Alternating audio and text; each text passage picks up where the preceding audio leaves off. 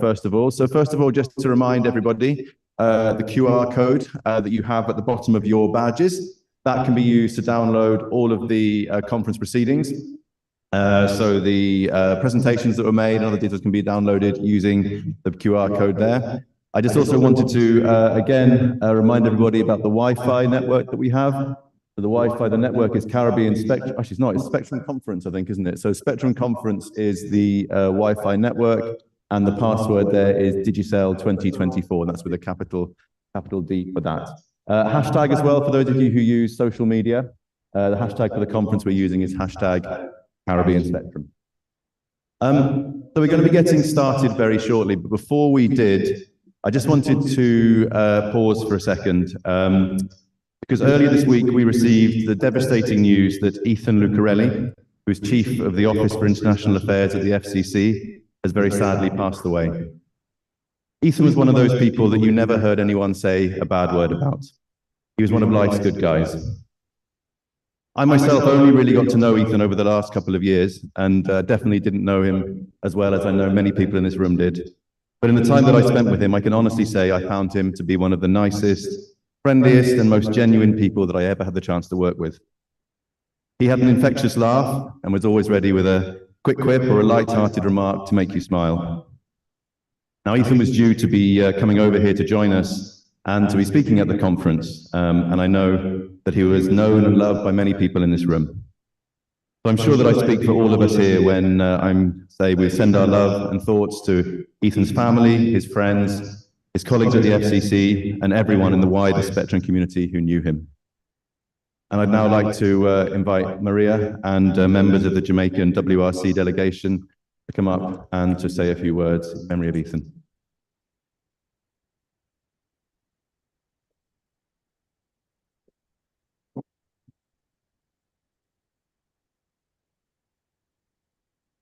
Morning, everyone. I received this news just at the start of the conference. I actually spoke to Ethan last week. It was very difficult. I actually put moments in a box. So sorry to get. But everything Dan said, Ethan was a gem. Ethan would come up to you and say, "Are you okay? Come and talk to me about an issue." Or you have a way of sending me a WhatsApp, "How are you on this issue?" And I said, we're with you. And he would send a strong arm to say, "Good job." But what this teaches us is that we are here for only a moment in time.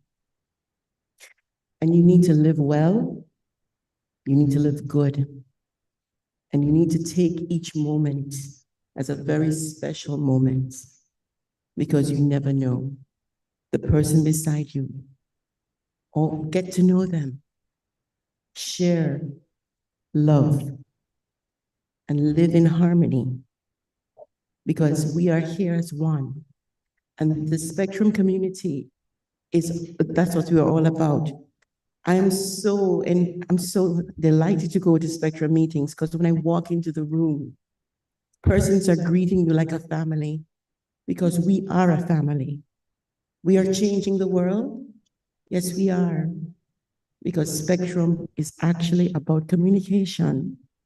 And we are the changers and makers of innovation and adaptation. But at the same time, what we preach, harmonization, it is so critical. So we're going to do two things. First, Nigel, I'm going to steal your invocation. So we're going to have that play. Then George is going to say a few words of prayer. And then we're going to have a moment of silence for Ethan. Thank you all for your understanding.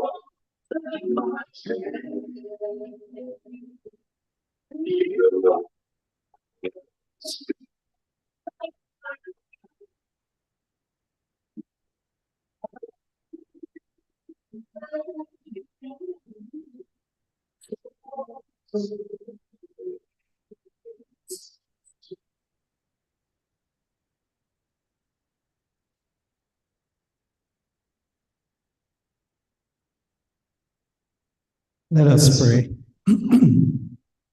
Father and our God, you are the Alpha and Omega, the beginning and the end.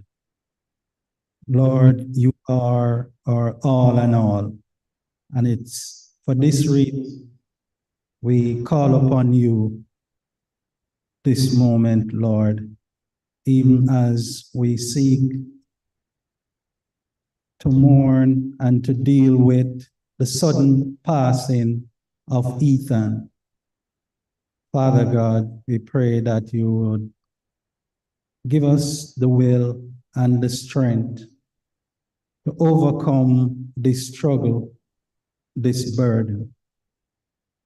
Heavenly Father, we pray that you will be mindful of his family, his friends, loved ones, and colleagues here and across the globe. Father God, we pray in a special way that you will help us all to understand and to comprehend the hardship of this life and what it offers at times. Father, we just pray that you would give us peace, Lord, as we seek to cope with Ethan's passing. Father, we pray for the peace that surpasseth all understanding, that only you alone possess and can give. Dear Father, we ask that you would just surround us with your love now and embrace us in your bosom. These things we pray in Jesus' wonderful and precious name. Amen.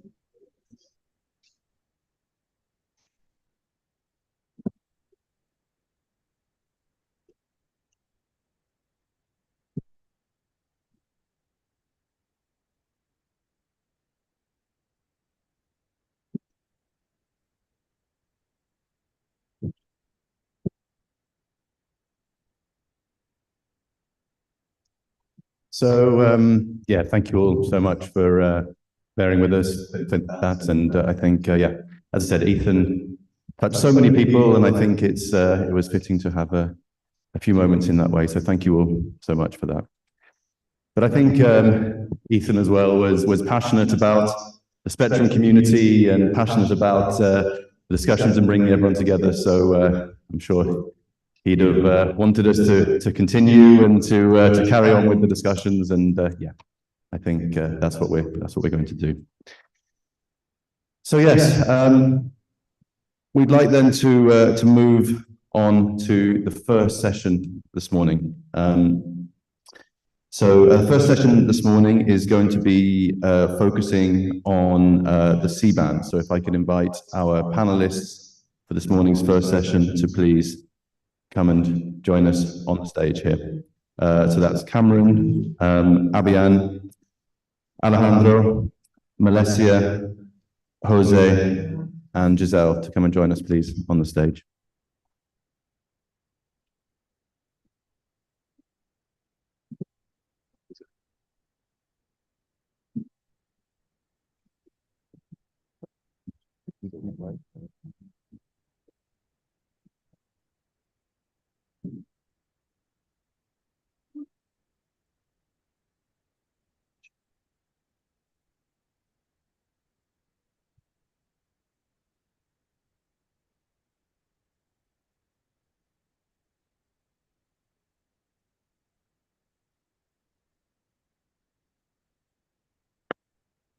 Do we have Melessia here as well?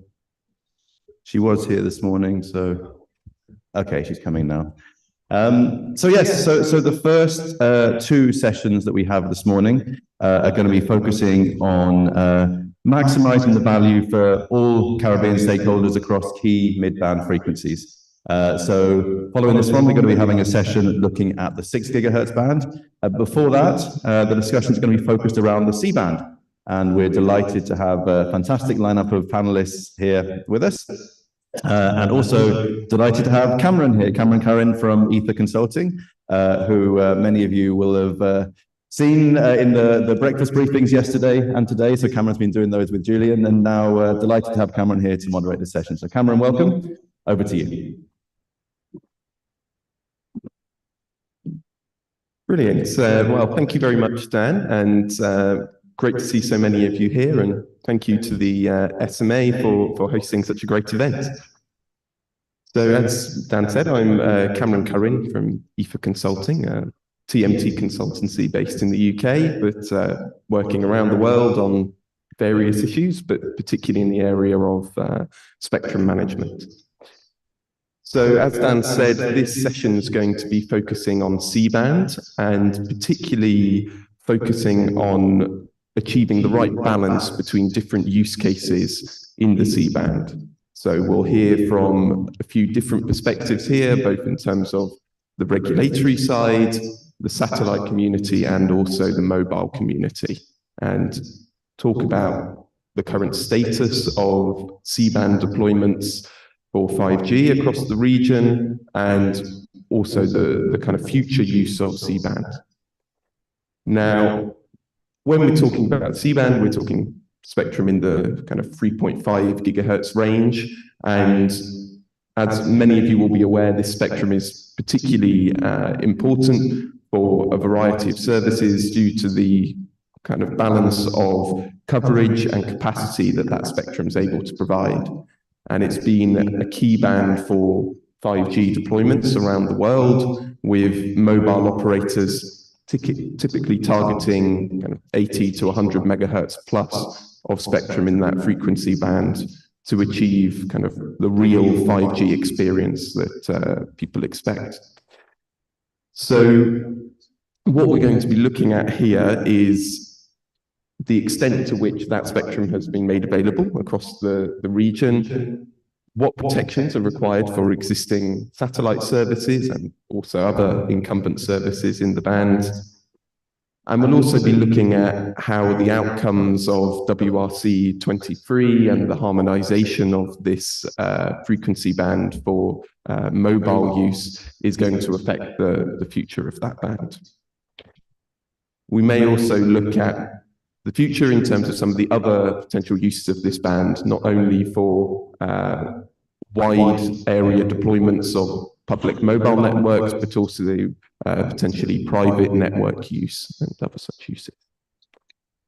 So, as I said, we've got a range of great speakers today, and I think first of all we're going to hear from Abian Cooper, who's the acting manager of band planning at the SMA here in Jamaica. I think he's going to give us the regulatory perspective from Jamaica and the wider Caribbean, and talk about some of the current allocations of spectrum in ITU Region 2. So, Abian, welcome.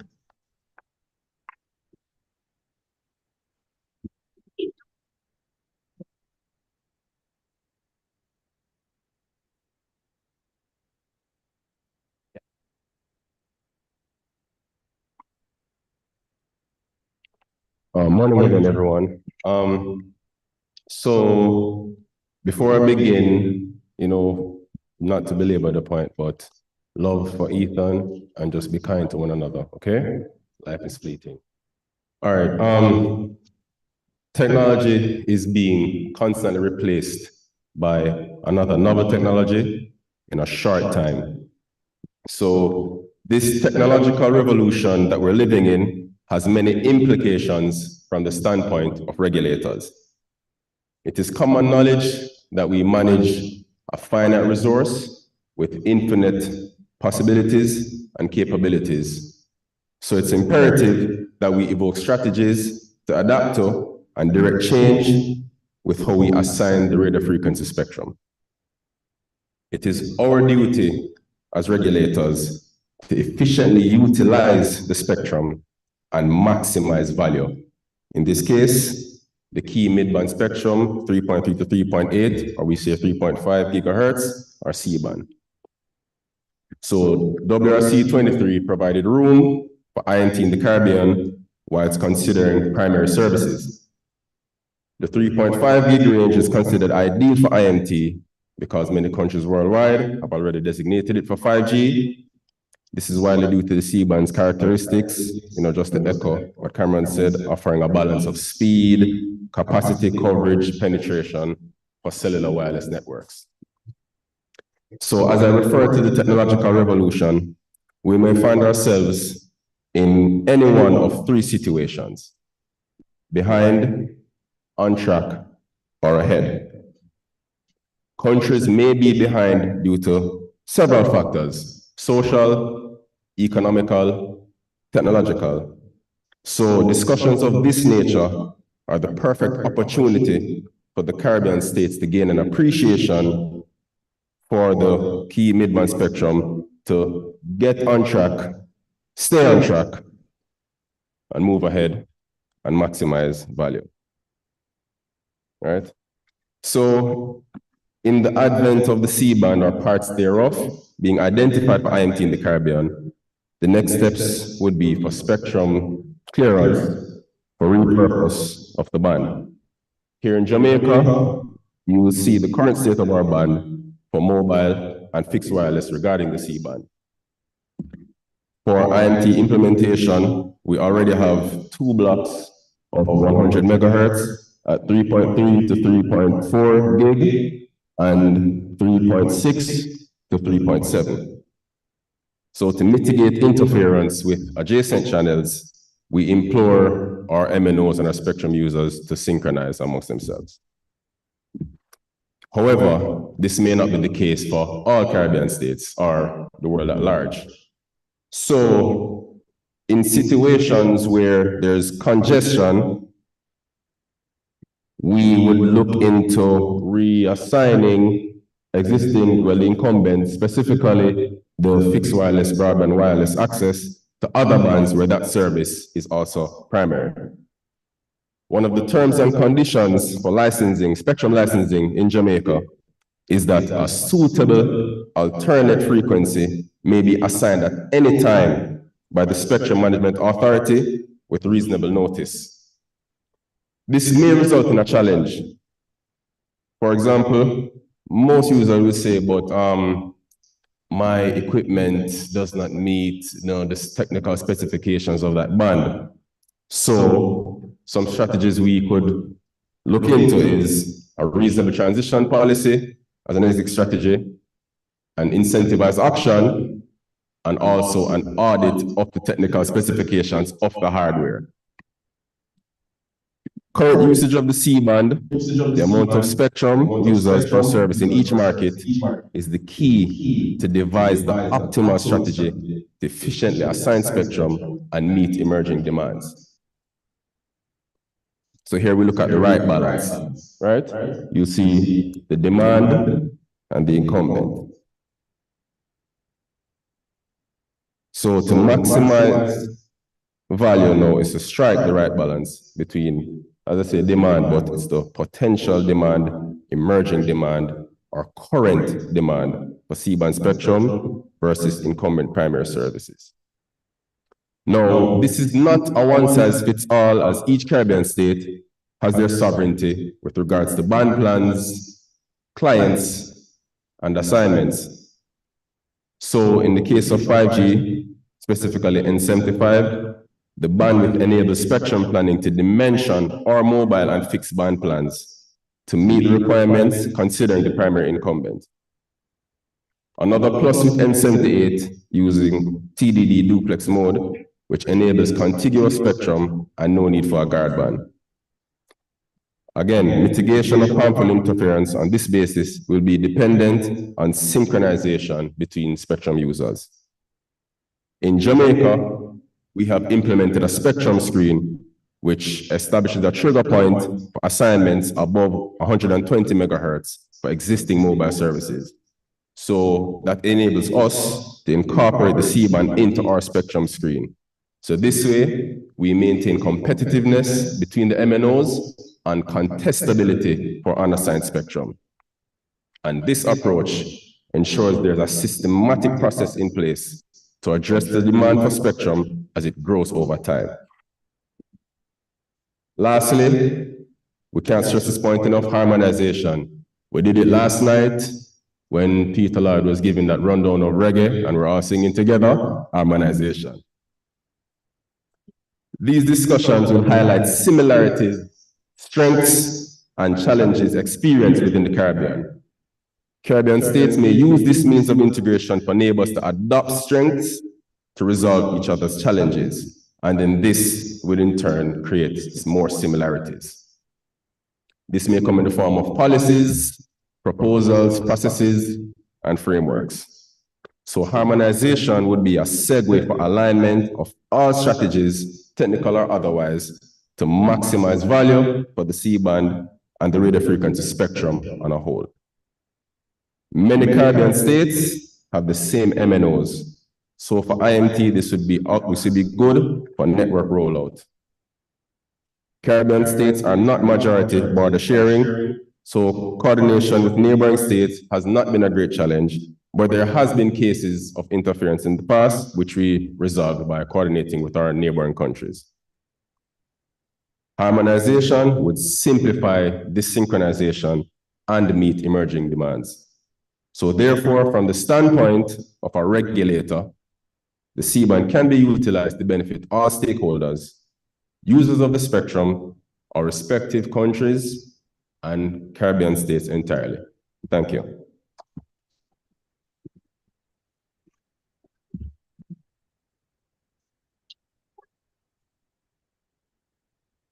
Okay.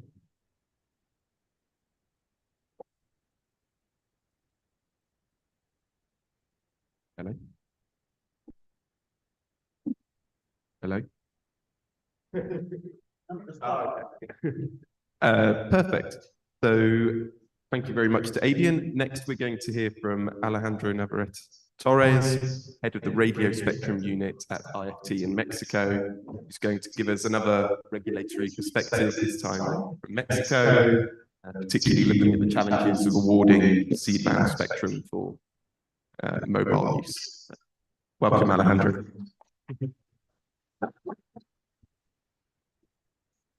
Thank you. Good morning. First of all, I would like to thank Maria. Thank you for this just great setting for this conference. Thank you for Global Forum as well, all the team that has made this conference possible, and also my respects, my love for Ethan. I would like to talk about the particular situation or condition of in Mexico. As you might know, in the C-band we have two competing services: the fixed satellite service that is shown there in purple, and the mobile services in different colors there. So one complexity that we have in Mexico is that we have fixed satellite services not only from 3.7 all the way to 4.2, but also on the extended C-band from 3.4 to 3.7 as well. So as you can imagine, there's a kind of a challenging problem in order to make both technologies coexist. There you can see we already assigned in blue services for IMT, and one company is providing 5G services on that band from 3.35 to 3.45 gigahertz. Other company has also IMT services, but for fixed wireless access only from 3.50 to 3.6 gigahertz. So one of the things that I would like to just to share with you is this coexistence problem is kind of difficult. So what is what we have? And I think it's one thing that is common in for many countries here in the Caribbean as well. And that is that most Earth stations are using LNBs that are operating in the range all the way from 3.4 to 4.2 gigahertz. So these broadband LNBs can receive and will receive interference, even though they are not, let's say, even though the mobile users are operating in the lower part of the C-band. For example, in this case, that we are using part of the 3.4 to 3.45 gigahertz, part of that emissions will get into the LNBs used by Earth stations, and that would cause some troubles for them.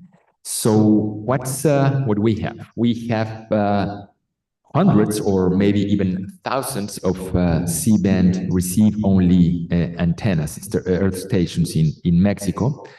Since they are receive-only Earth stations, we don't have a registry of who they are or where they are. There we have these usual suspects, as you can imagine, the TV translation stations, and also cable headends.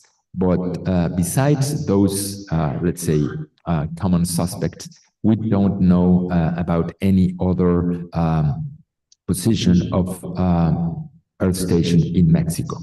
And as I said, most of these Earth stations are using broadband LNBs, so they are receiving some kind of emissions from the lower part of the C-band as well. So that's one thing that I think everyone has to consider. We are having, let's say, troubles with that, and I'm going to share with you how are we dealing with that.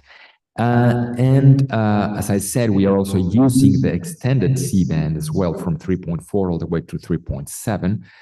For fixed satellite services. So we do have problems with that. We have federal satellites using that part of the C-band. So, what we are planning for the future? So first of all, let me go back and add something else here. Okay, if I go, I can't go back.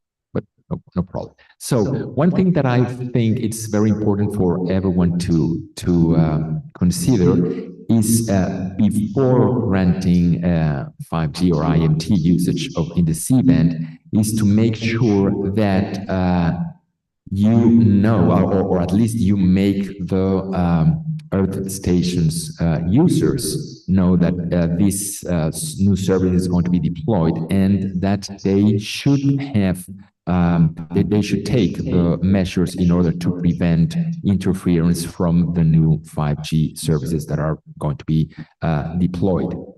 So what we are doing in Mexico, we are trying to get a registry of all Earth stations. It is not compulsory, but we are trying to, we make a public consultation in order to make this registry, to share that registry with the 5G, the operators, for them to consider that in deploying their the networks. And one of the things that arises is who is going to pay for these new LNBs and new filters that should be installed in Earth stations. And different countries are making different approaches to that.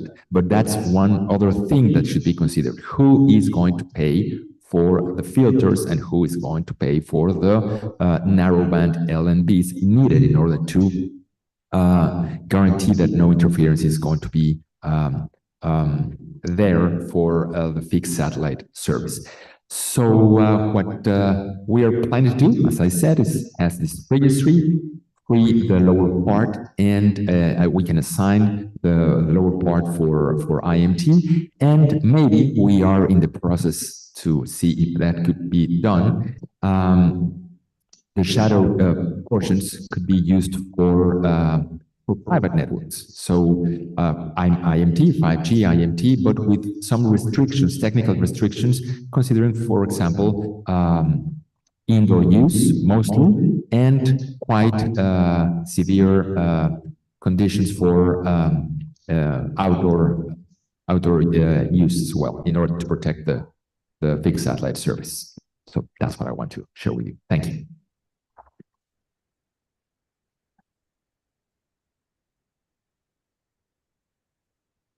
Okay, brilliant. Well, thank you very much, Alejandro.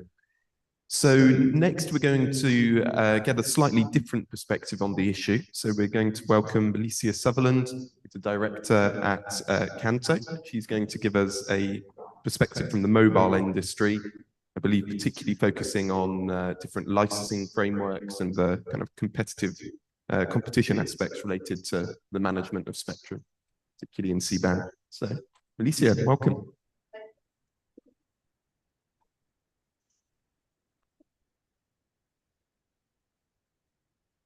Good morning, ladies and gentlemen. It's so great to see you again today. And I want to introduce you to Canto. Canto is the trade association for the Caribbean operators in the region. The first page here of the presentation is telling you all about our great conference, but I'm going to go forward in order to come back. So let me tell you a little bit about our membership and why that conference invitation is important. Firstly, we have a penetration in the region of about 94%. I like to say that we're more Pan-Caribbean than even CARICOM. We have membership from the English-speaking, the French-speaking, the Spanish-speaking, and the Dutch-speaking Caribbean. So we are truly Pan-Caribbean. So in terms of membership, most of the operators are members, and you see the split there in terms of mobile operators, telecom suppliers, and regulators. We have over 130 members from 35 different countries. So I do have a little bit of engagement to do before I head into the conversation that I want to have with you all.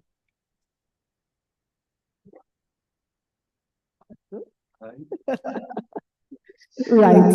So I was just saying my ticker, my time is not moving, so that's great for us. Right. So now let me just go back and tell you about, our conference. So this is our flagship event, and this conference is going to be at Aventura in Miami from the 7th to the 10th of July. And last year, just to give you an idea of what this conference is like and why you need to be there, last year, we had in attendance over 600 persons. We had 50 companies, over 100 C-suite, C-level attendees, 86 speakers, 65 sessions, and over 50 sponsors. So if you want to do business in the region, if you want to connect with your customers, connect with vendors, connect with suppliers, connect with your governments, Canto is the place to be. We're open registration, canto.org. Go do your registration early and be there 7th to the 10th of July for the Canto conference, and you'll be happy that you made it. Just some for sponsors, again, for you to understand the interest in the conference and how it is that, others see the importance of the conference. Clearly, we have some of our larger companies there, Cable and Wireless Communications, Digicel. We also have Alive, GTT, ATNI, sponsorship as well from some of our financial services, other suppliers, Telesur. So that's a bit on Canto, what we do, and our aim is to be the leading authority in the region for thought leadership and evolution of the industry. Again, some exhibitors that you can look at your convenience. And the other matter that we're here to discuss this morning. There are three elements that I want us to consider as we talk about mid-band spectrum, as we talk about the inflection point at which we're at as an industry in terms of mobile and satellite. We talk about convergence and what that future may look like. In terms of just going along that trajectory, along that transition path, we want, as the Regional Association, for all of us here to consider three elements. We want to talk about transparency. We also want to talk about the pathway and the fact that size matters, scale matters. So let's talk about a transparent licensing framework. So some of our countries are getting this right already. You'd have heard yesterday from Trinidad, they did a consultation. It was a transparent process. A similar thing happened in the Bahamas, and the BVI also did a consultation in recent times. Now, the association may not agree with every point, but the important thing is that there is a process where all stakeholders can make their voice known and raise their concerns, even if the outcome is not what they're looking for.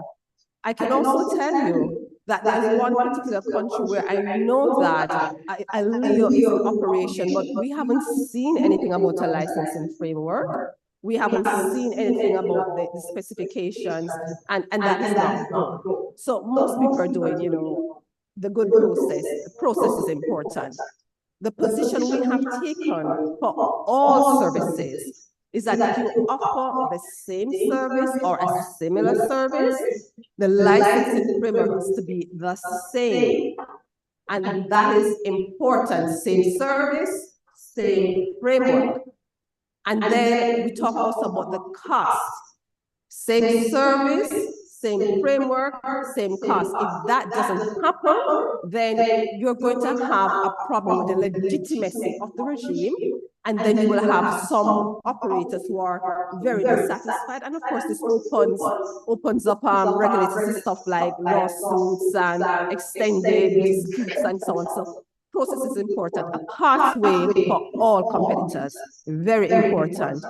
There is to be, by the assignment of spectrum, particularly spectrum for 5G, particular spectrum for new generation services, no foreclosing of the pathway for operators, no foreclosing. So when regulators consider what must be done, when they consider what should this framework look like, one of the objectives must be that there should be no foreclosing of a pathway forward for any business at all, for any operators at all. There must be that level playing field. So it's important to consider what is the pathway.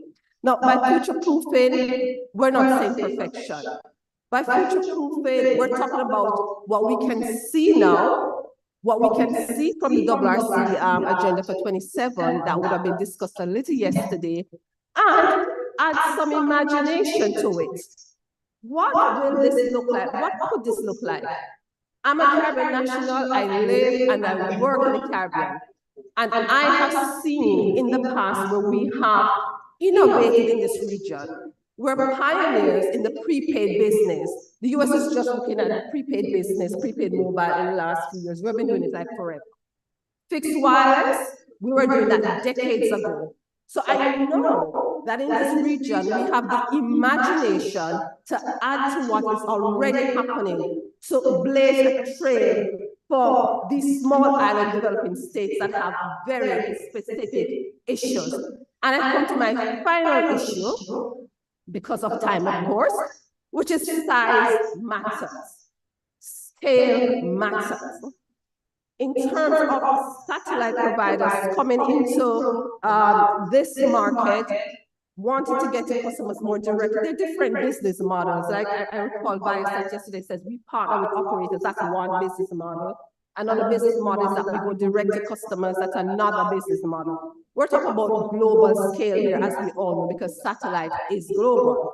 And we're talking coming into a market with individual operators because the network is on the ground, it's physical. So how does that work? We have to assess the entire value chain, but I do want to step back to the side because we're also talking about global influence. So I know those of us who live and work in the region, we know the names of our providers. But let's elevate our thinking for a bit and just go global. Who knows the names of our providers? Not that many persons, but at the global level, most governments, most policymakers, most agencies know the names of the satellite providers. So we're talking about weight here. We're talking about influence on a regulatory agenda that is global now, not just local. And therefore, the job of our regulators in the region to somehow coalesce, whatever the word we want to use, coalesce, harmonize, lobby, advocate, but we need to form a kind of a nucleus to actually lobby for our countries. It's not just about our providers, it's about what is the vision we have for our countries. And finally, assess the entire value chain.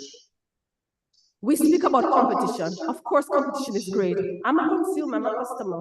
I like cheaper and better too. What is the rest of the value chain though? The resilience, the employment, the taxes, economic development. We also have to look at that entire value chain when we're looking at how we assign mid-band spectrum, when we're looking at any spectrum assignment, when we're looking at do we grow, like grow, eat what we grow, or do we do something else? But at the end of the day, because Kanto is connected to the region, lives and works in the region, we want also to see that whatever happens is best for the region. And therefore, with the three elements, A, B, and C, the transparency, or the 1, 2, 3, the pathway, and remember, size matters. Thank you, ladies and gentlemen.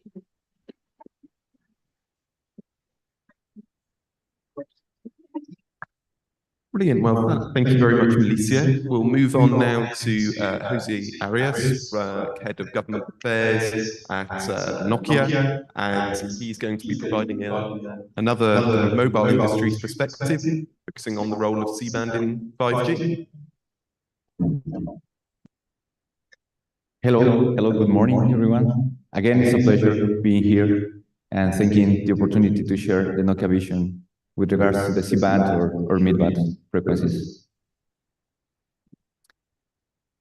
So as we have just heard, and we all know, mid-band spectrum provides coverage and capacity in a kind of balanced approach. So you can have the better of the two worlds in terms of the capacity, but also in terms of coverage. So if we consider C-band from, let's say, 3.3, considering also C extended band, 3.3 to 3.8, and in some cases to 4.2, so the mid-band spectrum accounted for a significant amount of the total frequencies assigned. So if you consider this, having in mind low frequencies, but also high frequencies, what we have seen around the world is that mid-band spectrum is the key resource when we talk about IoT and we talk about mobile connectivity. So it's also real that mid-band spectrum demand is increasing. So this is a fact that we all are working on, but governments and regulators around the world are looking for a balanced approach to satisfy the demand for 6G and also for 5G and 5G advanced. So C-band is a core band for 5G, but also it's going to be a core band for the evolution of 5G. This is 5G advanced. So although we are going to have in mind some plans to use C-band for 6G, the reality is that nowadays C-band is for 4G, for 5G, but also for 5G advanced. And this is Nokia is a technology provider, so we are considering to have C-band as a core band in order to deploy this kind of networks, 5G, 4G, and 5G advanced. So C-band is considered appropriate for 5G because it can carry plenty of data while traveling significant distances. This is the convergence between the coverage, because I was just talking yesterday about 600 megahertz band. and I talk a little bit about the physics and propagation distances. But with C-band, you can have both of them. You can get some data traffic, some considerable data rates, but also you can have considerable coverage distances, mainly for cities. So 3.3 to 3.8, it is what we call the core band. And what is that? Because it is also a fact that around the world, this is the most assigned frequency band for 5G services, for IMT. And this is a fact. If you just take a look on the different data that we can find around GSA, GSMA, Nokia, Bell Labs, or some other network providers' data, you can see that the C-band, it is the most assigned frequency band around the world. So, and this is not something that stopped there. We are seeing more spectrum auctions worldwide coming soon. So again, regulators and governments are having this in mind, and they want to put this frequency band in the market in order to provide more services for the citizens. And this is also important. C-band is about also to create a spectrum sharing framework. So we have different approaches, different scenarios, and different examples around the world. In where C-band, it is a band that we can consider as a sharing framework status also. When it's needed, you can see different examples of sharing scenarios again. So what's Nokia doing in C-band? So first of all, we see this C-band as a key spectrum resource for enabling wireless connectivity. But Nokia is actively involved in the development of the standardization of C-band technologies. Again, Nokia is a technology provider, so our mandate, our duty is always being in the point of the standardization development. So Nokia have a particular group, particular department working in this standardization issues. And again, the C-band is one of the key important frequency bands to provide this. We are doing, for instance, some sharing spectrum techniques, but also some antenna solutions in order to take advantage of this C-band. And just to put an example on the table about the antenna techniques, we are just having into consideration the capabilities of C-band, but also making a link with the upper frequencies, for instance, the frequencies that we see as a core frequencies for 6G. So the idea here is to take into consideration what we have done in C-band in order to replicate it for 6G in the upper frequency bands. We can name it from 7.1 to 8.4, which is one of the next core bands that we are expecting to discuss in the ITU framework, or also in the regulatory framework for the different regions. So finally, Nokia vision regarding C-band is centered around leveraging this frequency range to enable, again, 5G and 5G advanced. Although this is a frequency that it's being used for 4G, we see this band as a core for 5G and 5G advanced. Finally, in the presentation, I just set a couple of links from GSA with different data which support these statements that I just shared with you in terms of equipment availability, but also the spectrum assigned for C-band in this particular region in the Americas, considering also the Caribbean. So thank you very much for sharing this, for having me here to share these ideas with all of you. Thank you.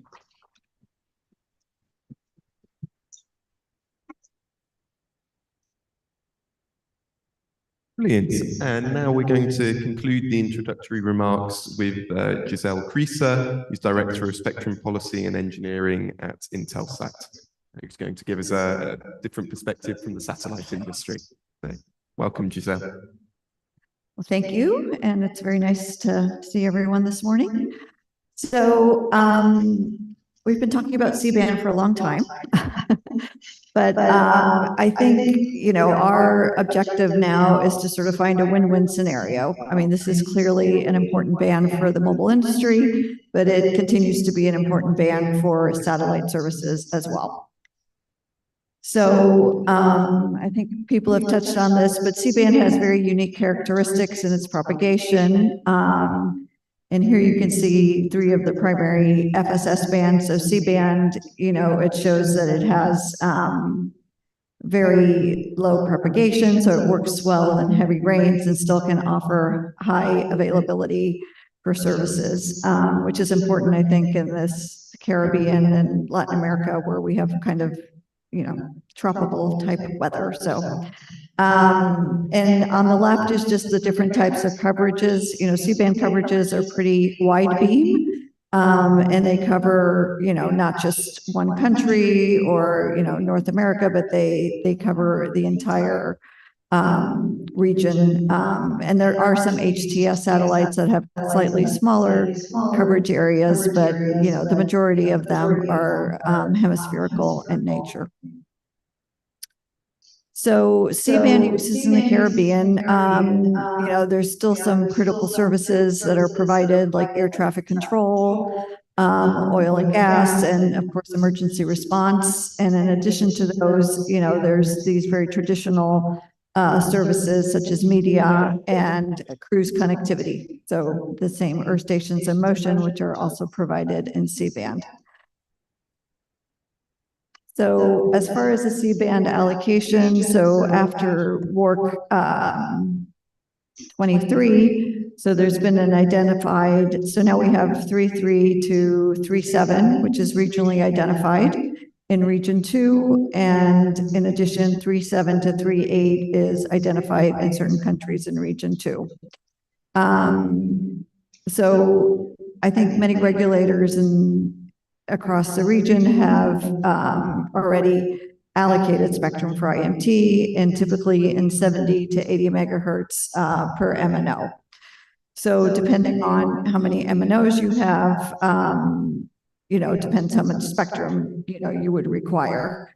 And I think, you know, in Intelsat's view, the recent WRC decision to allow 3.3 to 3.4 regionally in Region 2 really allows regulators to assign or auction off, you know, 100 megahertz blocks for 4 MNOs without, you know, going above 3.7. And that would continue to allow the satellite services that are still critical to operate above 3,700 megahertz. So I think, you know, our message is, you know, it's important to balance, and I think someone else raised this, you know, to balance the needs of the mobile industry, but also to take into account the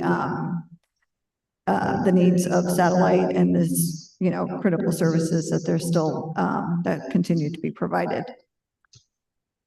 So I think, so in the coexistence as far as operating between the two services, I think, you know, co-frequency, I think this has been shown in ITU studies, and that is very difficult to operate co-frequency, and it would require very large separation distances, which probably wouldn't be ideal for, you know, countries, especially in the Caribbean, that are not geographically large. And adjacent bands, you know, coexistence is possible, but I think we had discussions on the LNB issues and just an increase in interference. So it does require some mitigation techniques to be deployed. So, you know, in our view, all parties have a critical role to play. So the regulator, you know, they have to select the 5G spectrum that they would like to use to the extent that they're going to allow FSS in co-frequency bands with the MNOs. You have to have protection zones and exclusions. It's important to have sort of a database of the base stations and the FSS earth stations to identify if there would be a need to coordinate depending on the distances between those two.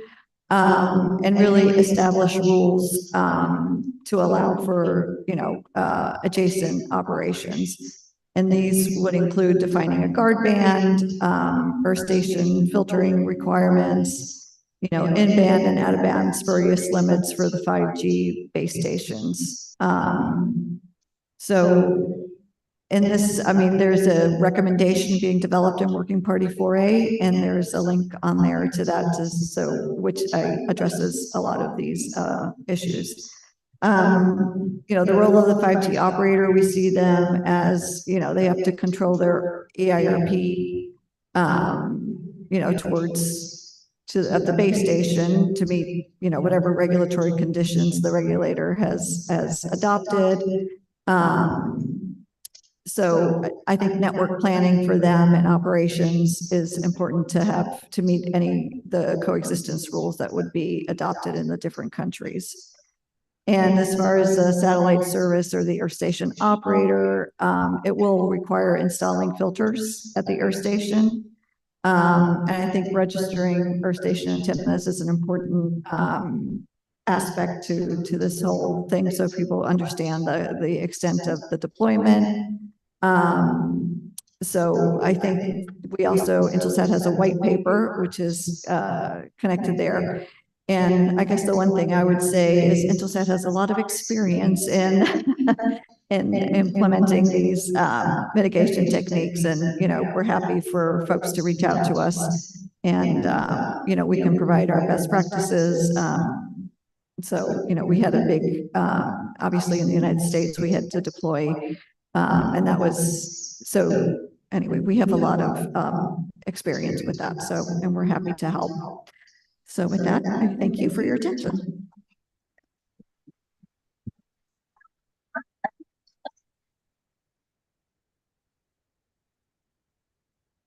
Brilliant. Well, thank you everyone for your introductory remarks. So at this point, we're going to move on to the question and answer session. We've got about 15 minutes here. Obviously, any questions from the audience are very welcome. So yeah, please do have a think and let us know if there's anything you'd like to ask. So I'll make a quick start here on the question and answer. So one thing that strikes me, and kind of linking to the next session, is obviously we've got C-band for mobile use, but there's potentially other mid-frequency ranges that could play a similar role, including potentially the 6 gigahertz band in the future. So my question really is the extent to which the decisions around the 6 gigahertz band at WRC and in the future looking at the country level impact the kind of reliance on C-band spectrum. And particularly here, I'm thinking, for example, in Saudi Arabia, they're going to have 600 megahertz of spectrum available in C-band for high-power mobile use. So potentially the reliance there on 6 gigahertz spectrum for IMT is lower. But obviously in countries where there's greater reliance still on fixed satellite services, less spectrum for mobile, is there a greater demand then for C-band spectrum for IMT? So perhaps a slightly difficult question, but maybe the regulators would like to step on that one to begin with. Maybe or not. All right, so for the 6 gig for us is not such a great demand as is. So we're really more focusing on how we can dimension the C-band for the upcoming emergence of 5G, right? As I stated, the main challenge for us is that we have incumbent fixed wireless services in the C-band, and there's been relationship issues, for lack of a better term, for the reassigning of them for other frequencies. But to answer your question simply and mildly, for the 6 gig is not a great deal for us currently. Thank you. Thank you. Well, yes, both bands are directly related, and what happens in one band will definitely impact the other band as well. So yes, and we are going to hopefully talk about later on the 6 gigahertz band session, but we would like to find a balance on what all the services are demanding spectrum, satellites on license for Wi-Fi and also for mobile services. So what we would like to see is how to make the best use of the spectrum. How can we put the enough amount of spectrum for all needs? And we have to address the situation of the satellite industry for C-band, for not only for Mexico, for the Caribbean and for all Latin America. C-band satellite services are still important, and they will be important for the next 10 years at least, I think. So we have to make a careful, let's say, balance of what we are going to do there. So yes, there's a direct impact on what happens with one band to what would happen with the other band. Great. Would anyone else like to comment on that? Yes, thank you. Are you ready? Right, so I'm going to definitely pass over to Nokia because I like the idea of the flow that they were describing about 5G and setting those standards that will take us into 6G. So, because it's the technology developers that are going to tell us what this is going to look like. So I want to hear some more on how Nokia will develop on that. Thank you. Yes, I'm sure I can add something here in this question. So I believe the question is not just a simple sum of the spectrum assigned for mid-band spectrum. So the reason we believe there is going to be more spectrum requirements for the future, it is based on the technology forecast we are doing at this point in time. And this is based in the applications that we are foreseeing for the future in terms of 5G advanced, but also in 6G. So what we are seeing for the next generation of mobile technologies, IMT, it is to have at least from 400 to 600 of spectrum per operator. And this is something we have been considering, not just Nokia. This is something we are considering as an industry.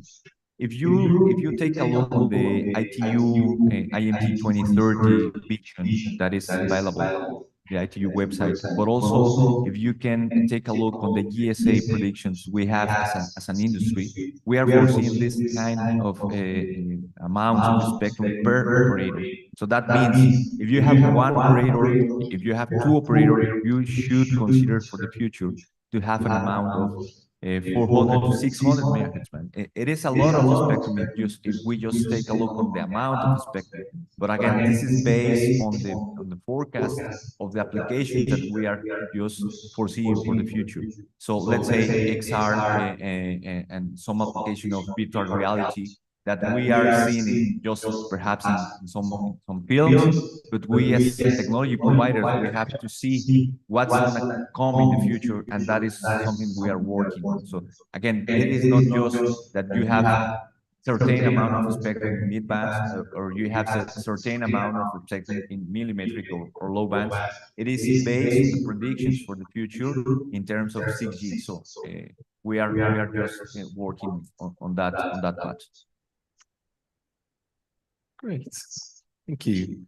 So, kind of moving to a slightly different topic, Giselle, I'd just like to kind of ask you a bit about how you see the long-term role of C-band spectrum in satellite networks. I think we heard there from Alejandro that, you know, there's a clear case potentially for the next 10 years, but what are we seeing in terms of C-band requirements 20 years in the future, for example?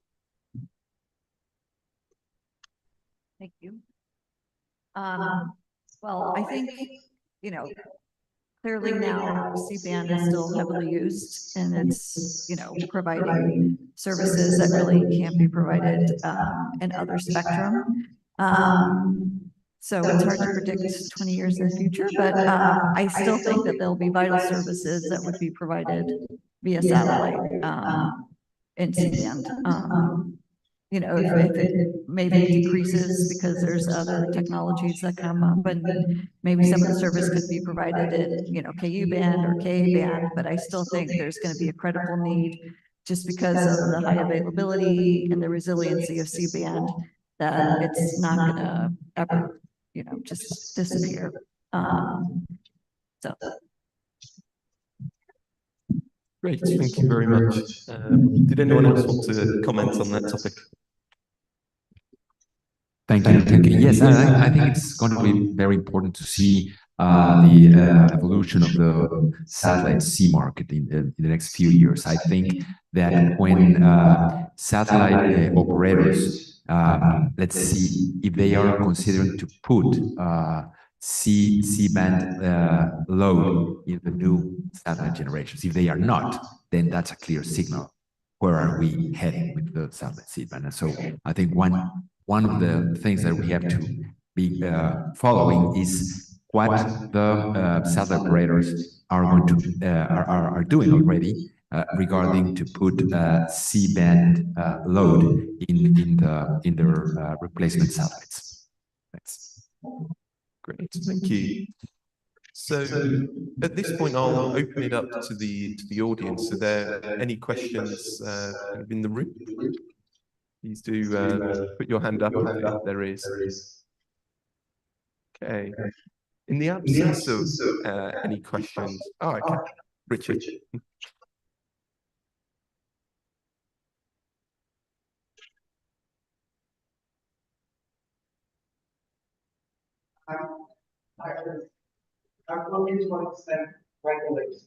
To help the satellite industry with the cost of installing filters. So that was obviously a key thing in the US. That money that was effectively money that was obtained by selling the spectrum was then to help the satellite industry replan their networks. And I'd be concerned if there isn't some assistance there, that there might be a delay in coming up with a more efficient band plan in countries in the region. Okay. Abian, if you want to comment. So if you just to backtrack to my introductory remarks, I mentioned something about an incentivized auction. So that is something we would definitely look into. It's an excellent strategy in the event that we come upon that type of situation, because as we're speaking about the SAT services, you know, it's imperative not to affect in any way, shape, or form. So if we come at some form of a technical impasse, then we can actually look into incentivizing the equipment, definitely. Yes. Yes, Melissa, you want to comment?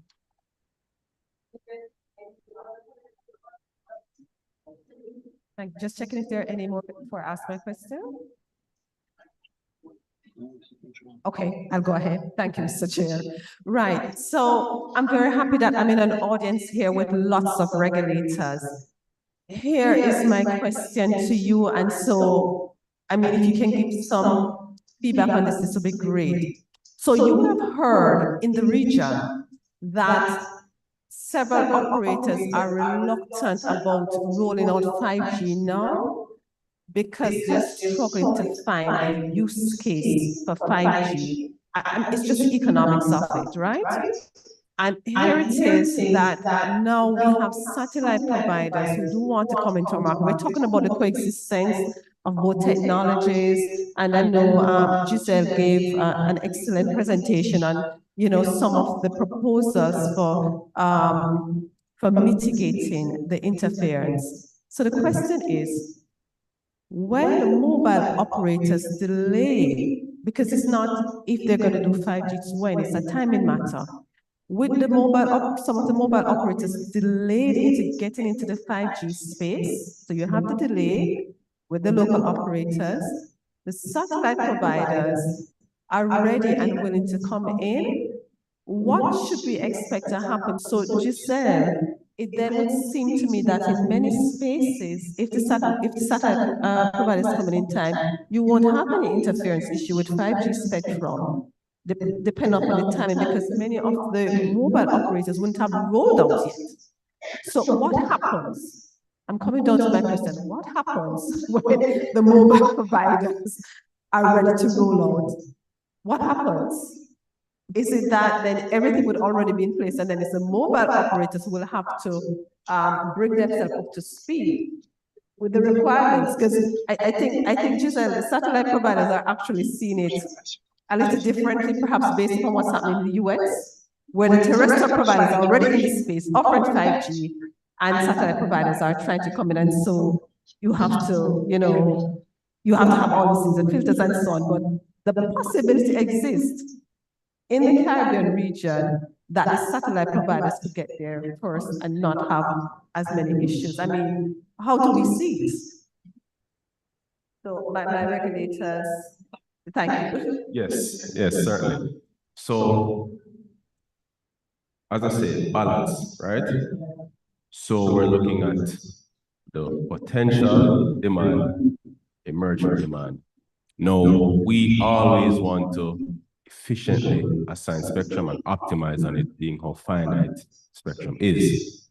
So there'll never be a situation where we have spectrum there waiting on an MNO, right? No, we won't wait on them. But however, we will put strategies in place. Back to Giselle's slide where we had the outline for the regulators and you referred to work part 4A. We'll have those in place in the event where we need to move some things around, but we won't have unassigned spectrum saying, oh yeah, we wait on this operator, because it may be a situation where they will not roll out that network, right? Which I have seen personally happen time and time again. So, thank you.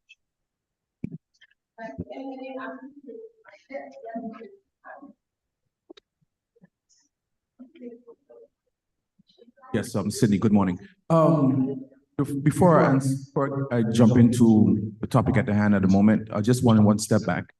Somebody asked a question just now in terms of the regulators supporting a fix for potential interference between satellite services and fixed wireless in the C-band.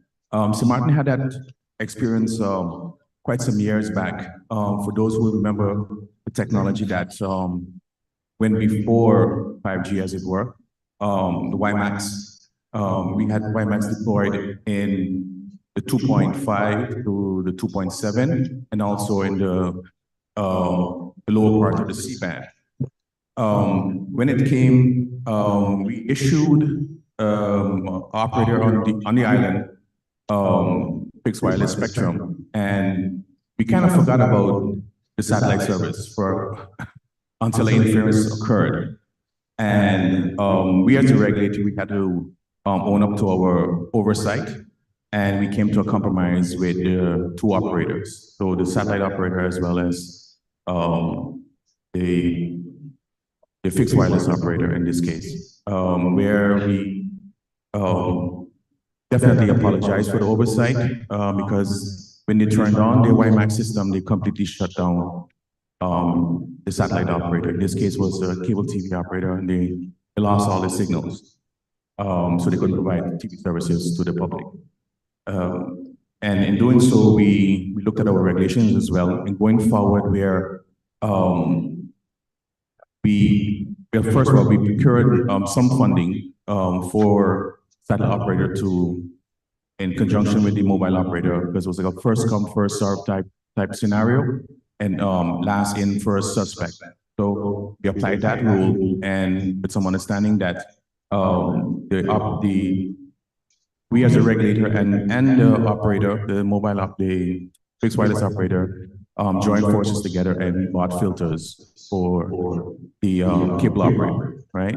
But moving forward, we adjusted our sales as well and implemented that the satellite operators should deploy narrowband NMB, and also include filters into their rollout as well, just to mitigate any potential disturbances. And that was accepted as well.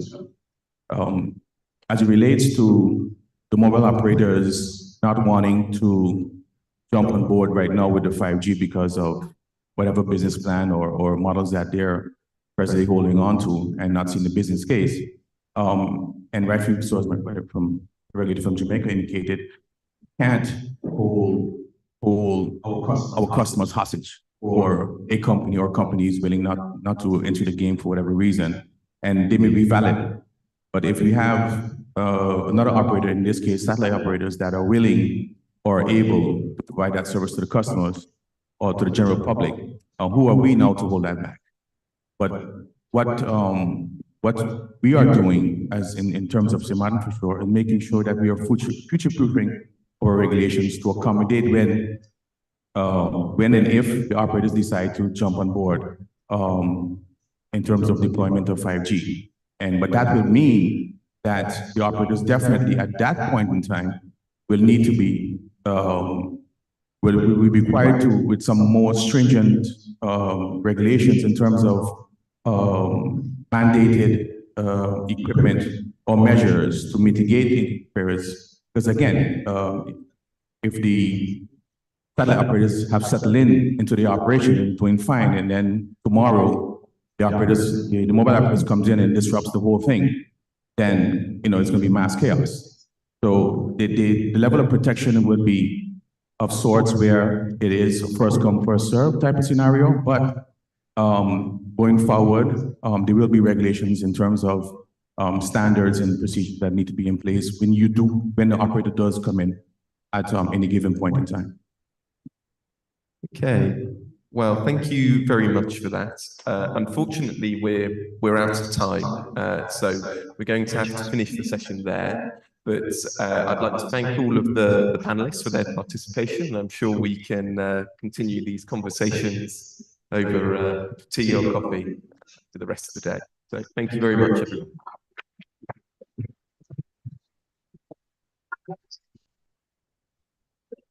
Wonderful. Yes, thank you so much to the panelists, and also thank you to Cameron for moderating and guiding us through the discussion there.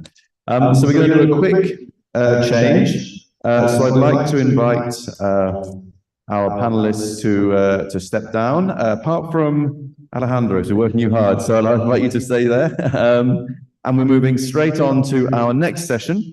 So we're moving just slightly higher up in the frequency range. We're staying in the mid-band, and we're going to be looking at the 6 gigahertz band now.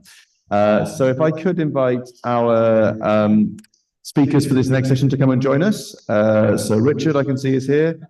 We'd also like to invite Juan Wilson, Chris Wolford, and Katie Devrande to come and join us on stage here.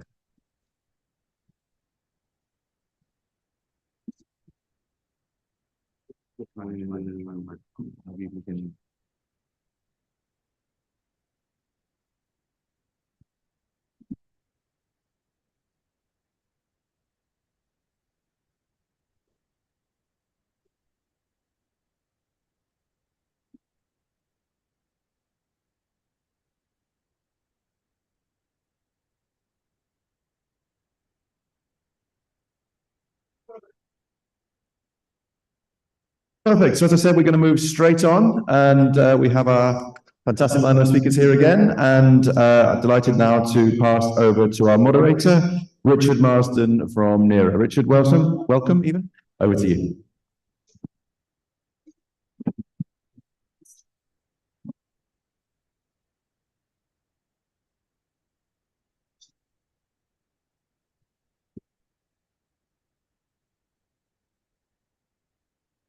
Okay, thank you very much, everyone. So in this session, we're going to be talking about the 6 gigahertz band, which is a hot topic right now at all the spectrum management conferences. And I asked the organizers to put up this slide, which comes from the breakfast briefing this morning. And it just shows a visual picture for you of the 6 gigahertz band. So it actually starts at 5925, goes all the way up to 7125. So we're talking about 1,200 megs of spectrum. It's a really large band. and it's at a nice frequency level. It's one where the signals propagate pretty long distances, so they can be deployed in a mobile network on the existing grid of base stations with the latest technology. Now, there are two competing use cases for this spectrum. The main one at the moment is Wi-Fi, so it's been identified as a new extension band for unlicensed use. And the other is the use case for all spectrum below in the mid-bands, which is IMT, so that's mobile use. It's fair to say that the use cases for either of those two services having the whole band are not proven yet, okay? Obviously, we all use Wi-Fi. We know that Wi-Fi needs more capacity. On the other hand, Wi-Fi signals are low power. The frequencies that are allocated to Wi-Fi can be reused very efficiently. So it's not clear yet whether the full 1,200 is needed for Wi-Fi. On the other hand, we have the mobile use, and we have projections of escalating demand for traffic on mobile networks. But that is bottoming out now, and in many countries, there's a lot of spectrum at C-band coming. So there is some uncertainty of the extent to which more mid-band spectrum is needed. And different countries have taken different approaches. So most pertinent here, the USA kind of jumped ahead of everybody else and allocated the entire band, the upper and the lower parts, to Wi-Fi or unlicensed exempt use, primarily Wi-Fi.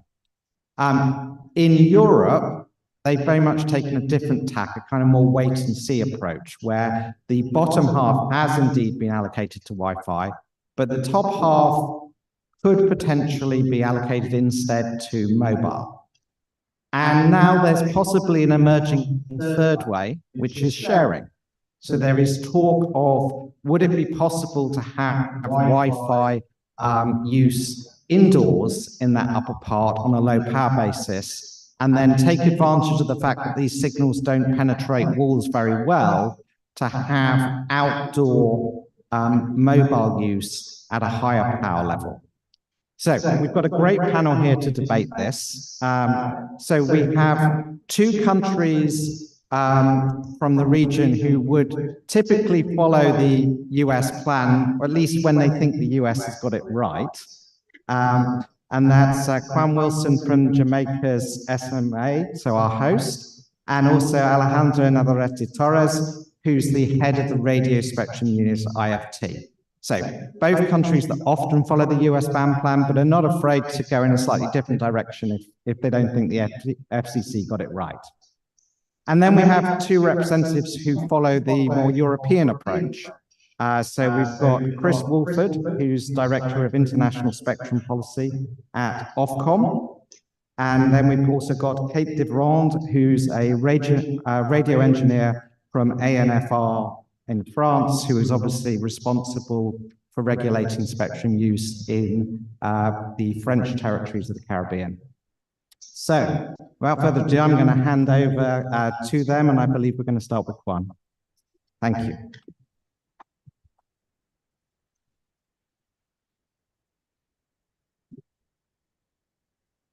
Good morning, everyone. I am so excited to be a part of this conversation. And because of my excitement, I'm going to take a different approach. So I'm here representing the Spectrum Management Authority. But over the past 5 years, I've had 3 different experiences in terms of where I've been. So I've been with the Universal Service Fund, I've been with the industry, and I've been with the regulator. Each of these perspectives have given me pause in terms of the debate we're about to have now. So in my first slide, we're finding the right balance. But what is balance? As you see, balance going forward, backwards, or staying stationary. What is the balance? So for the 6 gig, in terms of the 1,200 megahertz band that is currently being debated now, I would like to preface in terms of the different hats that I have worn and that I'm looking at this debate from.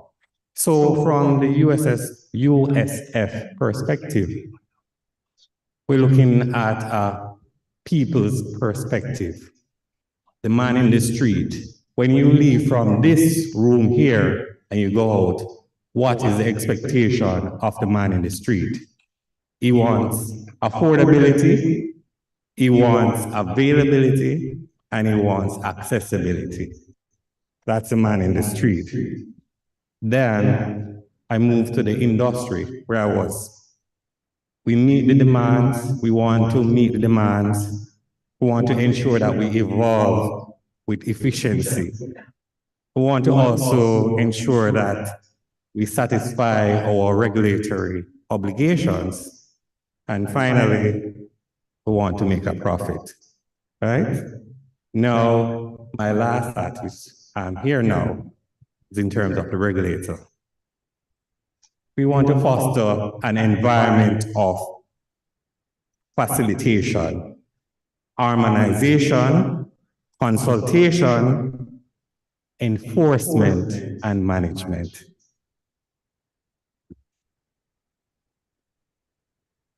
So my discussion will move from description of Jamaica's landscape, move to the comparison to our neighbors, and then pose some questions as to how we move on in terms of our policy consideration. So as it is,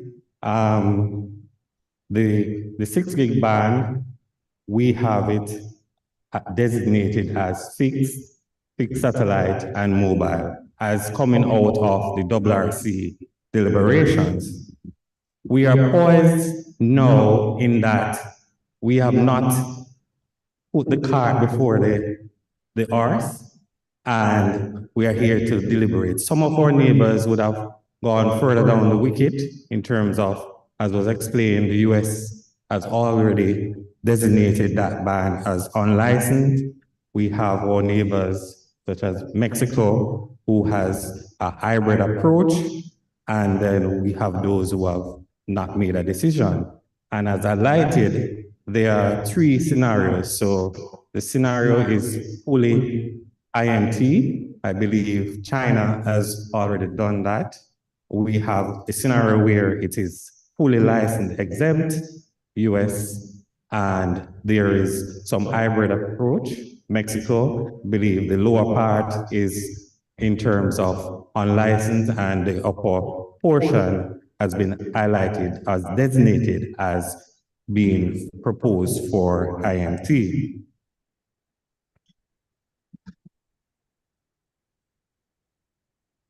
Looking at our market space, so I highlighted the 2 perspectives. So we have the unlicensed on the left and on the right in terms of the IMT, our current status. So through our government, I believe our minister mentioned it yesterday in his opening presentation in regards to the work that was done coming out of the COVID pandemic, where there was a push to provide the access to our communities, because during that process, we noticed that schools had to be closed. We had issues with our government facilities. They weren't connected. And therefore, there was this push through the Universal Service Fund in regards to connecting these facilities, connecting these institutions. And therefore, we would have had over 330 public Wi-Fi established all across Jamaica. So every major town, cities, every communities that were designated as underserved or unserved were targeted to provide some level of connectivity. But if you look on the right, you would see that we have our IMT providers with 4G coverage.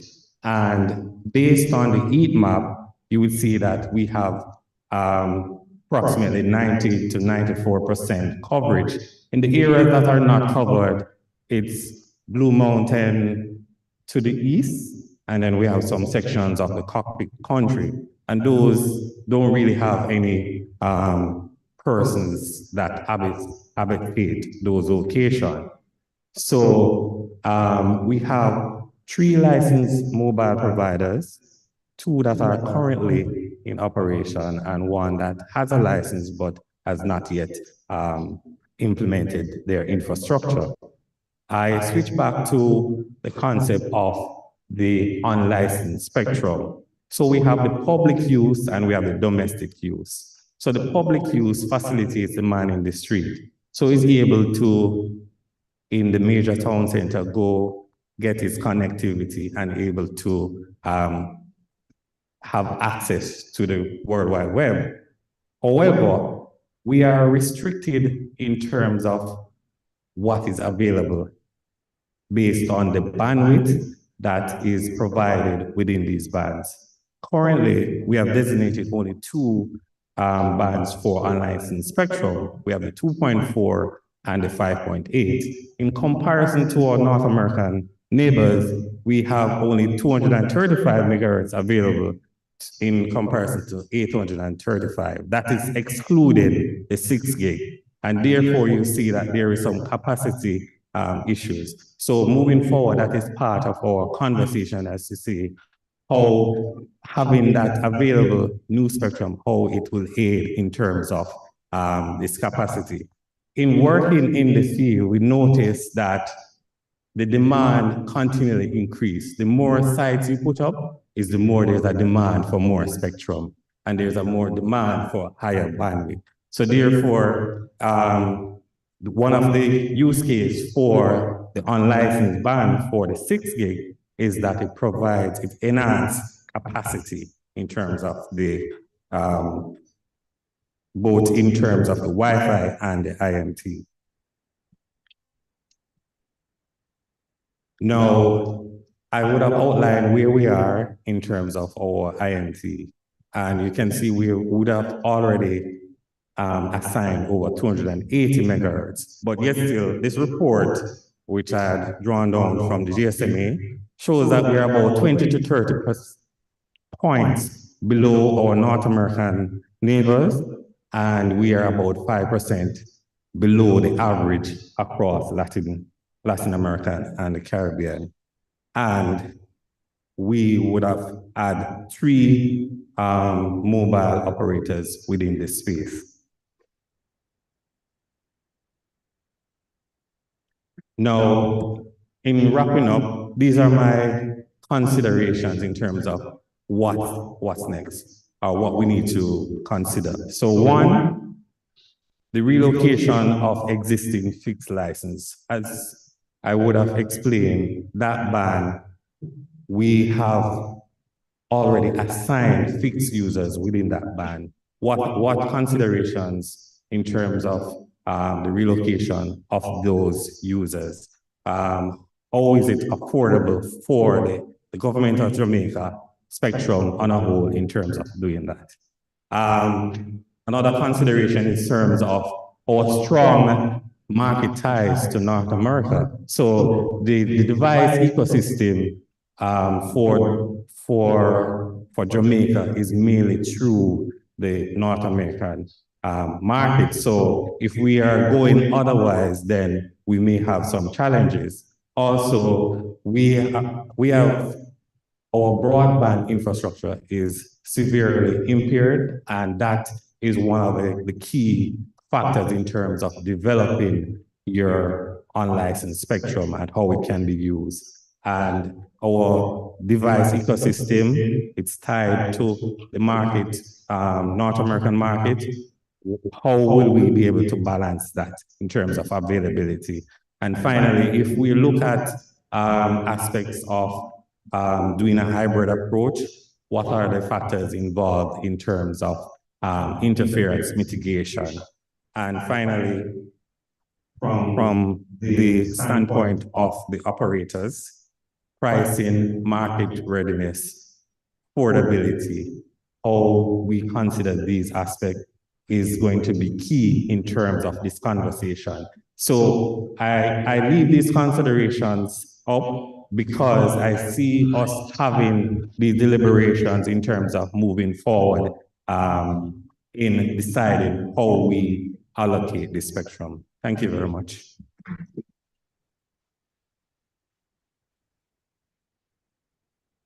Thank you. Our next speaker is Chris Wolford from Ofcom. So thank you very much indeed. Good morning, everyone. Let me start by saying a huge thank you to the SMA and to Forum Global for this wonderful opportunity to come to Jamaica. So thank you very much. Absolutely fantastic to be here.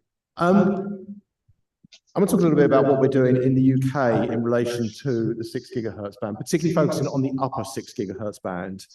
Just to put into context, in the UK, we've already made the lower 6, so 5925 to 6425 available for Wi-Fi.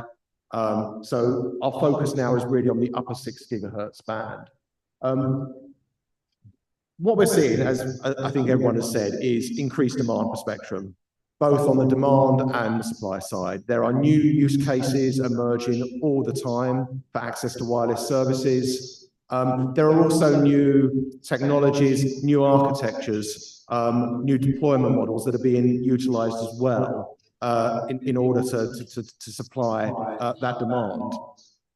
No surprises there. We're also seeing increased demand from existing services. We can expect mobile to continue to grow, perhaps not to the same extent that it has in the past, but demand for mobile data continues to grow in terms of mobile networks, and also on Wi-Fi networks. We can expect the demand for data across Wi-Fi will continue to grow. The one point I do want to make here is that what we do anticipate is that demand, that increase in demand, will not be uniform. It will not necessarily be evenly distributed across the country. And in particular, in denser urban areas, we're seeing greater demand increases, probably not surprisingly, than we are in rural areas. And how do we meet those differences in demand across geography is one of the challenges, I think, for a regulator. And in short, what we're increasingly finding or coming to the conclusion in the UK is that spectrum sharing is absolutely fundamental going forward to enabling this future broadband growth in wireless services, whether that's mobile, Wi-Fi, or whatever type of wireless applications we're seeing. Indeed, we anticipate that sharing is going to play a fundamental part, particularly as we look at some of the higher frequencies. So one thing that we've done in the UK is that we've now made the 3842 band available for local licenses. So these are low, medium power, local area, lowish, medium power licenses. And what we've seen is we've actually awarded hundreds of those over the last few years and seen some really innovative use cases that have emerged, and that possibly use cases that wouldn't have emerged if these people couldn't actually get access to spectrum. So we think that's been a really good source of driving innovation. In terms of, so that's something we've done. What we're now thinking about in relation to particularly the upper 6 gigahertz band, as I say, is whether or not we can have some sort of shared model there as well. And I think too much of the debate has been around, is it mobile or is it Wi-Fi? The short question from our perspective is, can we have both? And we think that there could be possibilities in terms of particularly, Richard mentioned the indoor-outdoor possibility, rural-urban sort of sharing scenarios is another. We also know that, there are uncertainties about future demand. We don't know what the world is going to look like in 10 years' time, or even 2030, when actually we imagine that some of this demand for this spectrum will really be beginning to hit home. And we would like to see a solution that enables a win-win for all the potential users of this band. So what we're thinking about, as I say, is how to get the best optimal benefit for consumers from use of this spectrum. And as I say, I'm focusing on the upper 6 gigahertz band here, but actually some of this could even be applicable to the lower 6 gigahertz band as well. So you could think about this across the whole of the 6 gigahertz band.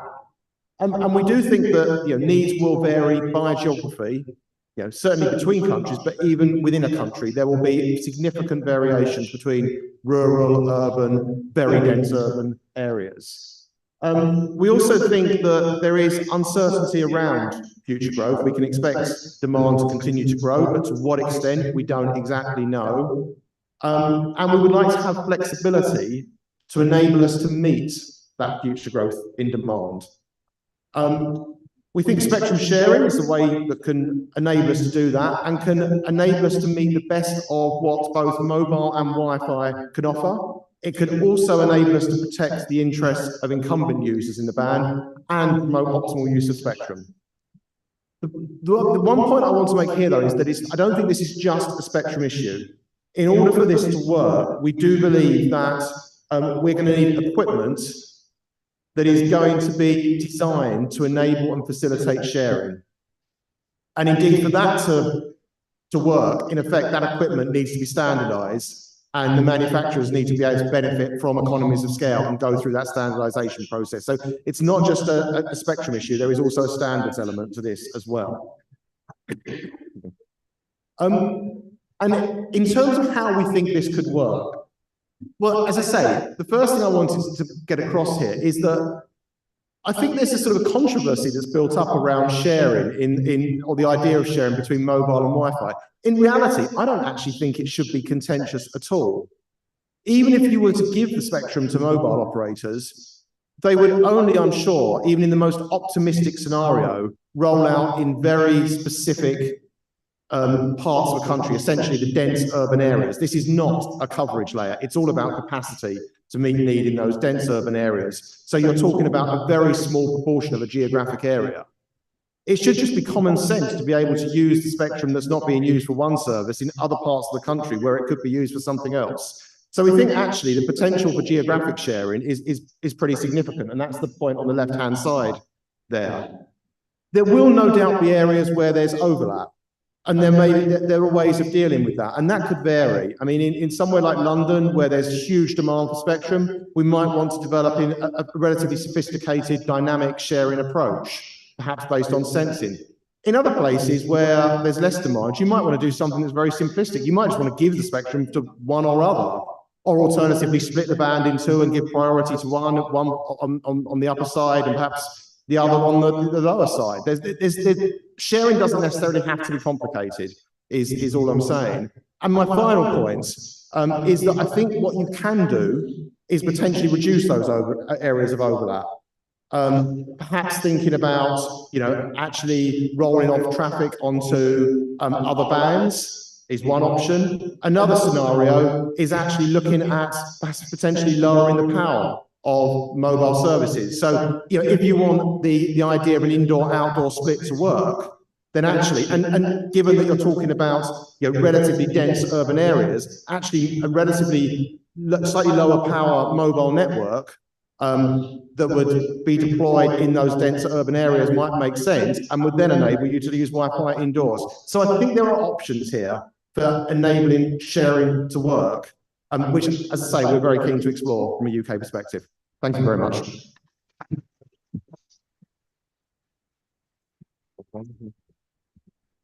Thanks, Chris. So our next speaker's already been introduced. He's back for a double stint, Alejandro.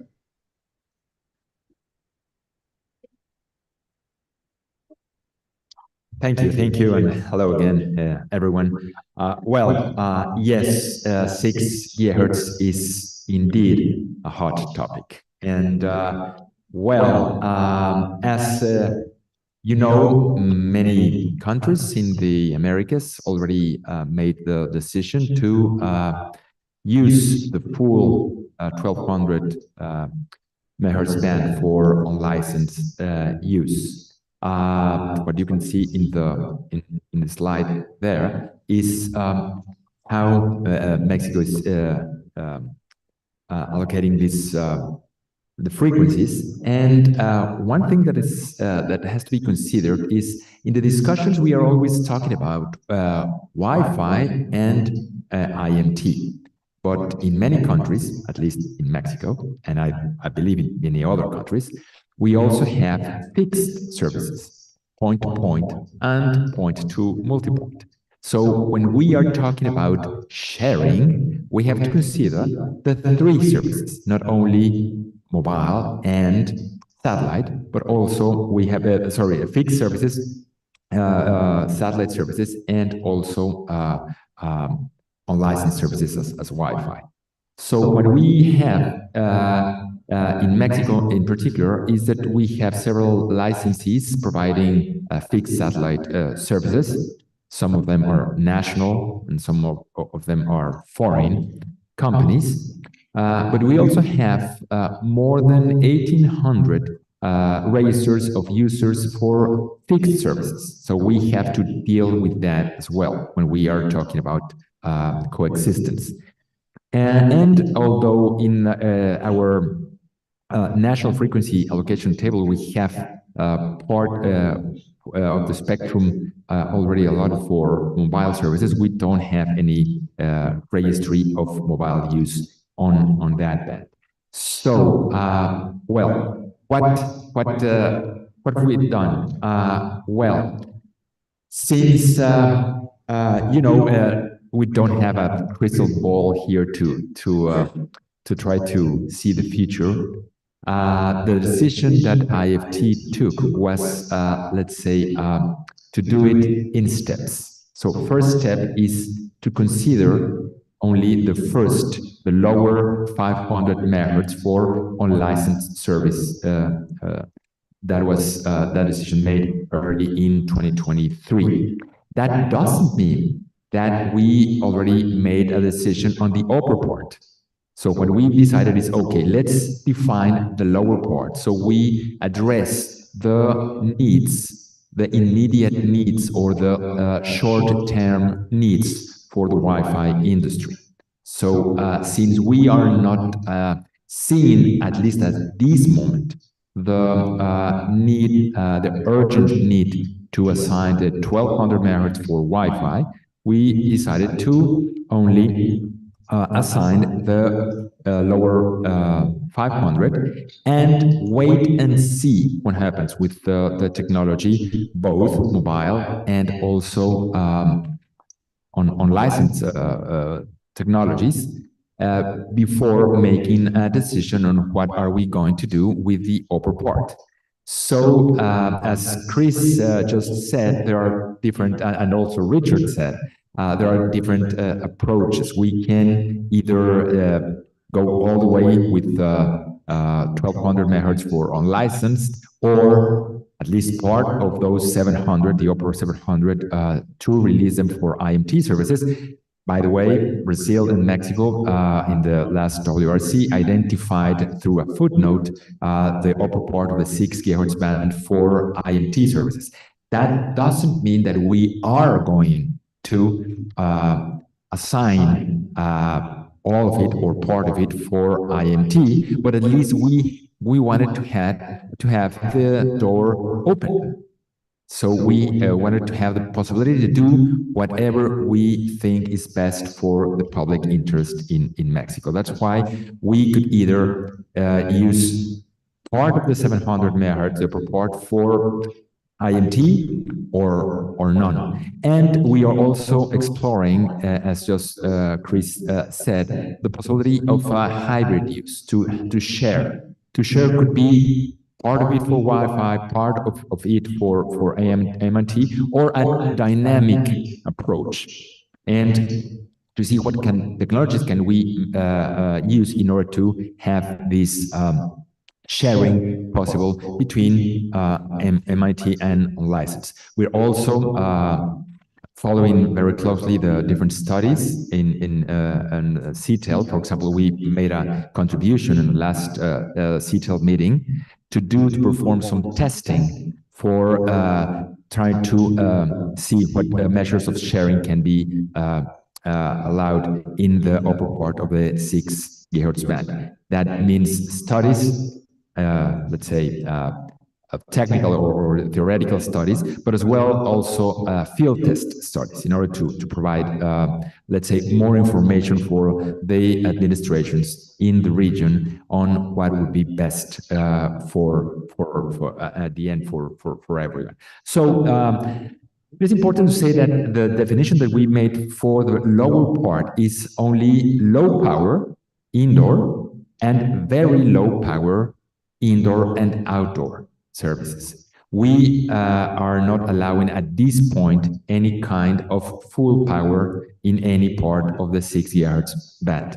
So we are also exploring, and we have to explore different solutions like automatic frequency control solutions in order to see if we can, in the near future, allow also standard power applications in at least at the time, for the time being, in the lower part. I think that would be very important for to connect schools and to connect rural areas using Wi-Fi technologies as well. So what we want to see, what we want to have is all the options open.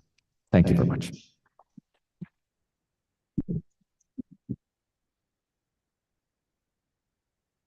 And our final speaker and this session is Kate Debronde, and she's coming to us from Paris to give us the French perspective. Kate. Thank you. Hi, good morning, everyone. So the 6 GHz as a new band open for IMT. I will start with an introduction of the band. Yeah, so the upper 6 GHz has been recently identified for IMT during the WRC 2023. With the condition to protect incumbent services, including the satellite uplink with an IRP mask. You have also the airline usage of the band in some countries, which is reflected in the new IMT identification footnotes. In addition to the identification of the band for Region 1, you have also 2 countries from Region 2, Mexico and Brazil, and also several countries in Region 3, which has been identified for the usage of the upper 6 GHz. It's expected that this number of countries will increase in the next WRC 27, especially when we are looking through Region 3. So IMT in the 6 GHz. When we think about the new band, we think about the new challenges it could bring. And here we can think about the 6G. 6G technology expected to enable immersive communications, such as extended reality, holograph, or haptics. And for these applications, there is an unprecedented demand for data transmission rates or threaten a requirement or latency and reliability. So this requires capacity and coverage, and foreseen by 2030. In addition to that, a new band is a real key for the introduction of a new technology. As we have seen in 5G, where we have the 3.5 band, which has been identified for the rollout, here the 6G could be also a really good key band for the introduction. The 6 GHz, sorry, could be a real good band for the introduction of this new technology. So we are here, and the dynamic spectrum sharing, which has been also used when we started the launch of 5G, in order to enable rapid coverage and using existing equipment. So you have frequency dynamic sharing spectrum, with 4G and 5G. And here for the 6G, we think that it does not seems to be realistic to use dynamic spectrum sharing between 5G and 6G in the 3.5 GHz, due to the fact that the capacity in this band will be heavily used for 5G by 2030. So in addition to that, for France or in Europe, There is no other options for a mid-band to 6G. Despite the identification for WRC 27 agenda item of several bands, such as the 4 gigs, portion of the 4 gigs, the 7, 8 gigs, or the 15 gigahertz in the region 2. In France or Europe, these bands are used for critical mobile. It's also known as native band, and this leads to be unlikely practical to be able to share the usage between INT and existing usage. So for Europe side, the only portion of the band which is foreseen to be considered is the 125 megahertz between 7.125 gigahertz to 7.25 gigahertz. IMT in the 6 gigahertz as a European framework. So CEPT is currently studying the feasibility of shared framework between IMT, including microcell and Erlang. Several sharing options are under consideration.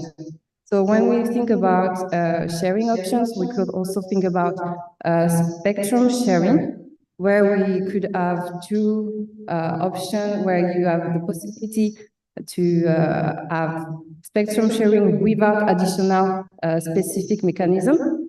So it's well known as frequency sharing or band split and geographical separation. Or you have also the possibility, and it's still ongoing studies, but you have the possibility to have spectrum sharing with additional mechanism, which requires additional development, which could be supported through IMT or Erlang. So one of the challenges of the IMT base station in ERP and the AMT indoor coverage. France consider that the ERP should not be limited to enable the same site reuse as for 3.5 gigahertz.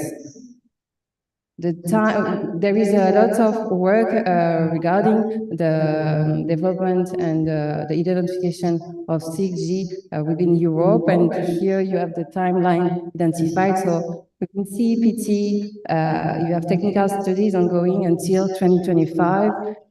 At UE level, you have the RSPG with the report on the 6G capacity expected for June 2025, and also RSPG opinion for the use of the upper 6 gigahertz for November 2025, or other meeting expected by 2026 and 2028.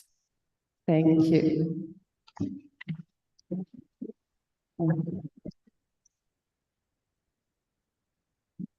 Right, thanks to all the panel for your introductory presentations.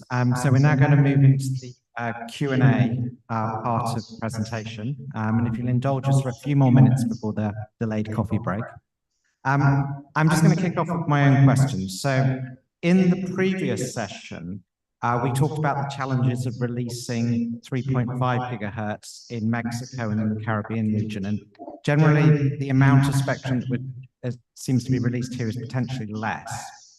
Does that increase the importance of finding an IMT designation in 6 gigahertz? Well, maybe you could kick us off.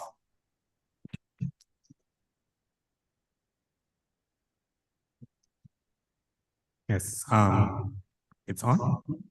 Right. So in terms of the importance, as I stated before, we have started the conversation because what I find happening is that it's not just on the demand side that we're looking at, but we're looking at in terms of how our policy consideration we take in consideration the landscape of Jamaica and in terms of how we harmonize with the Caribbean. So it is not just simply that we we have limited amount of spectrum that we would have released, but we have to take in consideration what is the landscape now and what's the demand. Therefore, we can make a good decision.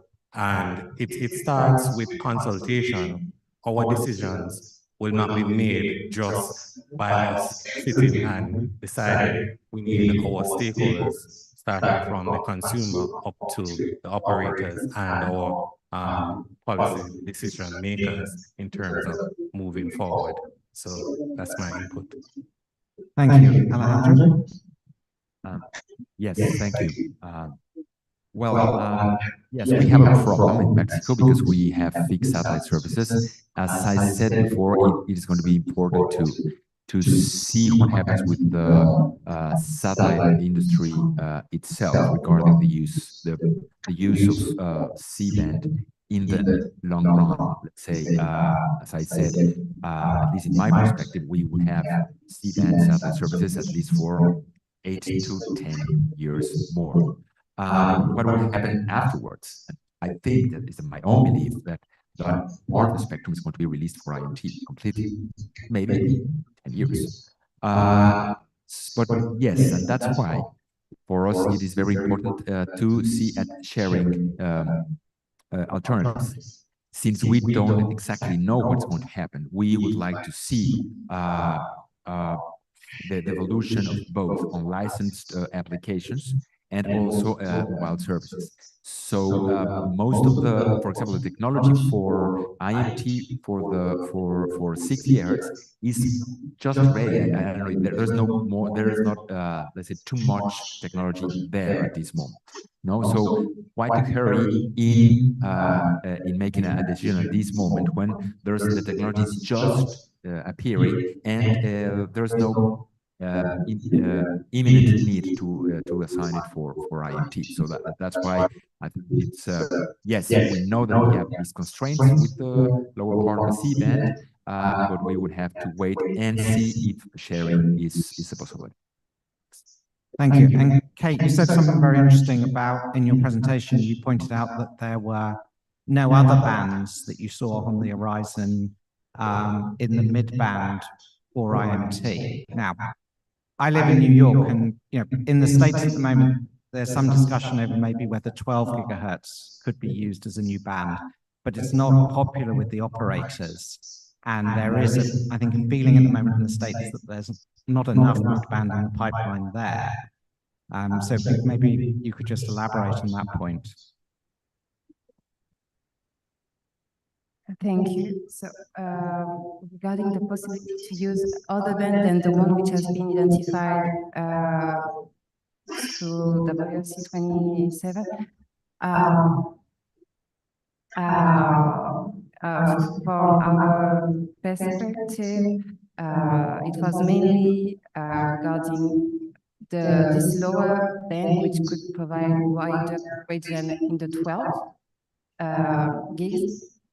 I'm sorry, because I will have to double check internally our position exactly for the 12 gigahertz. But what I can say is that for the 6 gigahertz, we can benefit of we can have the benefit of 700 megahertz wide contiguous bandwidth, and the other band, the 3 other bands identified for the next WRC 27 are new bands, and so we are not able to share spectrum with other usage. So that's why this band for us is important for the 6G.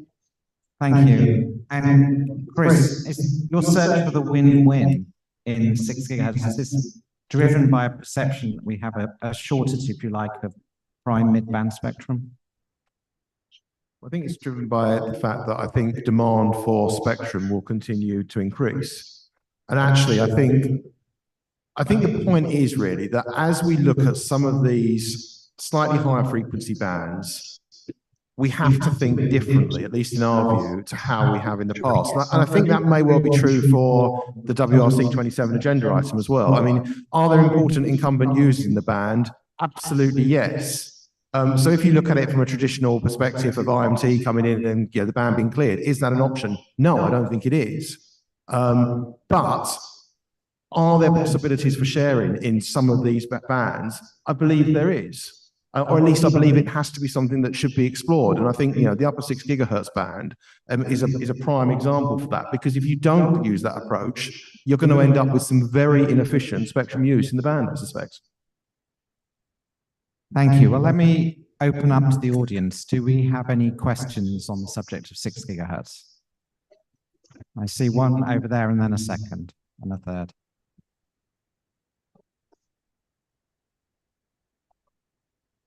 One man in the pink shirt.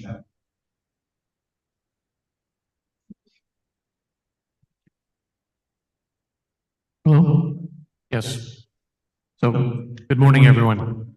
So I will ask a difficult question. Feel free to write it off if you wish. One of the things that we have found is that there's, as everyone said, a growing demand for data. And in the mobile networks themselves, there's a growing demand for data-hungry applications. And most of that data is in fact offloaded onto Wi-Fi. So we're seeing an increased need for Wi-Fi, and if Wi-Fi is to evolve, there has to be spectrum. We're looking at a continual pipeline at every conference now for increased spectrum for IMT. And as we continue to do that, how do we make sure that we meet the demand of Wi-Fi going forward? Thanks. Okay, so that's a very interesting question. So I think I mentioned in the introduction, Wi-Fi can be very efficient because we reuse it terrifically well. But ultimately, it is the workhorse. And when we use our phones, we actually use them on Wi-Fi more than the mobile network. So anyone like to have a go at answering that question? Sure. So I will start. So Wi-Fi is very important in terms of offloading the data access. But what I believe is needed is the backbone. Without a solid backbone, because let me backtrack.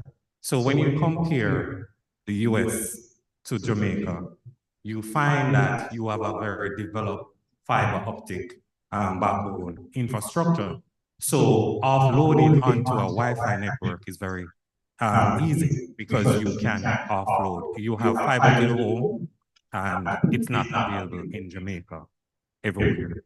So to say that it is simple for us to assign additional unlicensed spectrum to ease the burden for the data, it's not that simple because we don't have the backbone to facilitate that aspect. So we have to look to see how we can enhance our infrastructure before we can move towards that aspect.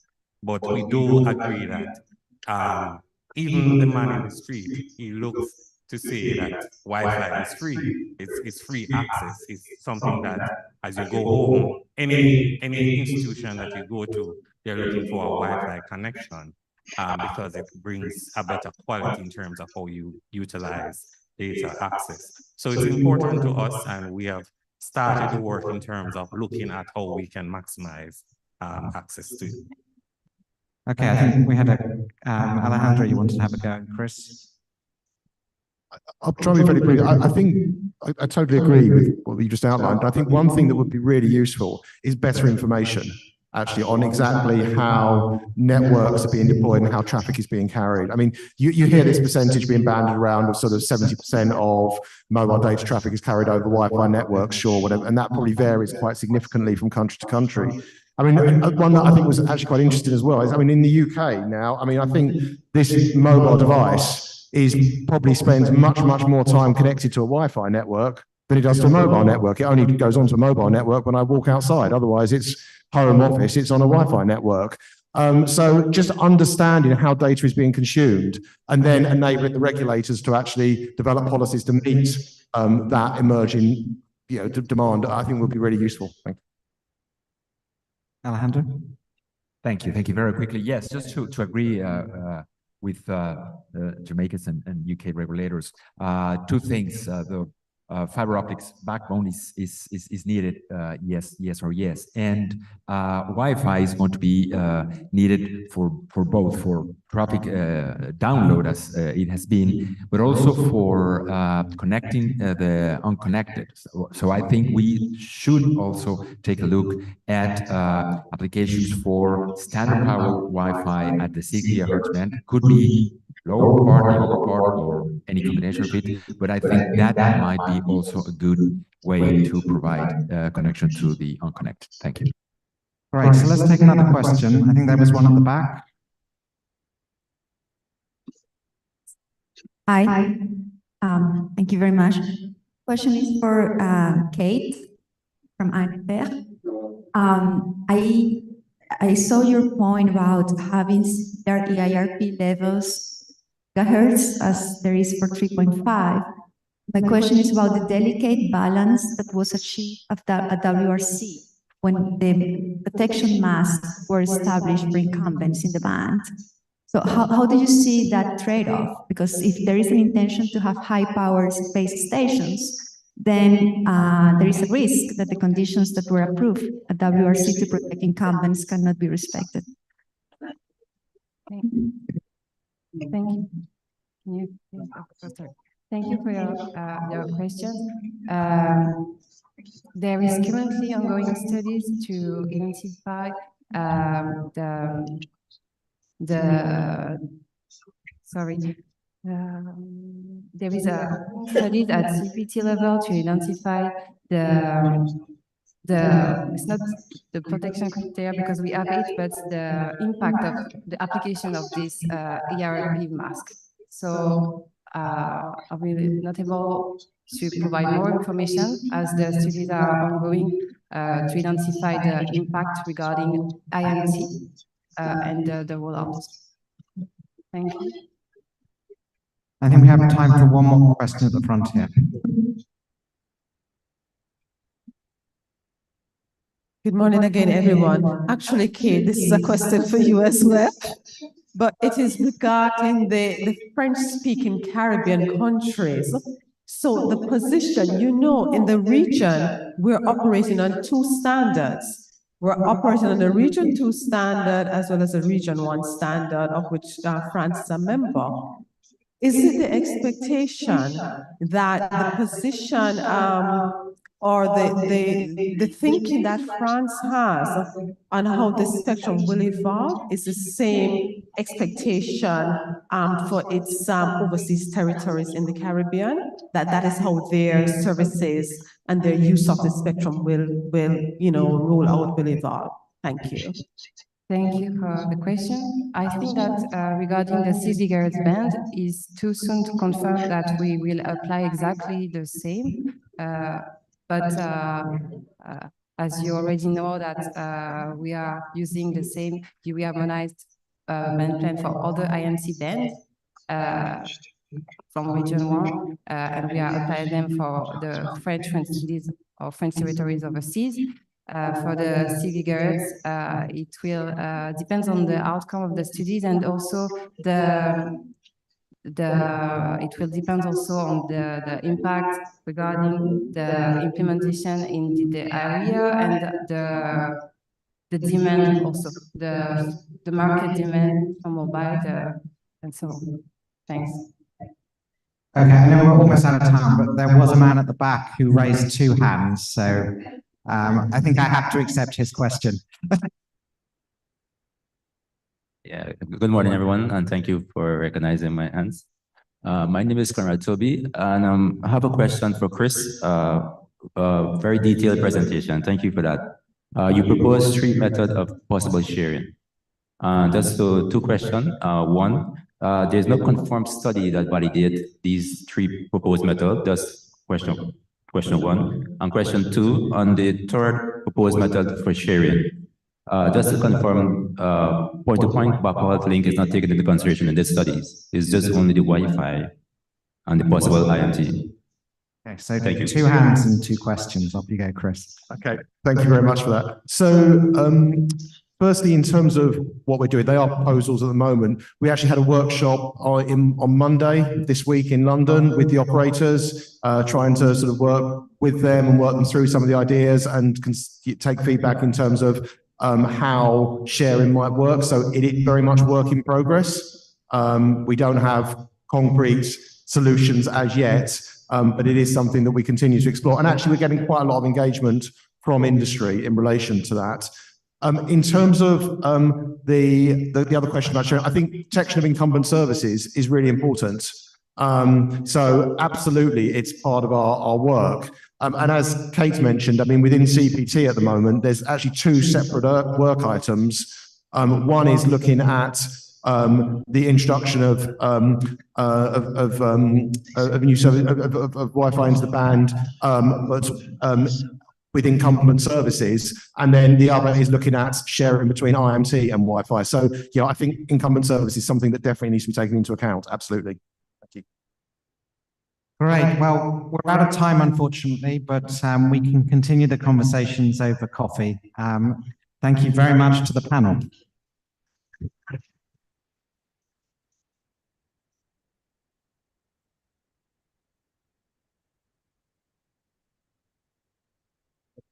Huge thank you to our panel again, and also to Richard. And I know, Richard, you're going to be back later for another session, so again, we're working you hard. So, but thank you all to the panel, and thank you to Richard for moderating that as well.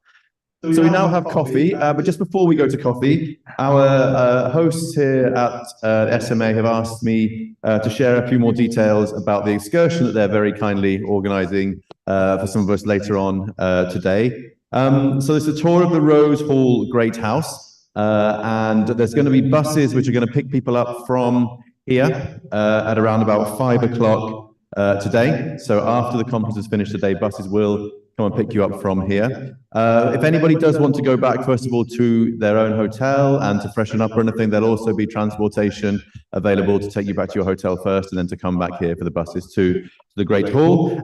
When you get there, there's going to be cocktails and finger food. And then the tour of the Great House will start at 6 o'clock. So I think we have in the room here Sandra and Abby. I don't know, Sandra and Abby, if you could stand up or make are you there? In the corner? I'm not sure. They're there. So Sandra and Abby at the back of the room are very kindly, there we go. The two ladies there are very kindly organising the tour. So any questions at all, please do speak with either Sandra or Abby at the back of the room and they'll be happy to help out. So thank you, guys. And it's a great historical tour, so there's going to be a lot of history and things in the tour as well, Maria says, so it should be good. Okay, so we now have coffee, so please make your way through to the coffee area. We are running a little bit late, so if we could try and be back maybe at 5 to 12, so in 15 minutes or so for the next session. Thank you very much, everyone. Thank you again to our panelists as well.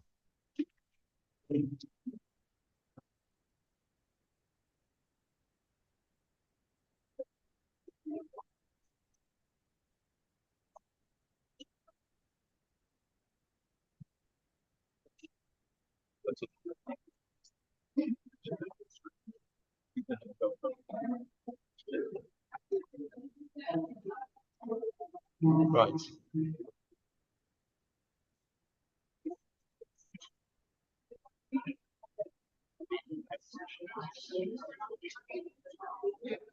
Blocking the path for any provider where this is concerned. I invite you to the Cantor Conference, which is from the 7th to the 10th of July in Miami at Aventura. At Aventura. So we invite you to come along and have some time with us. Thank you so very much. We are grateful. Pardon? Therese has stolen my identity. I will have words with her. I am Ministry of God.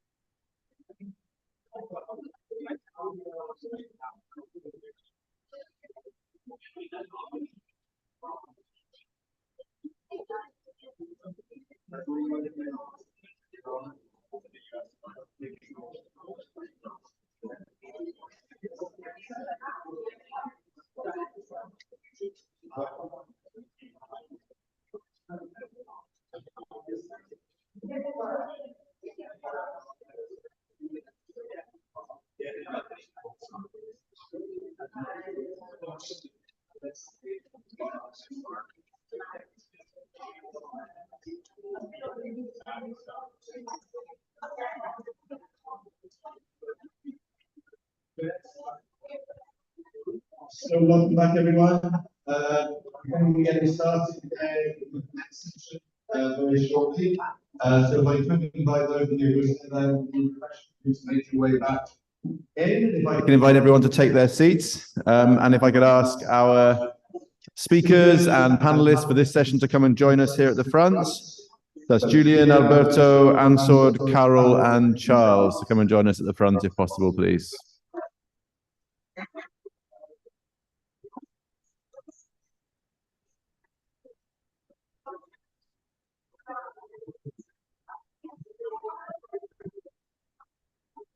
Hey, Alberto.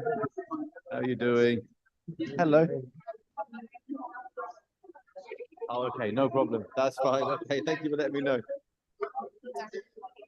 Hello.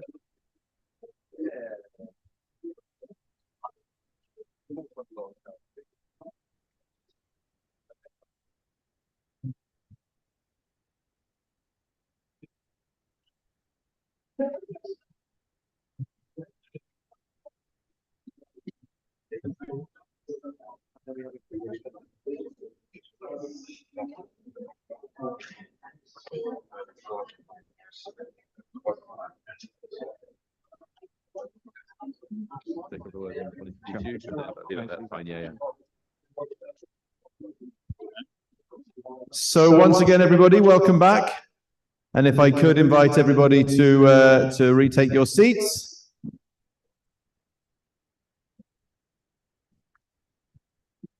So a lot of the talk we've had so far today has been around specific bands, around C-band and 6 gigahertz. And of course, a big factor in the discussions around that is the need for spectrum for 5G. So delighted now to have a session that's going to be focusing specifically on roadmaps for the rollout of 5G in the region. So we're going to be looking at, the roadmaps and looking at what the plans are for 5G and for future connectivity technologies across the region. So once again, a fantastic lineup of speakers to discuss these issues, and delighted to also have with us Julian Martin from NERA, who's going to be moderating the session. So Julian, welcome, great to have you here. I'll pass over to you. Thank you very much, Dan. The session today is about emerging roadmaps for the rollout of 5G and future technology, future connectivity technology across the Caribbean region. So the session is going to explore the state of network deployments across the Caribbean region. As the world is sort of pushing forward with rollout of 5G networks in the Caribbean, there are still some struggles, not just with the deployment of 5G, but even with the deployment of 4G in urban areas, in rural areas, etc. So we've got a great panel here, and we'll be exploring also the balance between whether countries should push forward with the deployment of 5G or whether the focus should be more on strengthening 4G networks to make sure that everyone has access to really good connectivity and harness the benefits that brings. So we're fortunate to have a really, really good panel here today composed of 2 representatives from Caribbean regulators. So we've got Alberto Delgado, who's Director of Radio Spectrum at Indotel in the Dominican Republic. And we've got Ansel Hewitt, who's Director General at the Office of Utilities Regulation here in Jamaica.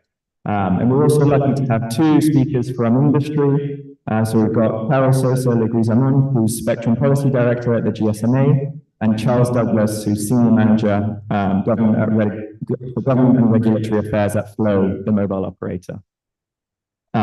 So to begin with, we'll hear from Alberto Delgado, who's going to present a case study on the Dominican Republic.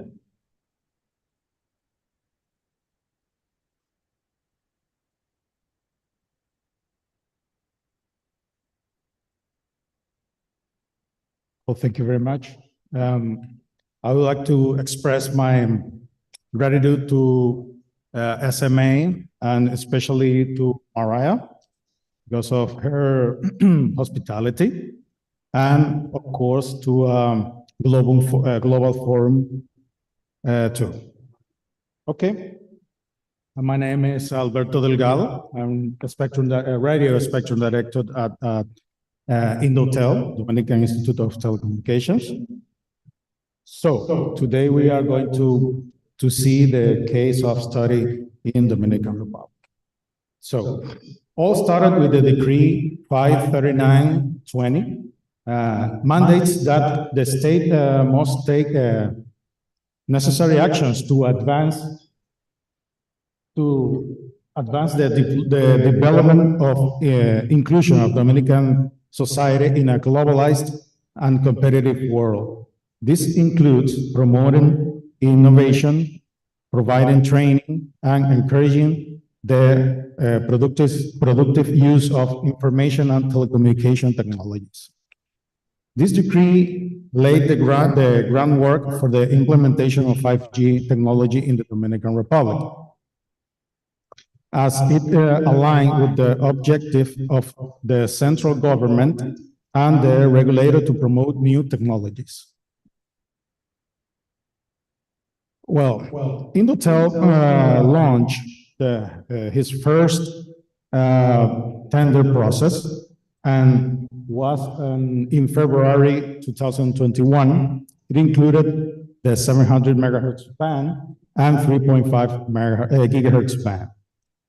The tenders established capacity limits with 70 megahertz of spectrum for the 700 megahertz band and 100 megahertz for the 3.5 gigahertz band. The reference value for the band for the bands was set at $190,000 per megahertz per year for the 700 megahertz band and $21,000 per megahertz per year for the 3.5 gigahertz band. As a result of this tender, two telecommunications companies were awarded with a 700 megahertz of spectrum each in the 3.5 gigahertz band. We carried out refarming of the band, thereby completing blocks of 100 megahertz each for each 100 megahertz for each. As a result, providers were left with spectrum blocks from 3.3 to 3.5 gigahertz and 3.4 to 3.5. Well, the deployment of the technology began in the same year and was achieved in a record time of 10 months. Indotel provided all the necessary facilities for the operators to deploy networks as quickly as possible and allowed for technology testing periods. And the spectrum was already cleared and ready to be allocated. The implementation of 5G technology in the Dominican Republic, well, we have to talk about a little bit of the mobile technology user market in Dominican Republic. I would like to present an analysis of the mobile technology market in the Republic. The mobile service user market has shown steady growth, as depicted in the graph. There has been an increase of 1.36 million users from the beginning of 2021 up to the first quarter of the 2024. Okay, the use of different generations of technology has been changing over the time, while the use of second generation technology has decreased. The use of third generation technology continued to grow until the beginning of 2023 and then began to decline. On the other hand, fourth generation technology has been steadily growing because second and third generation services are migrating to this platform. Since the implementation of fifth generation technology has been increasing at a slightly slower rate. And we expect that, that this statistic will change in the coming month as 5G mobile plans are becoming popular, which were initially exclusive for customers with postpaid data plans and specific characteristics. Taking into account that the user market in Dominican Republic is very unique. Approximately 76% of the population has prepaid mobile lines. In this visualization, we can see that the allocation of the spectrum bands for different technologies and providers. For 5G technology, a total of 1,090 megahertz has been assigned, with 200 megahertz is currently in use in the 3.5 gigahertz for the 5G services. The remaining spectrum has been allocated to a provider for fixed services, and most of this spectrum is in millimeter bands. So,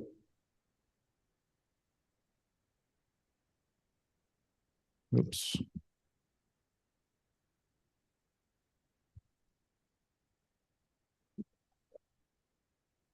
Slow. Go back. Okay. In this graph, we can compare the segmentation of the mobile services market by technology. The leading company in this market is Claro Dominicana, which holds the largest market share with approximately of 63.5% of the market share.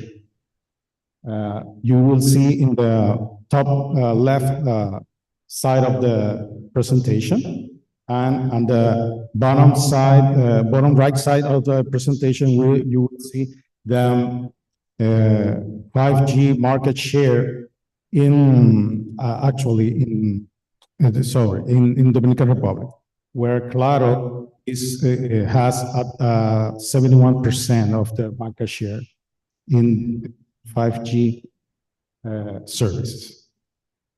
Okay, this slide illustrates the current 5G coverage provided by the two mobile services providers in Dominican Republic, in the country,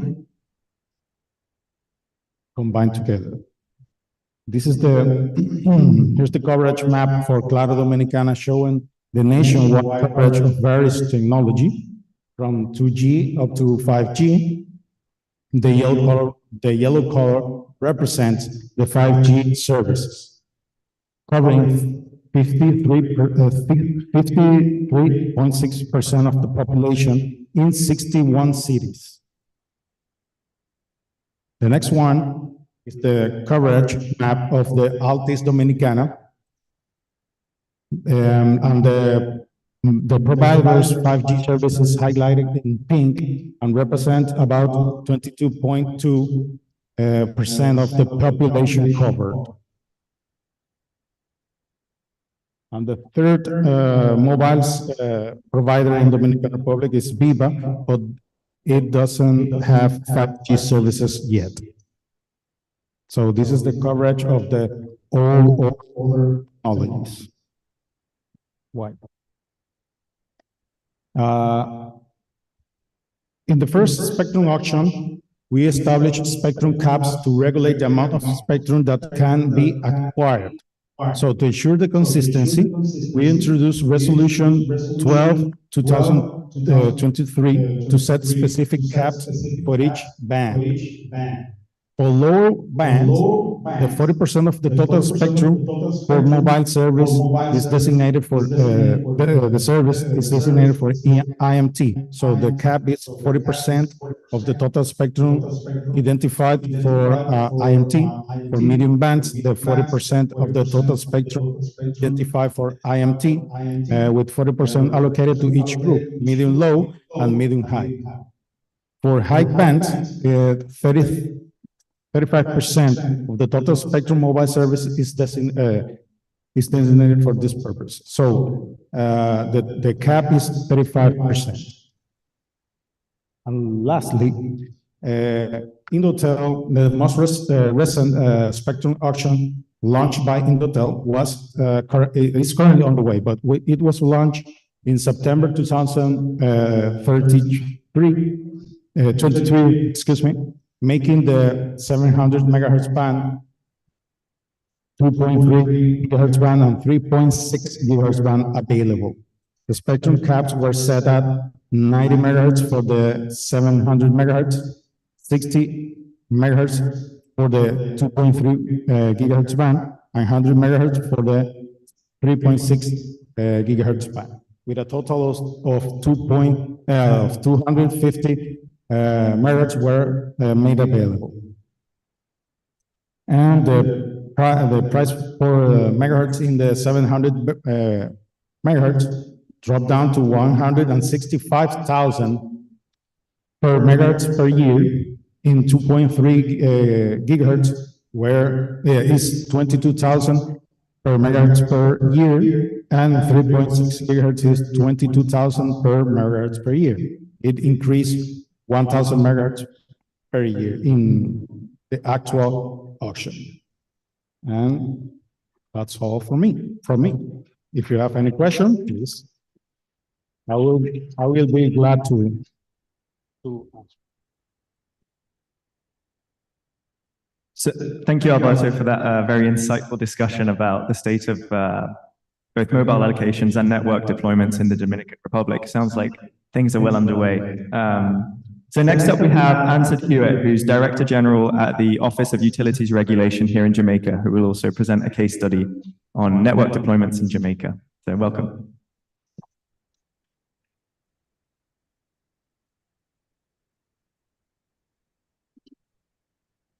Afternoon, ladies and gentlemen. Let me say thanks to Forum Global and the Spectrum Management Authority in Jamaica for the invitation and the opportunity to share with you. I'd also like to commend the SMA for doing a spectacular job so far in hosting this event. You will see from the comments that I make that it's not so much a case study that we're presenting as we are kind of looking at some of the challenges that we face and how we're seeking to answer those challenges. I think we all agree that broadband internet has quickly become an essential part of our daily lives. As the Caribbean region continues to embrace the digital revolution, the rollout of 5G and future connectivity technologies hold immense promise for unlocking new opportunities, driving innovation across various sectors, and fueling economic growth in the region.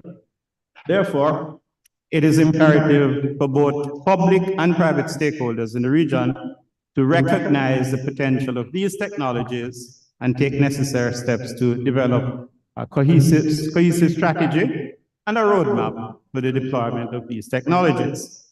Now, the benefits of 5G are well known, and you know, I don't need to say what they are really. We know that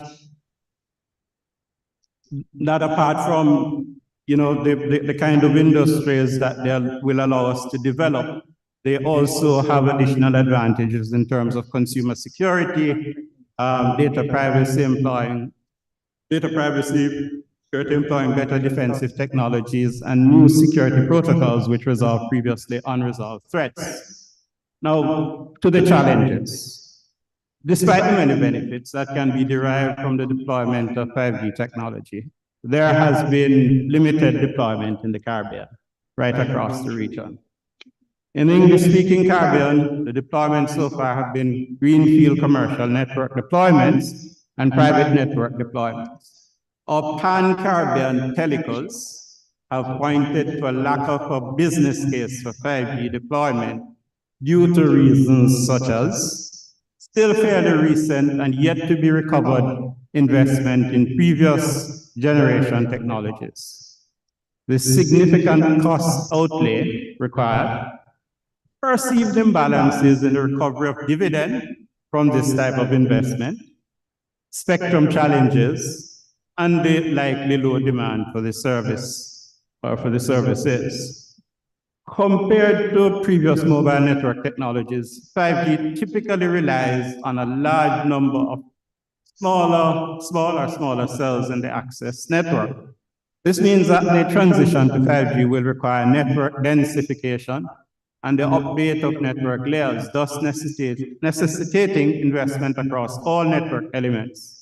The need for enhanced backhaul solutions will also require the deployment of fiber to cell sites. Notably, the delayed deployment of 4G technology in most of the Caribbean means that our pan-Caribbean telcos have recently made significant investments and are still making investments in their 4G network build-outs. This will hamper their ability to make large-scale 5G deployment in the near future. Caribbean governments are also challenged in their ability to fund capital investment projects aimed at deploying 5G infrastructure. Countries such as Jamaica and its regional counterparts are still grappling with how to extend connectivity to the unserved and underserved areas. There are also competing policy and development objectives that impact the government's ability to fund these types of investments. Spectrum availability and allocation also have implications for the rollout of 5G, as there is usually a need for additional spectrum beyond what is currently allocated to 3G and 4G technologies. Spectrum allocated for use for services such as broadcasting or for older generations of mobile technology may prevent such spectrum from being reassigned for use in the provision of 5G services. In some countries, this may require the repurposing of spectrum, and some of us may be aware that the two major operators in the CARICOM region are currently taking steps to shut down their 2G networks to reduce costs and to make more spectrum available for the network for their 3G and 4G networks. In terms of the anticipated low demand, some researchers have opined that for most users of broadband, especially household individual users, the aggregate peak hour broadband requirement may increase only moderately in the near future. For the average individual use in the Caribbean currently, the main concern is not the deployment of new technology, but rather the reliability of the current infrastructure service, which entails the minimization of drop calls and data sessions and ensuring consistent internet speed. As such, there may be less incentive for most subscribers to proactively upgrade to significantly higher speed packages. So, what is the way forward? Given the challenges identified, considerations need to be given to whether the roadmap for 5G deployment should resemble or mimic that of previous mobile technologies. Is it necessary to have an island-wide rollout of 5G network? Is such a deployment feasible, or should we focus on the niche development of 5G, where the speed and latency offered by the technology are required and generate the highest return on investments? Given the high capital outlay involved in ubiquitous commercial network deployment, it is safe to say that the build it and they will come approach cannot necessarily be taken in relation to 5G and future connectivity technologies. In a 2024 review of deployment of 5G network and availability of 5G services across 16 jurisdictions, Australia, Brazil, mainland China, EU, Hong Kong, India, Indonesia, Japan, Korea, Malaysia, New Zealand, Singapore, South Africa, Taiwan, Thailand, and the US. The study conducted by Cullen International, and it is evident from that all countries with 5G deployment took proactive and deliberate measures to facilitate or to promote the deployment of these networks. So what are some of the steps that we can take as a region to chart a roadmap for 5G development? I suggest that it is necessary that assessment be undertaken to develop a more in-depth and evidence-based understanding of the current and potential future demand and use case for the enhanced internet connectivity and 5G services.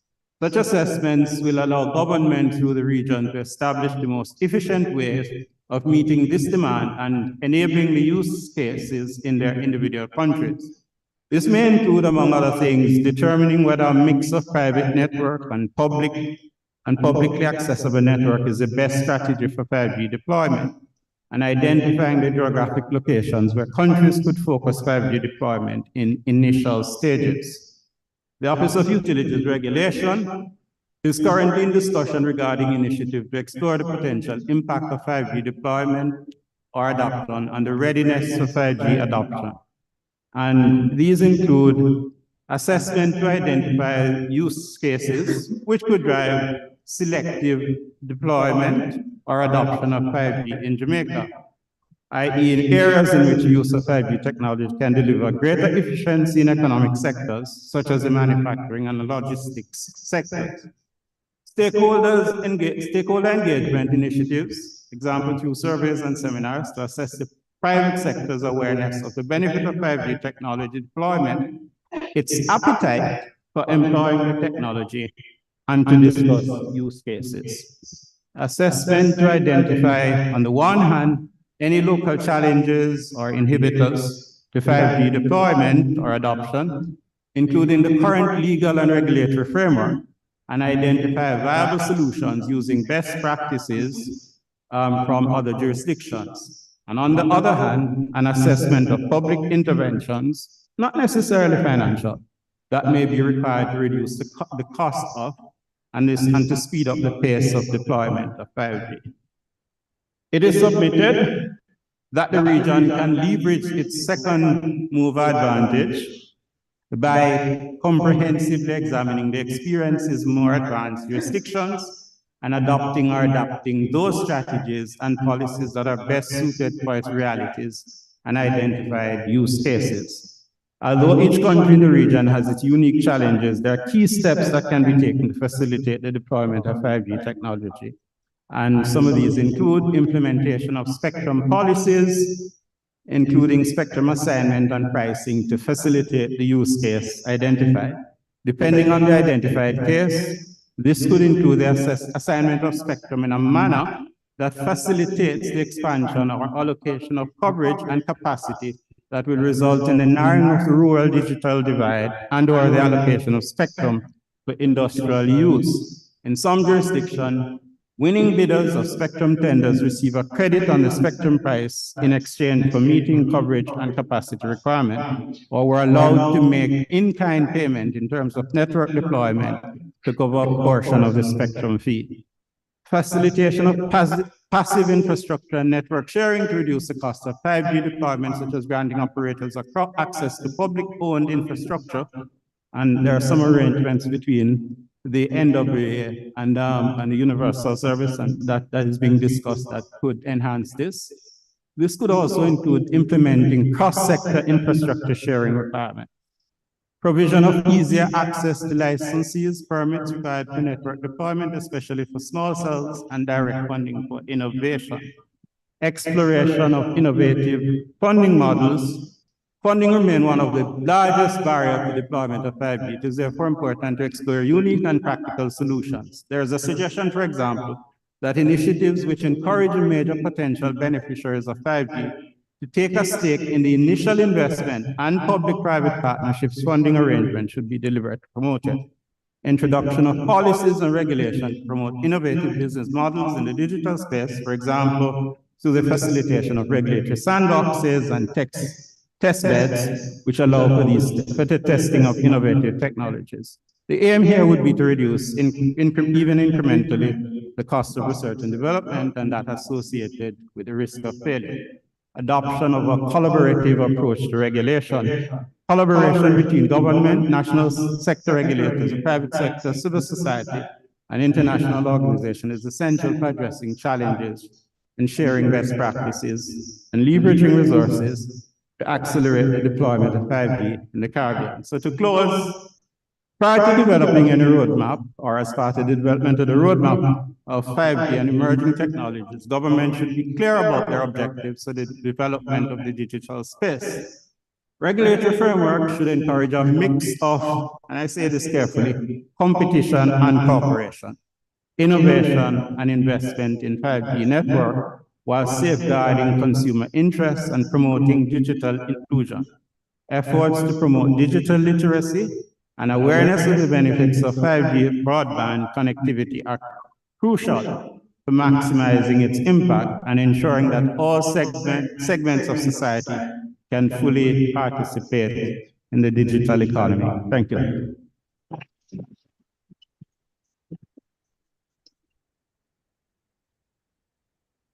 So thank you very much for that answer. It was very interesting to hear what Jamaica has in store for its mobile markets. So we're now going to shift over to the industry side after having heard from the two regulators. So first up is Carol Sosa Leguizamon, who's Spectrum Policy Director from the GSMA. Thank you. Thank you very much. And hello, everyone, today again. Well, I've heard lots of really good practices from both cases. But some points that I would like to highlight is, first of all, identify the current use your spectrum. So you as regulators know which licenses have you awarded, but also you should take care of the time left on those licenses, right? So that is important for planning. So second of all, roadmaps, which is the topic of this session, is really important, is the key to success, right? So in those roadmaps, it's really important to incorporate the regulations decisions. Such as we discussed yesterday, WRC decisions are really important to be applied in these roadmaps.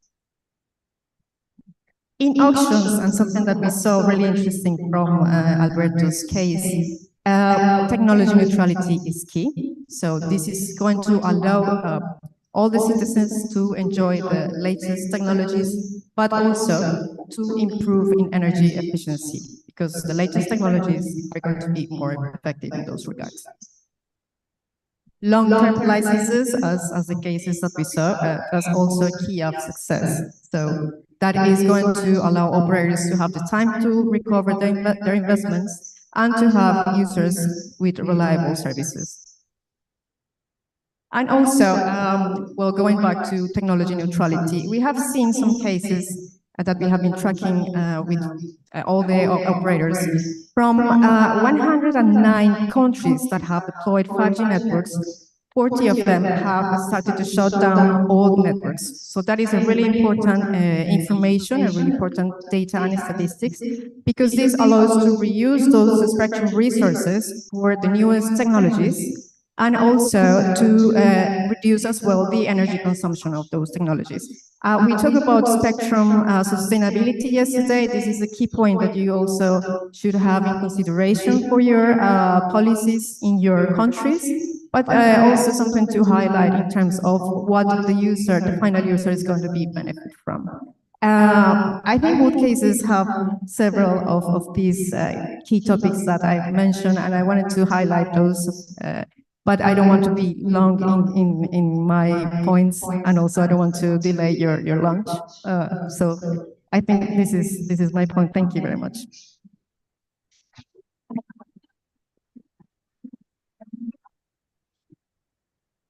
Thank you very much, Carol, for that. Yeah, you mentioned the need for long license duration so that operators have, the conditions required to recoup their investments. And when you have those longer license durations, it's especially important for them to be technology neutral so that operators can adapt as technologies evolve. So having those two conditions in place is really, really key to ensuring that the Caribbean region can keep pace with the pace of development that's happening globally. So next up, we'll hear from Charles Douglas, who's Senior Manager for Government and Regulatory Affairs at Flow.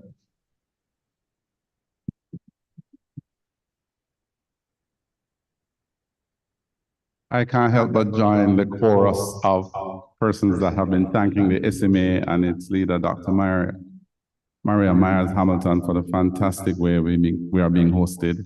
So I just want to join our voices to that. Of course, also for Global Forum to bring such an auspicious event to the shores of Jamaica. Flow has been in Jamaica, Caribbean for well over 100 years. And I'd just like to say that we're part of a bigger and wider organization, Liberty Latin America, which has 45,000 broadband and postpaid mobile users across its markets, has network passing 4.5 million households, 1.8 million internet users, 1.8 telephone users, and over 8 million mobile subscribers. We're vested. We, like you, are as keenly interested in this topic and the future and spectrum, and our viability rests on it. I'd like also to say that Flow is fully committed to CARICOM's agenda of, by 2030, making the Caribbean a gigabit society. And true, it's a steep climb, but we are committed to doing everything that we need to make that a reality at that point or soon thereafter. I support all the presentations that preceded me and thought I would have a conversation providing different context and maybe just addressing a few of the questions that were posed to stimulate discussion in my 3 minutes that I have left. The first thing I would say is capacity is important to operators, and there are circumstances in which it supersedes even the technology. Right? If right now across the Caribbean, each mobile user per month is using 2 gigabits of data, in short order, we anticipate in a few years they'll be using 15 gigabits of data. We need capacity to provide the services. And whether that is 6G or 5G or 4G, the spectrum is needed. The technology is always in a context. And what I'll say now is simplistic, but it's just to frame the conversation. So 2G was about voice. And you remember we used to have Edge, we could send text.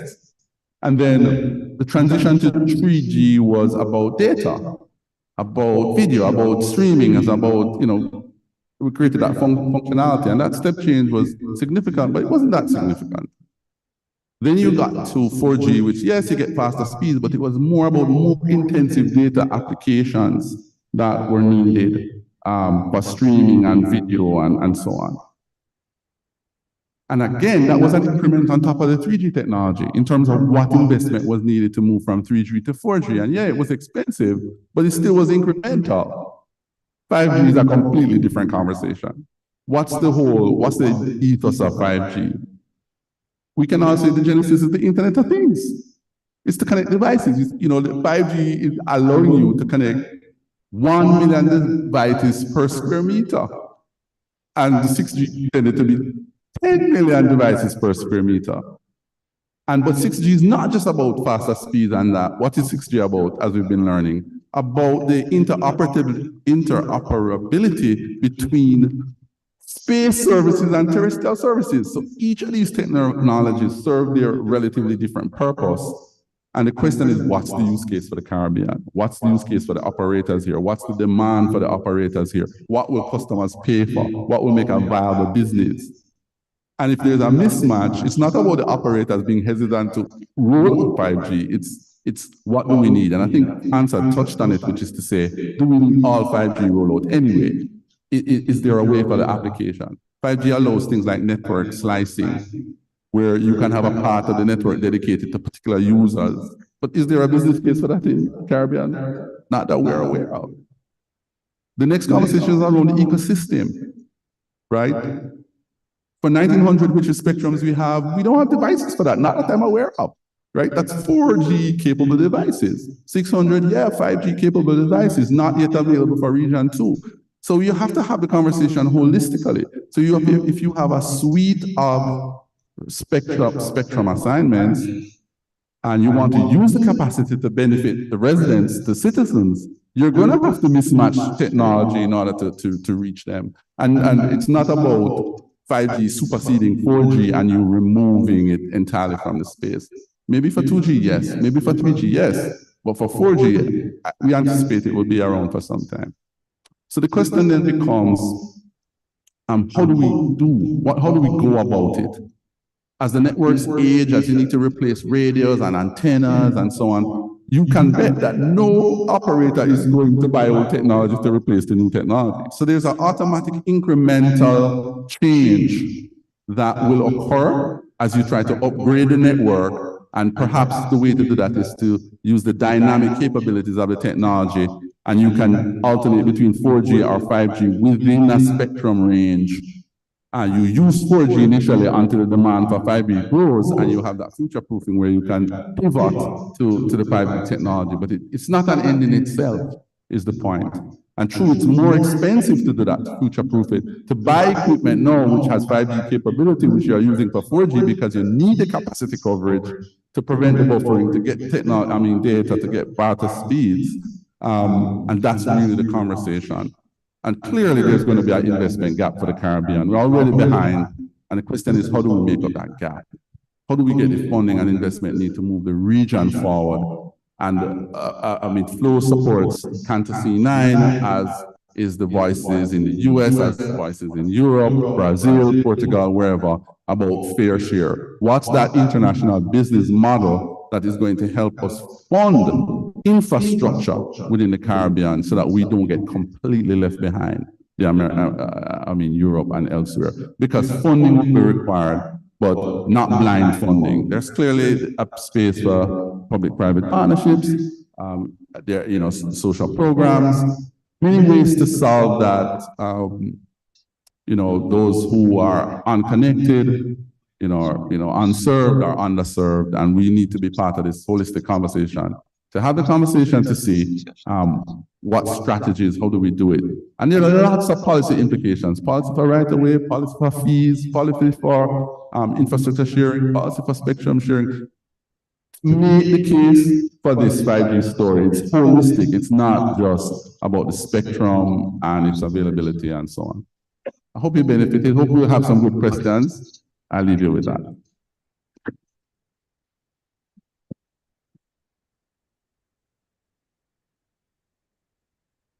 Thank you, Charles, for that. So before we turn to the audience for more interactive discussion, I wanted to kick things off and ask, both on the regulatory side and also on the industry side, what are your plans for repurposing 2G and 3G spectrum to bring that kind of, to market for newer technologies? Testing. I'd be happy to take that one. I think it's easy. So there are several advantages to moving from those technology. One, in being able to repurpose it for 5G, and two, to save energy and all the things you spoke about, right? Powering multiple networks. But at the heart of that transition is the consumers. And you would perhaps be surprised that there are tens of thousands. At one point, there are like still 300,000 between all the networks of our consumers, perhaps in a market of 3 million, let's say. But that's a notable number, right? That's a lot of people to leave behind who are on 2G devices that need either upgrade, a exchange, a subsidy, or something to remain connected as we go forward. So that's the balance now. How do we not leave people behind in trying to further their interests when we still have connectivity gaps across the country? So we are eager and poised to do it, but we've been mindful of that, and we've been trying to move the base. We've been trying to work with businesses who have IoT-type services on 2G as well, logistics, banks, and various types of companies. It's the reality of our economy, and we have to be responsible about it. Yeah, absolutely. I mean, the key really is to not leave people behind, like you say. Any thoughts from the regulatory side on that matter? Hello. Yes. from the regulatory side, well, we just leave as you could see in my presentation, the second generation and the third generation is going to slow down the use of the technology because they are migrating the technology for 4G. So the companies what the companies do is basically they offer to the customers a new device, for example, at a low rate, and they accepted the deal and migrated the use of for example, 3G or 2G to 4G or even 5G. Thank you very much. So, and certainly from the OER perspective, and clearly the matter of how the spectrum is repurposed is a matter for the SMA. But in terms of from the OER perspective, our concern is just about how this is managed. And Charles has raised some of the issues, the matter of notice, the matter of allowing some time for the transition to take place as seamlessly as possible, and also to ensure that as few citizens are left behind as possible. So yeah, so to add in that, the information and the statistics shown by Alberto in the Dominican Republic on the decrease and decline of the usage of 2 and 3G networks, it's been seen all over the world. So that is a situation we have tracked all over the world. 2G is going down and 3G is starting to do so. How to deal with that situation and what can we do to reuse the resources from the regulator side is having policies with technology neutrality, as mentioned before. So that is key. That is something really important. And in the region, I know in region 2 is actually widely implemented, but you will be surprised to know that several countries, mostly in Africa, they don't do that. Actually, they give licenses per technology and per service. So these are practices that are quite well not basically highlighted as best practices. But if we are not implementing that, actually we are doing something really good. So that is one thing. And another let's say, aspect that is going to improve the access of everyone to be connected is actually to be harmonized, and is harmonization regionally and completely internationally is key to that, to have a good ecosystem, to lower prices on devices and on network infrastructure. So those aspects are going to facilitate the migration to newest technologies. So those are key points for you to consider. And then the next question I had before passing to the audience is, on the mobile operator side, what sort of things would you like to see from your regulators to help, with the deployment of not just 5G, but also 4G, and help close the digital divide, improve coverage throughout the region, etc.? Well, okay, so to add in that line, in terms of the auction, so talking about regulations, okay, we talked already about technology neutrality and to follow harmonization. But in terms of auctions, something is really important as well is to avoid really high reserve prices. So that is actually not going to benefit final users. So that is something that we should avoid. So that's one aspect. Another aspect in auctions is to open public consultations. So we know which are the players, who is interested in that spectrum, who is going to participate. So that's something that is going to facilitate as well deployments. And something really key that we have seen in some countries in the region, Brazil did it, and also, well, not in the region, but in Europe, we have seen that a trending aspect is instead of charging high prices, okay, you request coverage and investment. So that is something that is going to help as well, and is going to help to connect everyone and not leaving anyone behind. I would concur with that. proper valuation of the spectrum. As I mentioned, it's not like we're going to get a new base. It's really the same base that we're offering increment, from their perspective, it just be incremental differences, a little increased speed, whatever.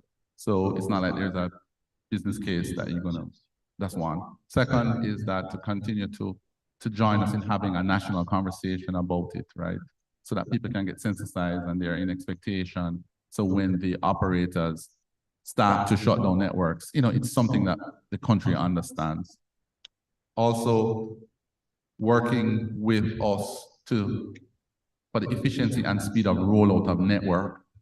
If I were to tell you I wanted to build in some markets, if I were to tell you I wanted to build 100 new sites and it took me, I can only build them 10 a year because the community doesn't trust the spectrum. They think it's causing cancer, or the permitting, the rights of way. There are a lot of things which cause friction in the ability to acquire the spectrum, deploy, start monetizing it, and then benefiting the whole ecosystem. And that's significant in our economy. Also, partnerships. In dense urban areas, yeah, we have good concentration take-up, but what about the rural areas? What about the poor areas? They can't afford it, even though it's so, economical, right? And it's partnerships with government. In Flow, we have a program we call JUMP, which we are using to have multiple partners to provide digital skills, because that matters. Some people don't know the value of it, right? So you're not going to get that demand. They can't utilize it. So skills, devices, access to devices, and network availability. So that all three, that trifecta matters to sort of move the economy forward. And there are a number of other things. Looking for periods of taxation on equipment and so on. And that's not as easy as it sounds, because we're part of a Caribbean community and to go through quoted, and some countries may not be so inclined and others may be inclined, but it matters to how do we infuse that investment and sort of get that step change. But we just have to keep working at it. I would want to say that many governments, the regulators are all cooperating with us. We're all part of this.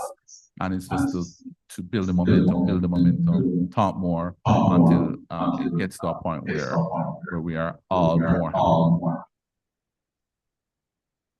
And anything from the regulatory side in terms of responding to that?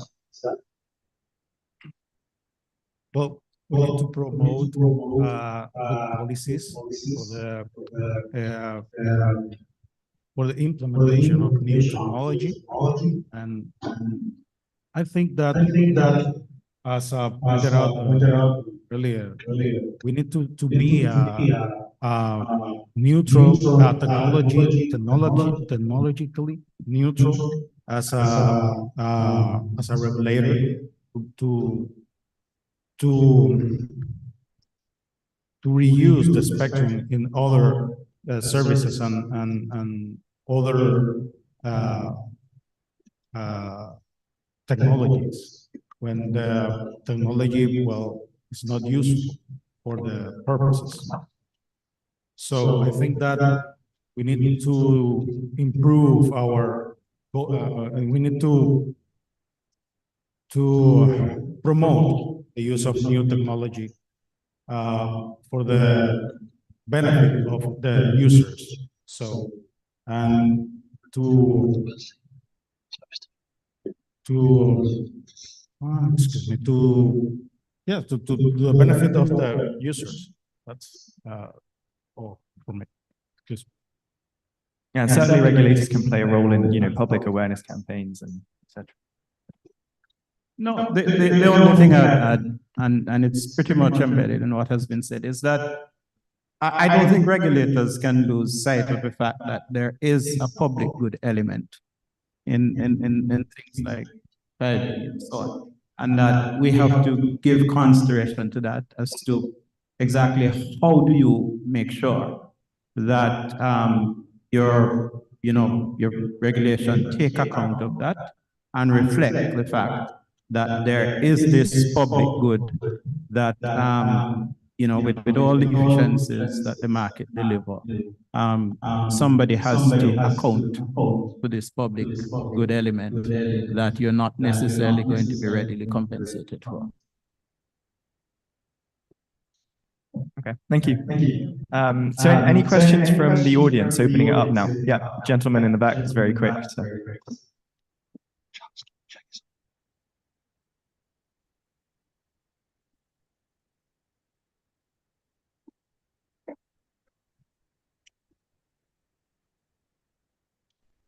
Hi, yes, Abion Cooper from Jamaica. So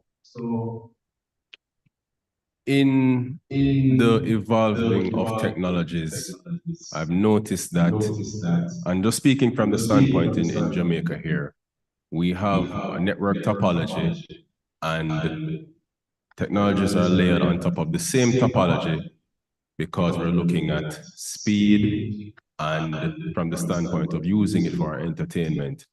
But now in the advent of 5G and more connectivity, we're now gearing towards, as you know, Charles had mentioned, interoperability and quality of life and ease of life. So it's no longer an entertainment thing.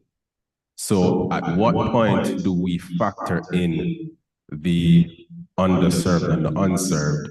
Because it's the same topology. We have layered 3G on top of it and 4G, while they are still in the same situation. And now, as I said, it's no longer how fast you can stream on a handset. Now we're connecting, right? And in Jamaica, we have metropolitan areas that are densely populated, and we're looking at quality of life from traffic to emergencies. You know, at what point can we factor in the underserved and the unserved, rather than the same strategy where we're layering on top of an existing topology?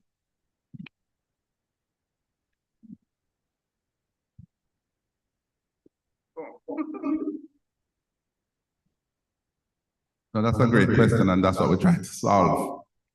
Our existing topology, I just want to make the point, can't even support 5G properly. So the design does not come for the radios. It don't account for the load. It don't account for the antennas. So you understand? You have to. That's a huge cost. So you're talking probably 70,000, 70 to 100,000 per site to try to get 5G ready. So for those unserved areas where there's no network right now, we have to put stuff down. It's really, what's that public-private partnership? What's that funding mechanism? Because that's expensive. And that's why we say we have to change the business model. That's why we say we need more new funding sources. Left to our own means and devices, collectively, we're going to end up with a gap still. 2030, it's going to be, right? We are low GDP, relatively low GDP economies, and we have other constraints, right? I mean, we're just talking about technology now. We're not talking about education, health facilities, and so many other things. So collectively, we need to figure it out. And in Flow and in Cantacina, we believe fair share is part of the conversation. In the US, they're talking about fair share. Maybe they're looking for a universal service mechanism. Other places are using other mechanisms. We don't know what the solution is. But the networks, the large network generating or network content generators across the world, the Amazon, the Netflix, and the rest of it, which is causing the increasing data use, maybe from 2 gigabits to 15 gigabits, and are benefiting with a business model that supports them. There is a time for us to have a wider conversation to see how we all collectively share the ecosystem for the Caribbean to remain on the map. It's as simple as that for us. It's as stark as that for us, because we're already falling way, way, way behind. But I don't have your answer, but what we're saying, continuous open dialogue, that's what we're trying to solve for the question that you asked. No, it's perfect and it's fine, because I was just thinking about the emerging demand, because it's coming, and so we need to, as I say, have these conversations and strategize to move forward. Because I can appreciate the existing topology, but as I said, it's coming. So thank you, Charles. There's another question, but does anyone have any other thoughts? Thank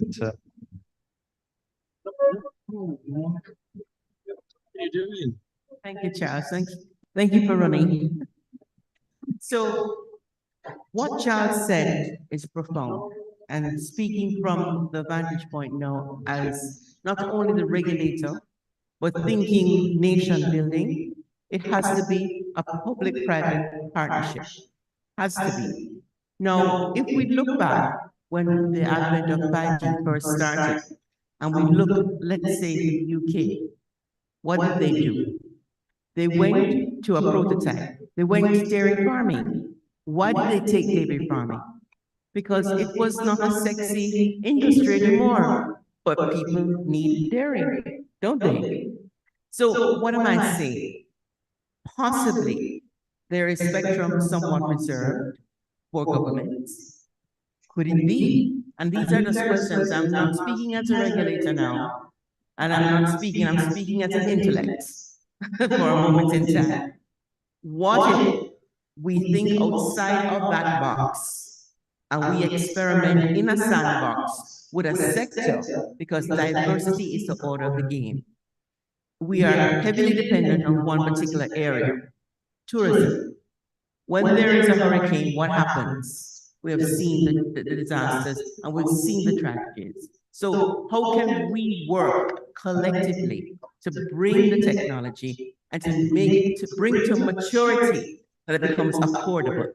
That's a conversation that we need to have, government to private sector partnership.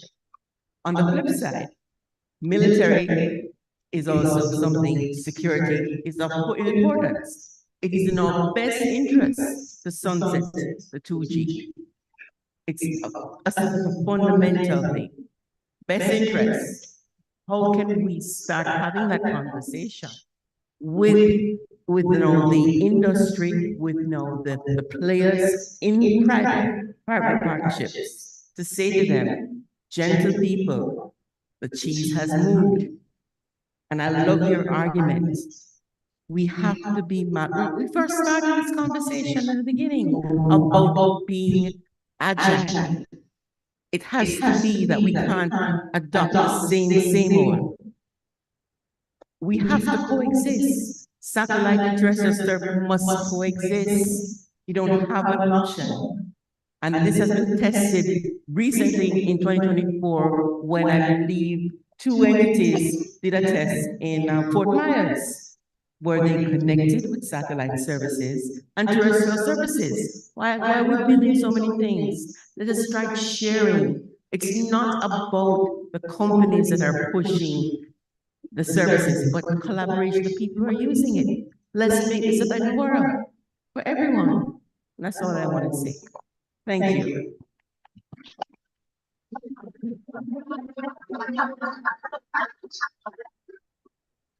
So I think we have time for one more question.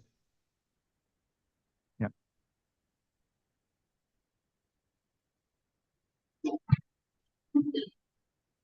Yes, thank you, and good afternoon, everyone. My name is Conrad Toby, and I have a question here for Alberto. A matter of fact, I must say that all the presentation was very good, but all the presentation raises a lot of questions. But so that in the interest of time, I will just ask one question.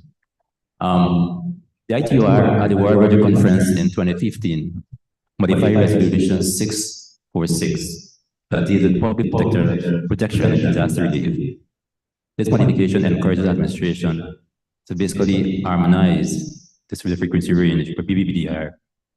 And this is something we spoke about yesterday, harmonizing of spectrum across the region. In your presentation, you showed the use of the 700 megahertz band and the modification in your tender process in 2023 shows the allocation of a spectrum cap of 90 megahertz in the 700 megahertz band. The US band plan cater for 10 megahertz for public protection and disaster relief. I take it from your allocation in this 700 megahertz band, there's no designation for public protection and disaster relief. And this is something that's important for the Caribbean as we try to harmonize our spectrum. All right, so my question is, how does the Dominican Republic treat public protection and disaster relief? Thank you. Well, in my presentation, I didn't say that we just allocated 90 megahertz in 700 megahertz. So we left the 10 megahertz spectrum for this purpose. If this answers your question.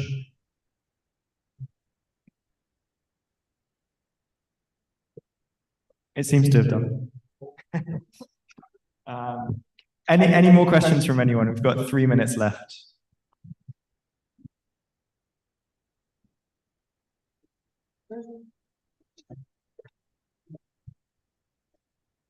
Good afternoon. All right, this is just a quick follow-up to something that was mentioned earlier. Oh, Louis Ray Harris. I'm Louis Harris.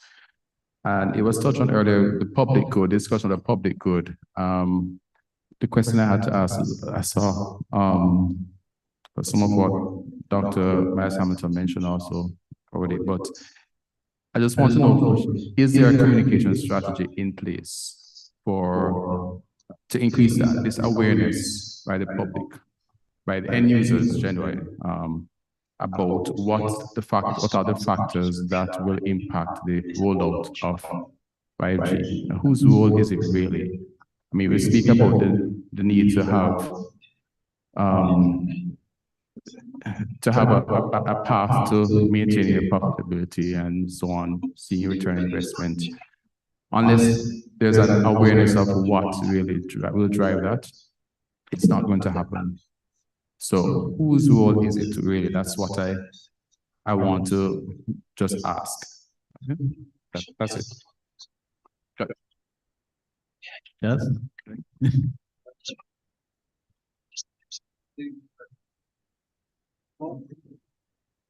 I think we all have to take collective responsibility. I really do. We are all so vested that we shouldn't defer to anyone. We can't, private sector can't say, oh, it's just the government. And the government shouldn't say, oh, it's the private sector. What I know is our collective voices are more legitimate and trusted than our individual voices. I mean, as an operator, we can say everything we want anytime. It's your business. What else would we expect? It's whatever. We have to do it together. So I'm probably going to try to respond to that as well in an anecdotal way, because I think you might recall just about during the COVID pandemic, there was concerns about, some rumors about 5G. And the OUR found that in collaboration with the partners, and the companies argued, look, this may not come as too legitimate from us because we have a vested interest. The OUR took the initiative to roll out public information, to do webinars and put out some information in a newspaper. Now, that was kind of, as I said, reactive. But I think that in a way, it kind of gives us an idea as to some of the things we need to do going forward. And I had indicated in the presentation that part of the effort is part of the initiative that we're pursuing is to deal with the public education side of it, so that the public gets a clear view as to what is the value of these things. Hopefully that's part of the element of it. But you're right, all of us have the responsibility. All right, thank you. Well, I'm afraid that's all we have time for, but I think lunch is about to be served, so these conversations can continue to be discussed over lunch.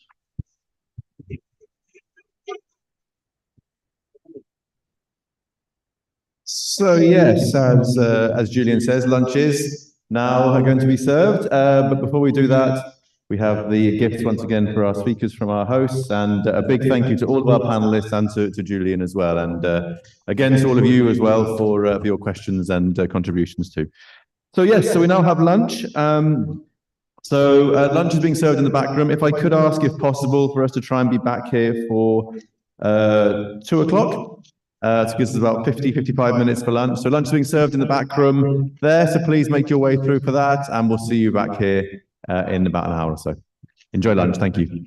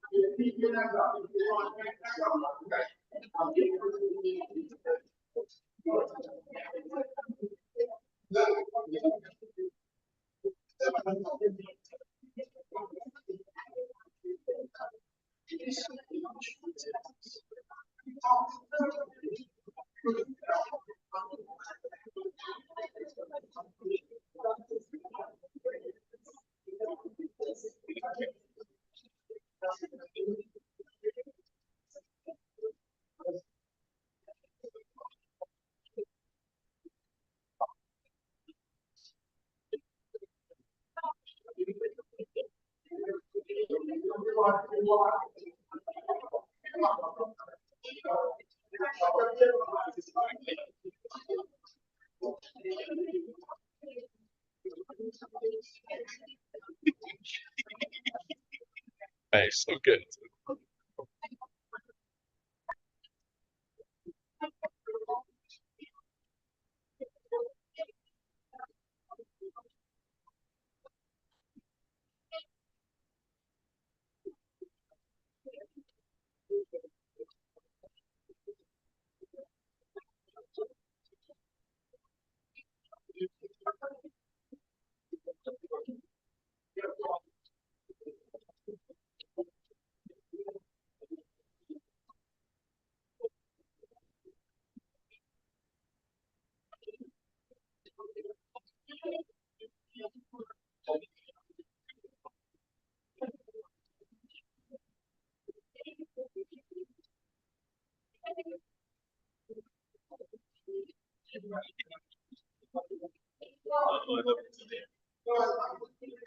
Look at Chelsea.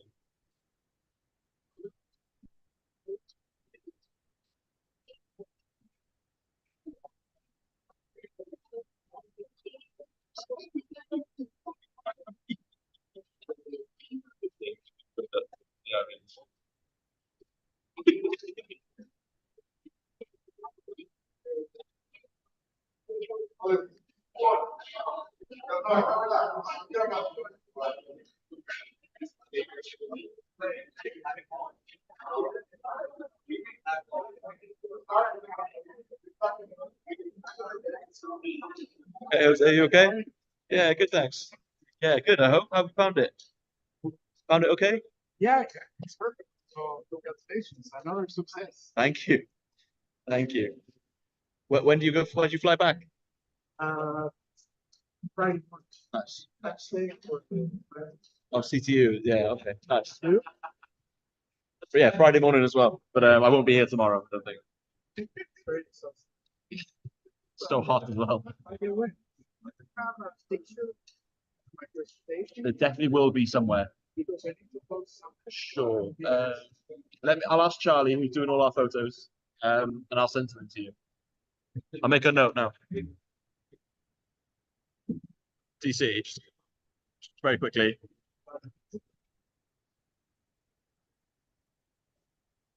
That.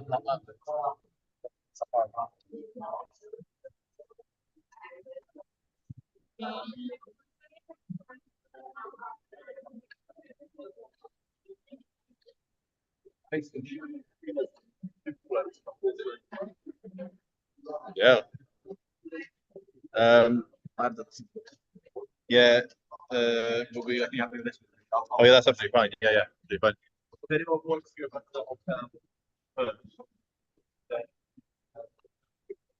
How does that work though? Oh, I'd rather not. We're gonna finish like 4:15 now anyway, probably.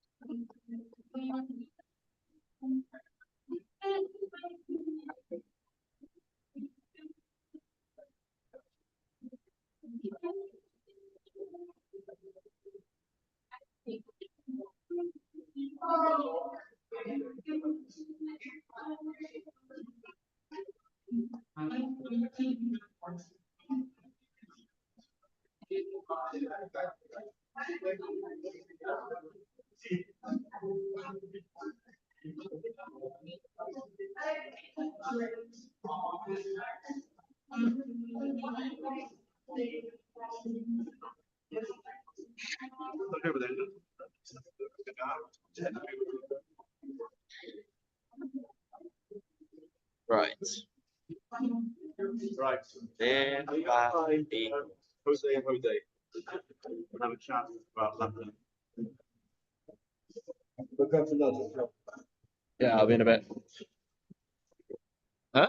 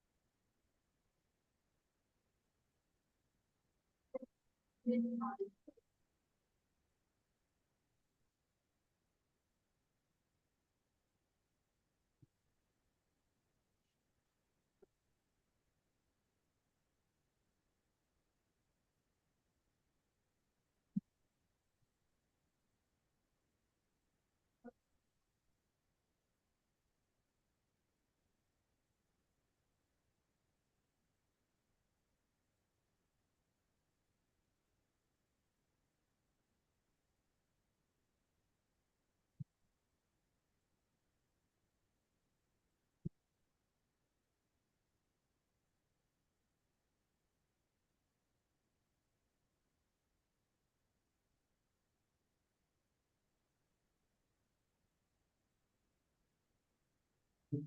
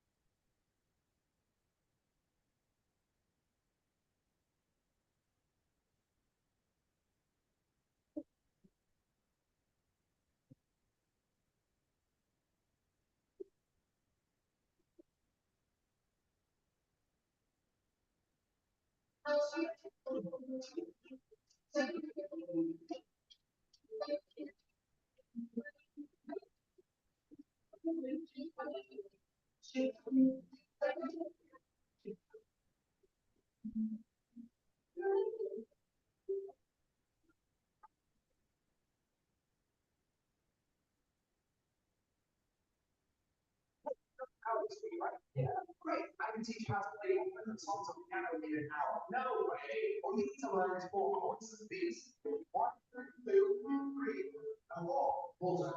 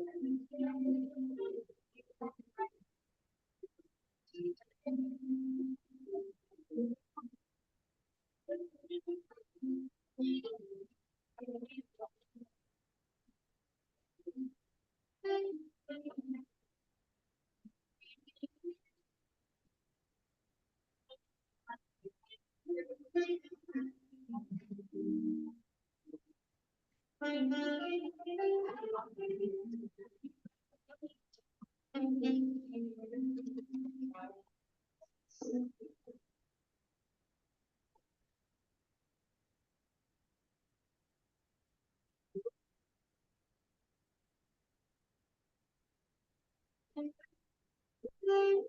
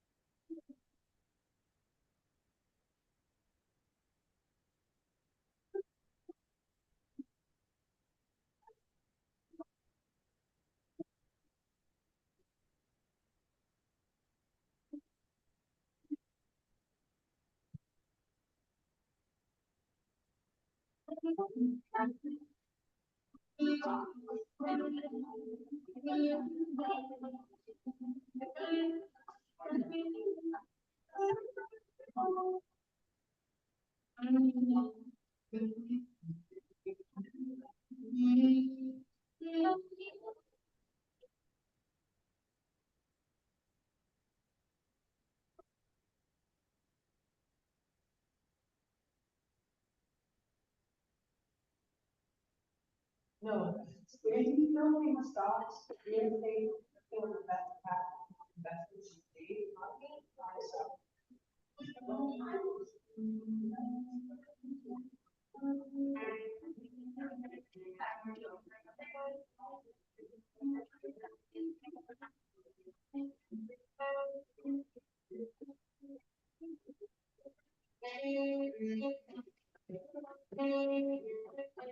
investments you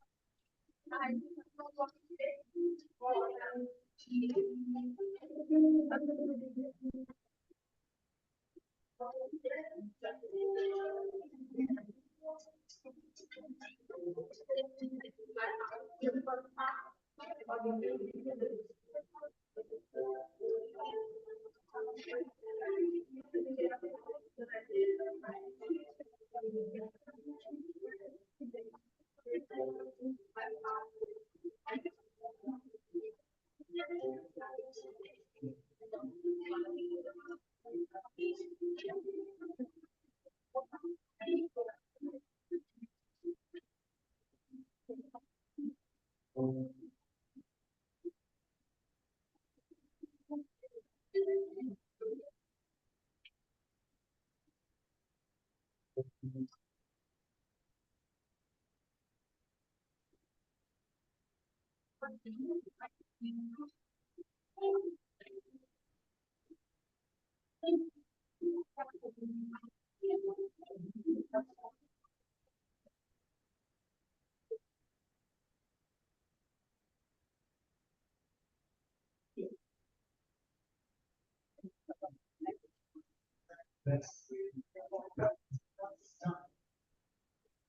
is the reason why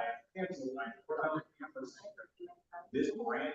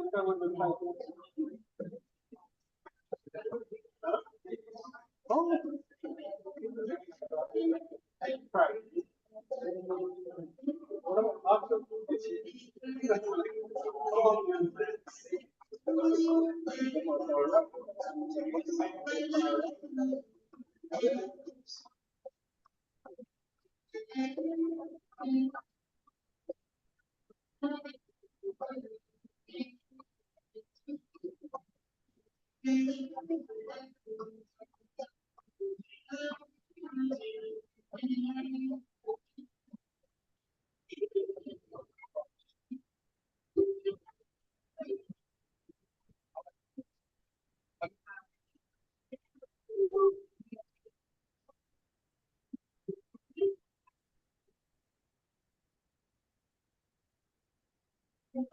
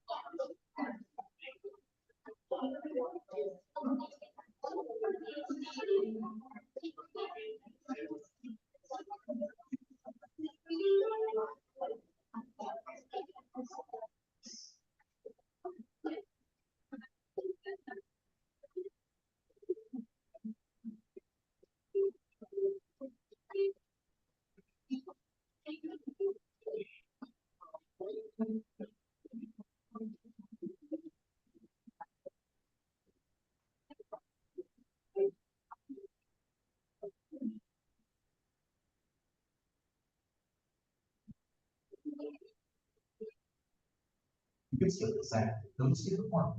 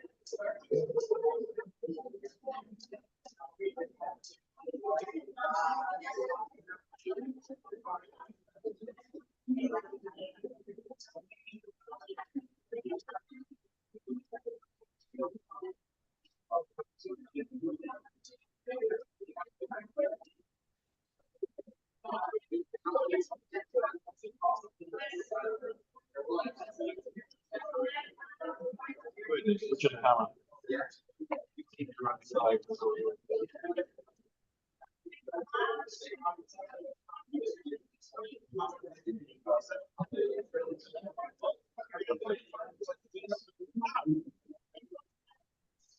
And even if we did, probably be here, you could do it.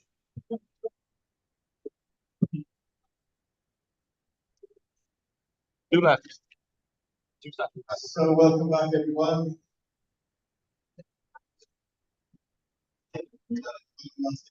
To now take your seats again.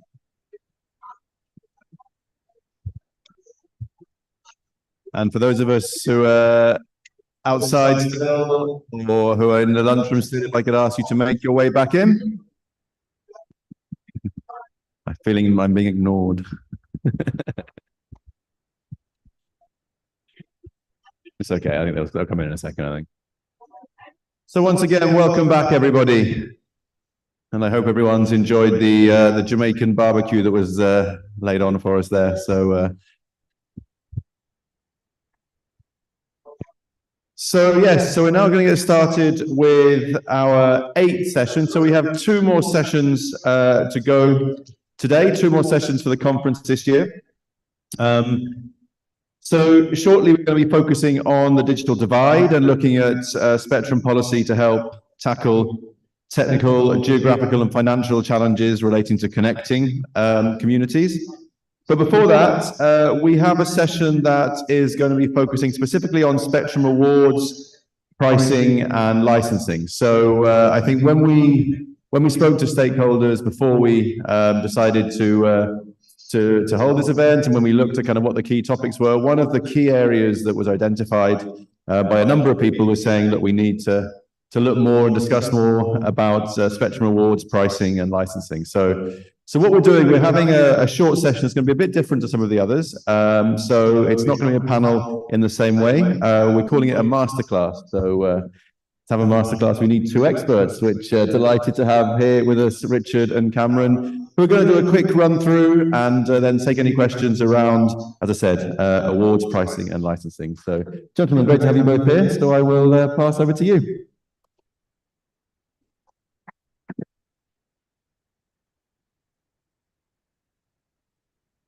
All right, well, thank you. Gosh, it's a rather intimidating name, Masterclass, isn't it? Okay, well, that looks like the wrong presentation. We could just, that'll be the second one.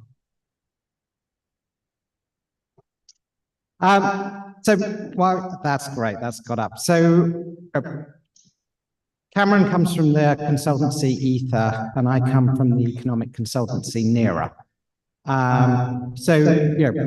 and our companies are experts on spectrum awards and on spectrum pricing.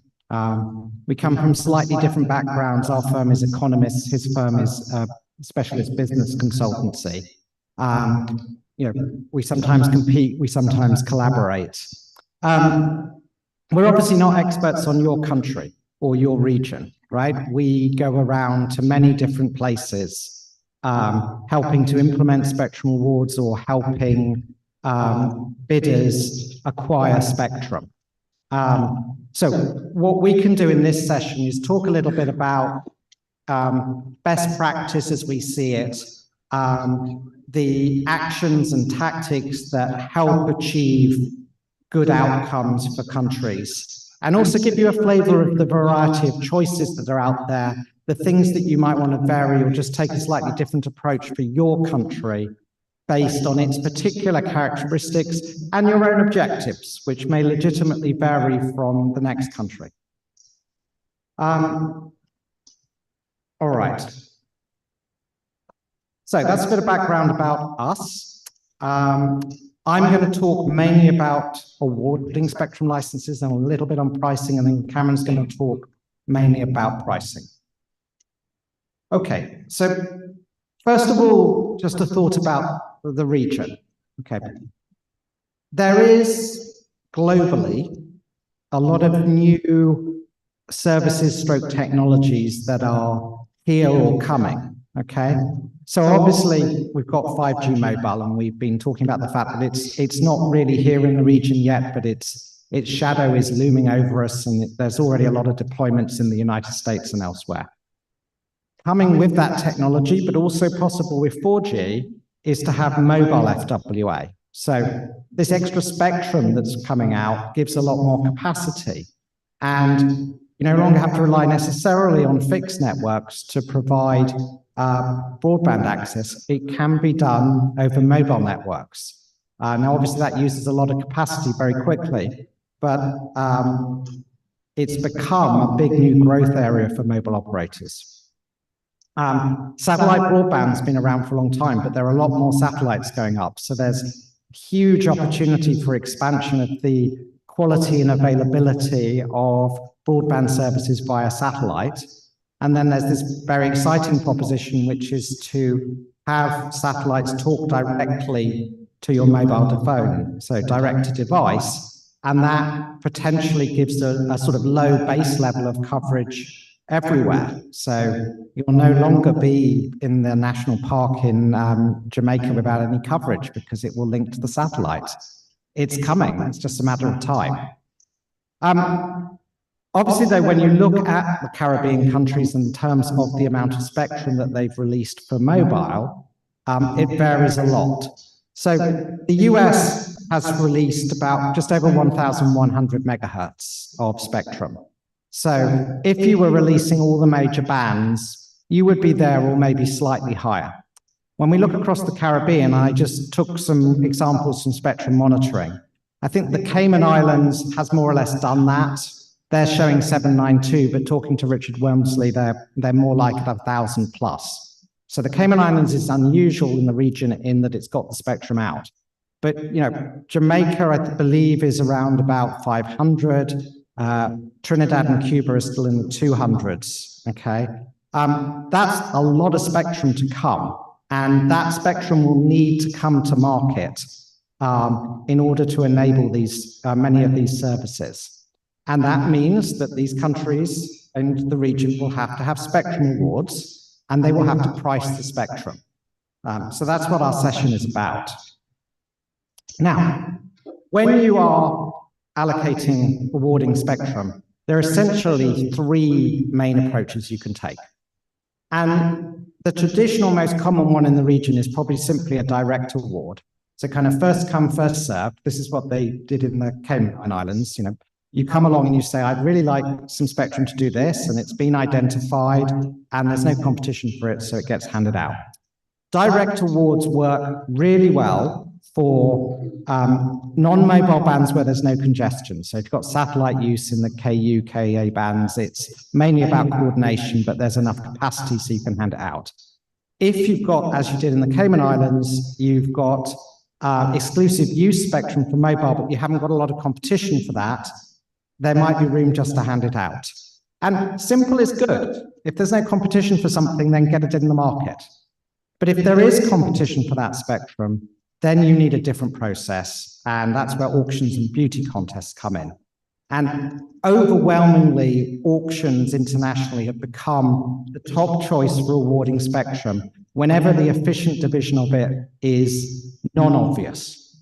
Okay, and whenever there's competition, at least at the margins for that spectrum, or just the potential of competition. And auctions have been favored over beauty contests because beauty contests require you weighing up lots of criteria. It's difficult to do. There's always somebody else unhappy. If you've got a kind of a British or American style a legal structure, you might be worried about litigation. So in general, auctions are the top choice for competitive awards. And beauty contests, you probably want to use them for very specific things like maybe awarding a contract for emergency services network. When you're thinking about how do I pick an auction, okay, the place to start is not the choice of auction formats. We'll get to that in a moment. The place to start is what are your objectives for this award, okay? And because there are a bunch of auction formats out there, there's a lot of choice on auction rules. And there's a lot of things you can do with auctions. You know, you can use them, for example, as leverage to try and draw concessions from incumbent operators on coverage. Okay, so first thing to do as a regulator is sit down and think about your objectives. And for most regulators, it's about efficiency and it's about competition in the downstream market. Now, sometimes you may have the MPs on your back wanting some revenue. And you have to balance that, right, against the interests of the industry. But revenue generation may or may not be there as well.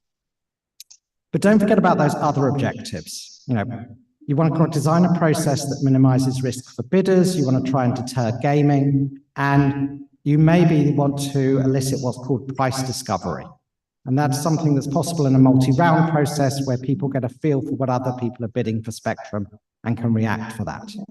And then there are other objectives. Think about legal certainty, doing an easy, fast process if possible.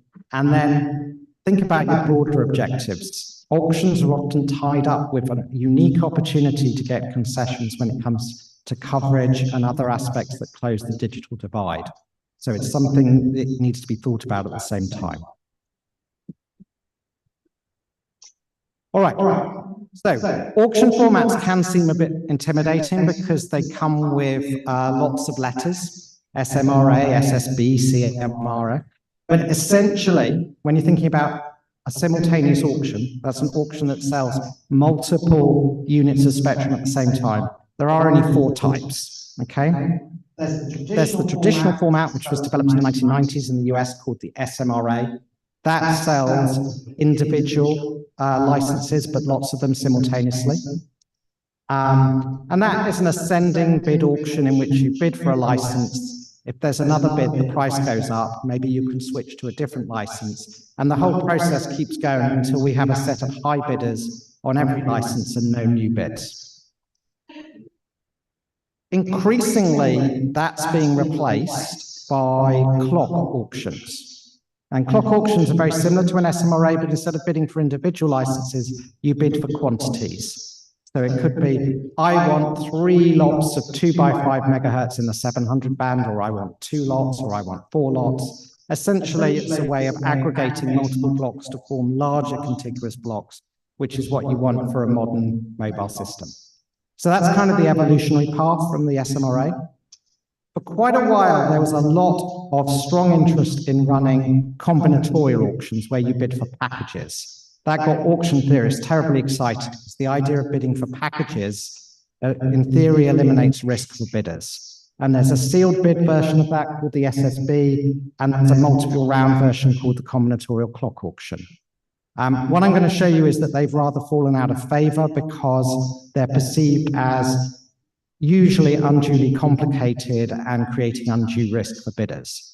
So in a smaller region like the Caribbean, you're probably making a choice between having an SMRA or clock, or possibly a more simple sealed bid.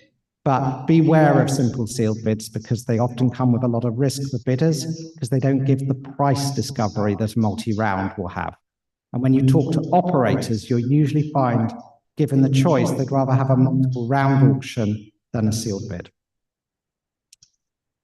Okay, just a couple of slides which come from my new book on this subject. So the first is just to understand how ubiquitous auctions are now. So if you look at the grey here, the grey represents award non-auctions, and the green represents auctions. So in each year since from 1990 to the current day, we've tracked what type of award are the top 60, 70 economies picking.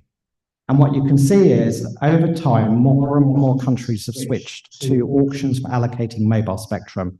And by the 5G era, when we've got 30 odd awards in the same year, they're nearly all auctions.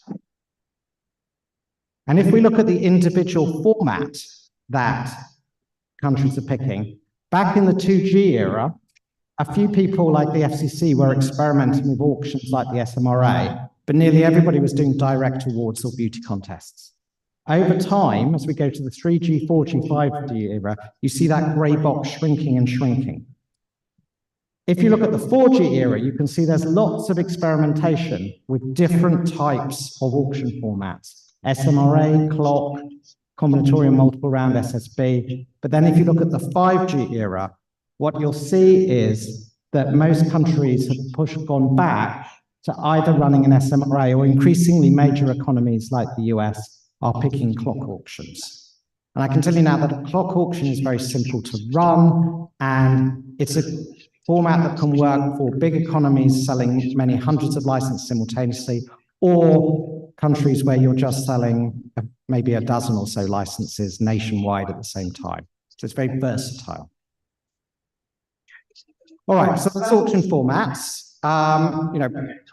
I don't want you to take away from this that you should just go and run clock auctions, but I'm saying that if you're going to have an auction, give it a serious thought and weigh up the objectives. And if you're going to go back to a sealed bid or something different, have a really good reason for it.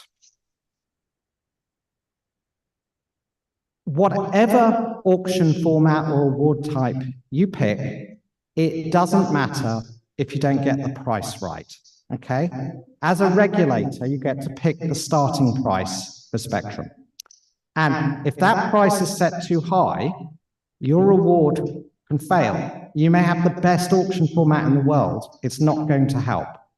Okay? Getting the price right is really important. Now, Alejandro from the IFT is here. He'll tell you about their situation in Mexico. Years ago, they passed a law where they set very high spectrum fees. Okay? And those spectrum fees were set at a point when there wasn't a lot of mobile spectrum and the individual units were very valuable. As I'm about to show you, the value of an individual unit's come down a lot because there's just so much more mobile spectrum about. But the prices haven't changed and they were set in law. So even though the expert regulator thinks they're too high and is telling politicians you need to reduce this, there isn't an automatic mechanism just to do that. Now, that will change eventually in Mexico, but it's holding the country back from getting the spectrum. Now, hopefully in your countries, you don't have those restrictions and you've got more flexibility, in which case you can start thinking about it a bit more like this. Just draw yourself an arrow and start thinking, well, where am I going to price this? And you can think about a sort of orange-red zone at the top. That would be price levels at which operators might not want to buy the spectrum. The marginal unit, they might say, no, thank you, which is what's been happening in Mexico. You don't want to be up at that level. That's award failure territory. If spectrum is going unsold and you're warehousing it, that's not a good thing if there's somebody out there who could provide services to consumers with it. You want to get it in the market. So, on the other hand, you probably don't want to be at the very bottom of this chart in the blue area, right? Because this is a public resource. You're not, as a regulator, you're not out there to subsidize operators to make money, right? You can subsidize them to roll out coverage, but you probably deserve a fair return. So we always emphasize you want to try and work out what's this green area an effective pricing zone where you'll get a reasonable return if it all sells at reserve price, but you should get the bids that will allocate the spectrum. And Cameron's going to talk a bit more about how you might try to find that zone. Okay. This is also a chart from my new book. It's kind of an interesting one. What you're looking at here is blue, orange, and green lines. You're looking at the average price per megahertz pop of spectrum across about 60 economies across the 4G and 5G eras. Now, if you look at the yellow part, okay, on the left-hand side, the 4G era, what you can see is the prices paid for low-band spectrum, that's sub 1 gigahertz in blue, are really high on average. Prices paid for lower mid-band are also pretty high, but a lot below that. And then upper mid-band, that's the C-band or 2.6 gigahertz, the prices paid for that are much lower, okay? So during the 4G era, people were willing to pay massive premiums for lower frequency spectrum. Now, just look what's happened in the 5G era. The price of low band and lower mid-band spectrum per unit, it's tumbled. And the gap to the upper mid-band has really got quite small. Yeah. Essentially, this is just a supply and demand story. There's a lot more spectrum out there. Mobile operators aren't making any more money, but they have to provide much more. So the unit price of spectrum has declined, and upper mid-band frequencies like C-band have become more important with the emphasis on capacity, so the premium you're willing to pay for low band has diminished. There is still a premium, it's still more valuable, but it's nothing like it was. So again, if you're a regulator and you're setting prices, you really need to be aware of this trend, because if you were pricing based on benchmarks from 5 years ago, you're 5 years out of date. All right, and then the last slide I just wanted to emphasize. So auctions often get a bad press in the sense that they take money out of the industry, but they're just a tool for allocation, and regulators get to design them. If you're worried about taking money out of the industry, then you can put it back in. And one of the areas of innovation in spectrum awards right now is the idea of sort of potentially cashless auctions. So you could imagine an auction in which you sell licenses and bring in money, but then have a second stage in which you use that money to solicit coverage. And that coverage could be very specific places in your country that don't have the connectivity you want, or very specific sections of your community that need help, okay? And if you do that in one process, you can basically use the money you've got for the spectrum to repurpose for that use. So do think of auctions as a very broad tool that you can shape to deliver on your objectives. Okay, that's all I wanted to say. Just one last plug, if you'll forgive me, for my book, which is should be online within the next week. Everybody here is welcome to download a free copy. I think you've all seen the flyers. Thank you very much.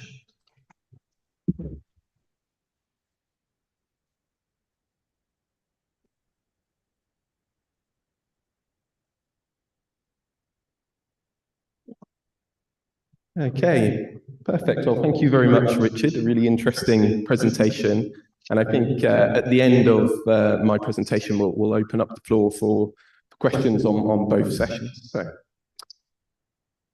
as you can see, my name is Cameron Curran from IFA Consulting, and this presentation is going to come at similar issues from slightly different viewpoints, focusing, as Richard said, on the spectrum pricing aspect rather than the award design aspect. Okay, so a quick introduction. My name is Cameron Curran from IFA Consulting.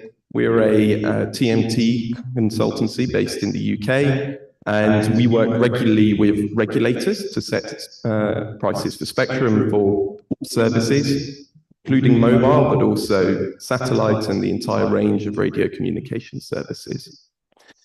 As well as that, we've also been involved with more than 100 spectrum auctions from the perspective of bidders, helping them to value spectrum and develop their auction strategy.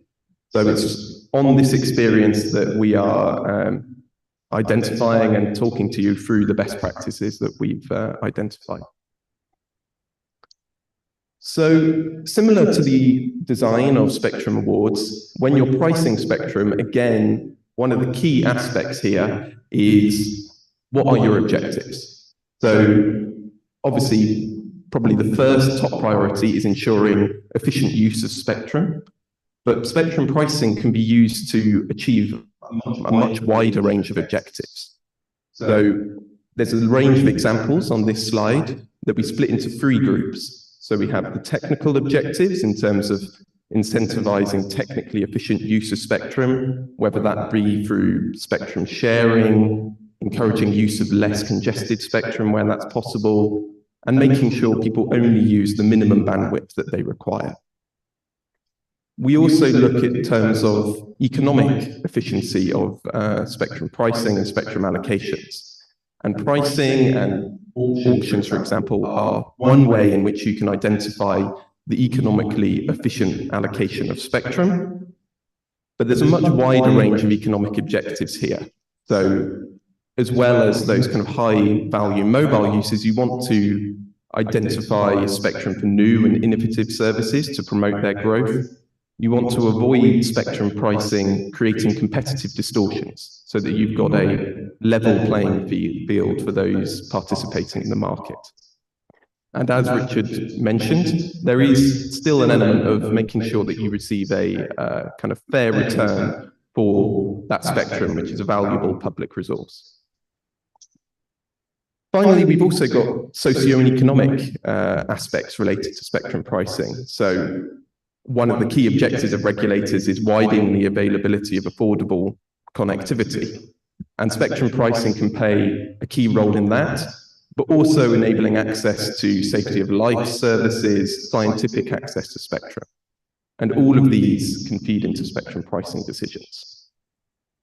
Now, the key message from this is that because there's such a wide range of potential objectives that you might be aiming to achieve through spectrum pricing, there's a wide range of approaches that might be appropriate in different circumstances and for different services. So there isn't a one-size-fits-all approach. And as we go forward now, we're going to consider what the kind of main different approaches are to pricing spectrum. So we've identified kind of 3 main groups here. So on the left-hand side, we have cost recovery. And this is where prices are set at a level which aims purely to recover the administrative costs of the regulator in managing spectrum. And what we see is that this is both the simplest and most widely applied approach for the majority of services, but it isn't really sufficient in cases where there is congestion. So with the increasing demand for spectrum from a range of services, don't know what happened there. Okay. So with the increasing demand from spectrum from different services, what we're seeing is increased use of market-influenced or market-determined pricing. So if we look in the middle here, we have what we call market-influenced pricing. And this is basically where the regulator sets the price for spectrum administratively, but it sets the price not only in consideration of its own costs, but also in consideration of the value of the spectrum. And this is a common way for regulators to basically manage demand for spectrum and make sure that it goes to the kind of economically efficient user. Now, an even more extreme version of that would be to go to the market directly and award spectrum via an auction. And as Richard's mentioned, that is now perhaps the most common approach to awarding mobile spectrum, where there's exclusive spectrum use required, often on a nationwide basis. There's often over-subscription of spectrum demand, so you need a way to objectively identify an efficient allocation of spectrum. But there are cases where an auction might not be either practical or advisable, but you still have congestion. And that's where you end up in this middle path of market-influenced pricing, otherwise known as incentive pricing. And that is commonly applied, for example, to fixed link bands. It has been applied in certain places to satellite spectrum as well. And I think the example on the slide is public mobile radio. Okay, so now we're going to kind of zoom in on the pricing of mobile spectrum. So drawing on what Richard said, the first question is, why is mobile spectrum so commonly auctioned? I think there's several reasons for that. The main objective in doing so is where there's excess demand for the spectrum, it needs an objective and transparent way of identifying the economically efficient use of spectrum and the market value of that spectrum. And in cases where we're looking at mobile operators, there's typically a limited number of large spectrum users who have the resources to prepare for and participate in auction. That's why perhaps in other instances where there's a large number of smaller users, auctions may be more difficult. So again, if we look at then, if we're going to auction spectrum, we need to set a reserve price. So we need to set a minimum price for the spectrum in each band. I think Richard gave a very good overview of what you're aiming to achieve when you're setting reserve prices for spectrum in terms of targeting that efficient, effective pricing zone. What we give here is a slightly more practical view in terms of the questions that you need to be asking yourself when setting reserve prices and where that might lead you to in terms of the arrow that Richard showed. So one of the first things I think to say is that ideally, the price of spectrum in most cases will be determined by the auction itself through a competitive auction process. So ideally, that's what we want to enable. And that means, as Richard said, you don't want to price too high to enable that price discovery. So typically there should be a conservative approach. Similarly, maximizing revenue shouldn't typically be a top priority of spectrum pricing and auctions. But we know in certain circumstances there is pressure from finance ministries or whatever it might be. So it is something that does have to enter into that decision-making process. So what that leads us to is that in the majority of cases, spectrum should be set at a level which ensures a minimum acceptable return for the spectrum. We want to set at a kind of conservative level. But there may be some cases where either lower or higher prices might be applicable. In particular, lower prices below the estimated kind of fair return of spectrum might be appropriate in places where the value of that spectrum is unclear. So, for example, we're looking at millimeter wave auctions. Typically, we see quite conservative spectrum pricing because the market and use of that spectrum just isn't clear at the moment. And the key thing is to get that spectrum out there so that people can innovate and hopefully in the future make great use of it. On the opposite side, as I said, in some situations where, for example, we anticipate that the competition in the auction might be low, there's pressure from a finance ministry to raise revenue from the auction, and you've got a strong idea of the spectrum value, you might consider setting prices close to the full value of the spectrum, but you need to exercise extreme caution when you're doing that, and it's typically not the approach that we recommend in the vast majority of situations. So I spoke there in several places about setting spectrum prices based on the value of the spectrum to mobile operators. Now, this kind of begs the question of, well, how do you know what the value of that spectrum is? Now, obviously, one way is to look at the results of previous auctions through benchmarks, but that doesn't take account of the local market conditions. So we work regularly with both telecoms regulators and mobile operators to value spectrum ahead of auctions and set prices for spectrum. And we think about three main sources of spectrum value when we're doing this. So firstly, we think about technical value. So that is essentially the network CapEx and OpEx that you can save by acquiring spectrum and therefore saving on future sites and equipment deployments on your network. And that's usually the largest and the most readily quantifiable element of spectrum value. So it tends to be the main driver of spectrum acquisition. But we also have what we call commercial and strategic value. So on the commercial value, we're looking at within your existing range of services, by acquiring spectrum, you improve the quality of services that you're able to offer relative to your competitors. So can you offer higher speed or wider coverage than your competitors? And is there an associated revenue gain from that? At strategic value, we're looking at a kind of broader range of, well, can you unlock entirely new services or significantly change your position in the market by acquiring spectrum? So again, that is probably the most difficult to quantify, but there can be, in certain cases, very significant strategic value to spectrum in terms of unlocking new services like 5G, improving coverage, or potentially allowing you to offer a range of new innovative services. So once we've got these kind of three main drivers of spectrum value, in order to quantify them, what we typically do is build a bottom-up model of an operator's network based on the number of sites they've currently got deployed, what spectrum is deployed on those sites, and what traffic there is to serve.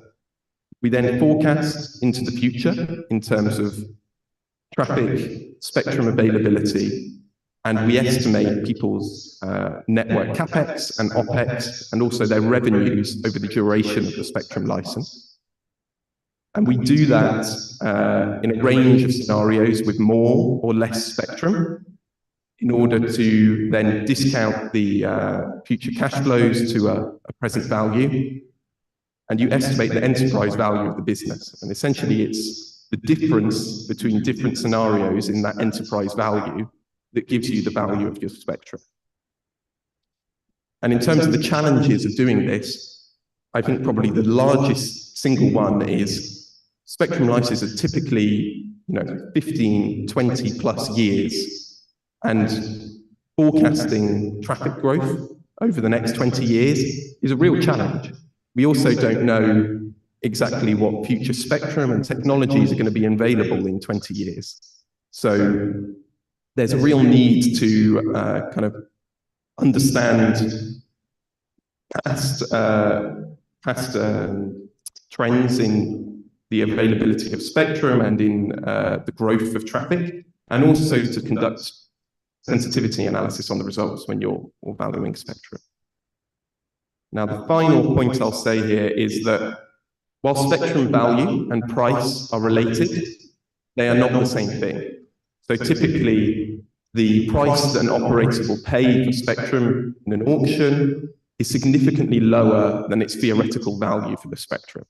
And operators need to gain a return on their investment in order for this to be worthwhile. So prices should not be set at a level that is equal to the full value of the spectrum to the operators. Now, again, this is just kind of echoing what was said by Richard a little earlier in terms of the trends in mobile spectrum prices. You'll see, I think, that we've observed a lot of the similar trends. And in terms of what's feeding into this, I think it's a fairly simple equation, really. Essentially, mobile operators' revenues have been stagnant for a long time. If there's been growth, it's been minimal. And over that time, the availability of spectrum has increased enormously. And this means that the value mobile operators are generating per megahertz of spectrum is lower. And consequently, their value for spectrum is lower, and so should the prices be. And that's observed in the trends we see internationally, particularly for low frequency spectrum. And I think, as Richard alluded to there, one of the key points here is that when you're setting prices based on benchmarks, you need to be very aware of how spectrum prices have changed since the time that that benchmark was from.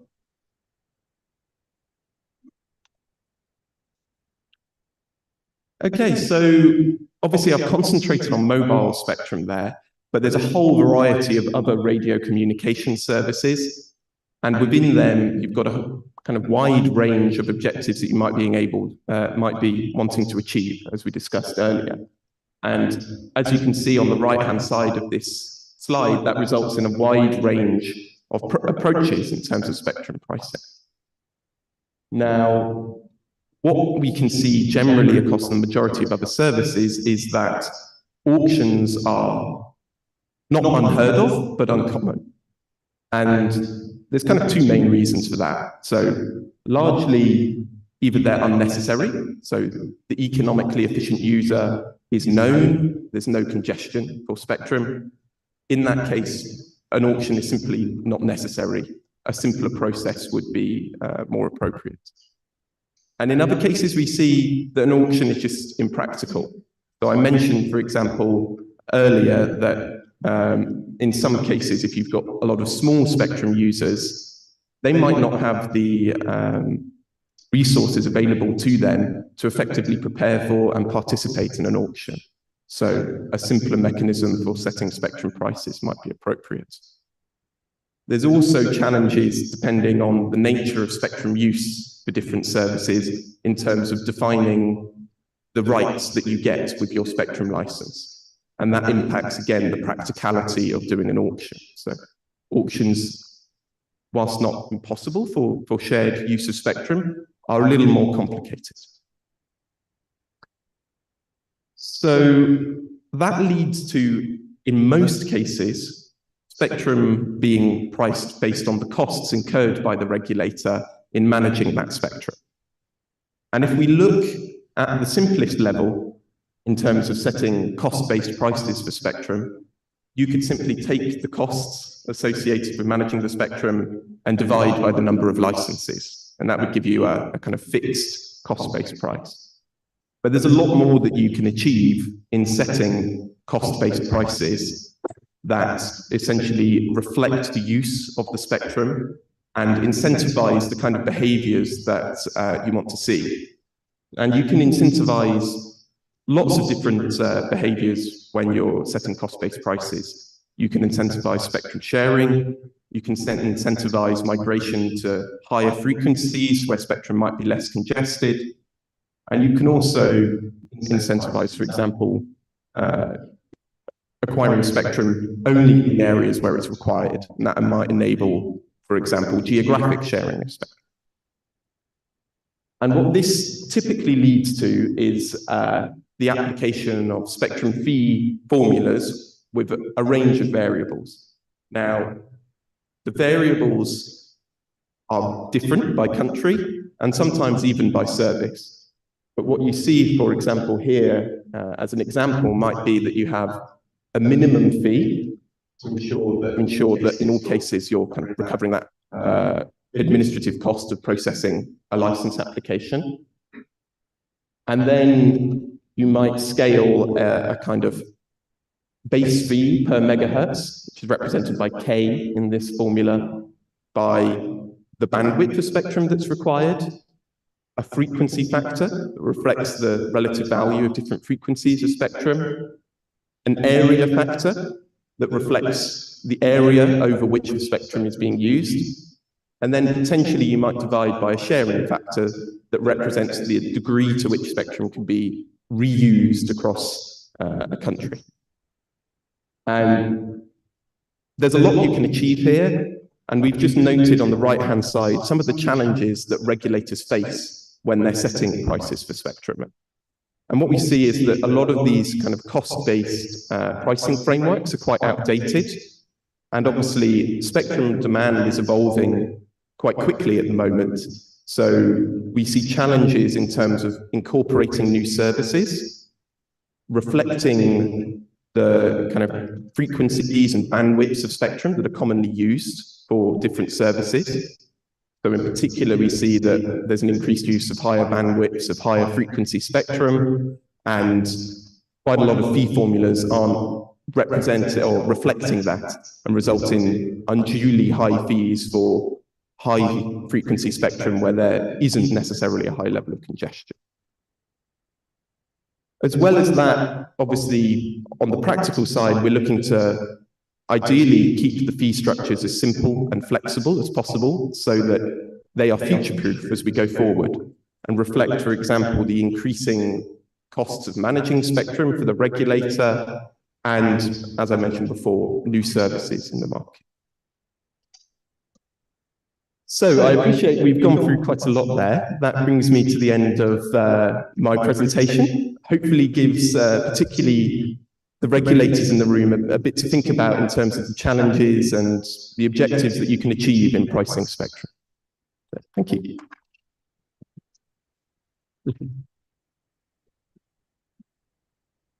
Okay, so just a minute or two per questions. So do we have any questions from the audience? There's one there.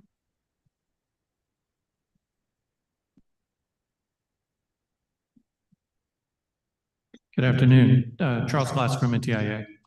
So increasingly, we find that there is conflict between government services and commercial service requirements for spectrum. In the US, we're looking at developing an enduring pipeline to try and find a way to convert spectrum from government only to repurpose that spectrum for commercial use. And repurposing does not necessarily mean clearing the band. However, one of the biggest problems that we face is valuing government spectrum use versus commercial spectrum use. So any advice with respect to that? And how do you take that into account when looking at spectrum auctions, when often there will be some limitations placed on mobile use? It does not necessarily create a complexity in the pricing or the auction process itself, but it has to be accounted for in expected bids coming in. Thank you. Gosh, that's a big question and obviously a big challenge. Do you want to tackle the valuation part and then I'll tackle the more kind of awardy part? Yes. So, yeah, in terms of valuing the spectrum, again, it's a challenge, and there's various elements that come into the valuation part of this.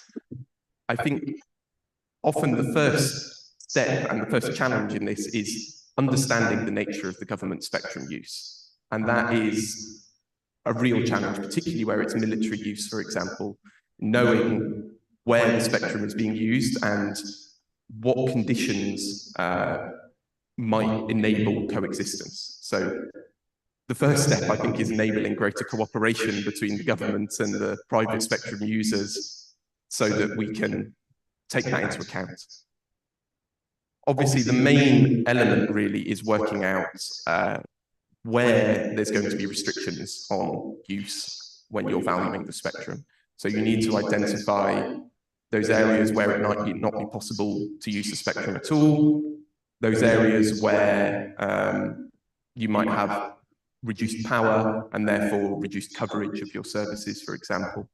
And in our models, for example, we would then feed that, we model what we call coverage zones that reflect the area that can be covered by the spectrum, and that reflects the kind of, it impacts the prices as it goes through the model in terms of reflecting the area that can be covered, the spectrum that can be used, and therefore the burden on the other spectrum that you've got in that area.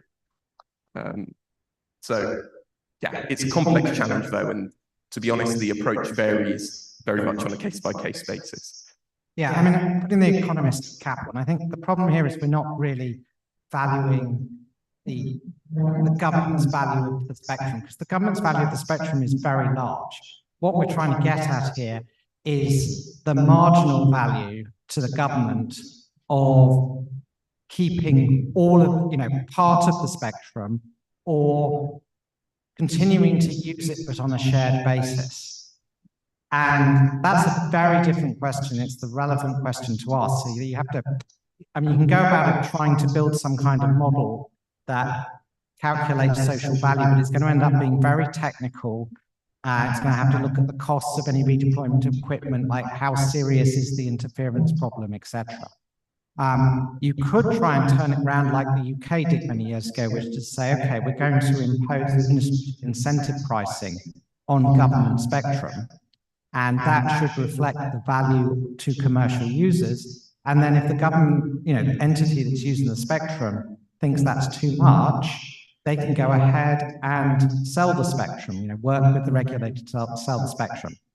I think it's fair to say that that approach, although in theory which is really good, in practice it's very hard to get government entities to really feel economic pressure, because they may just go back and ask for more budget, or they just may not have the mentality of thinking, I can use this money for something else.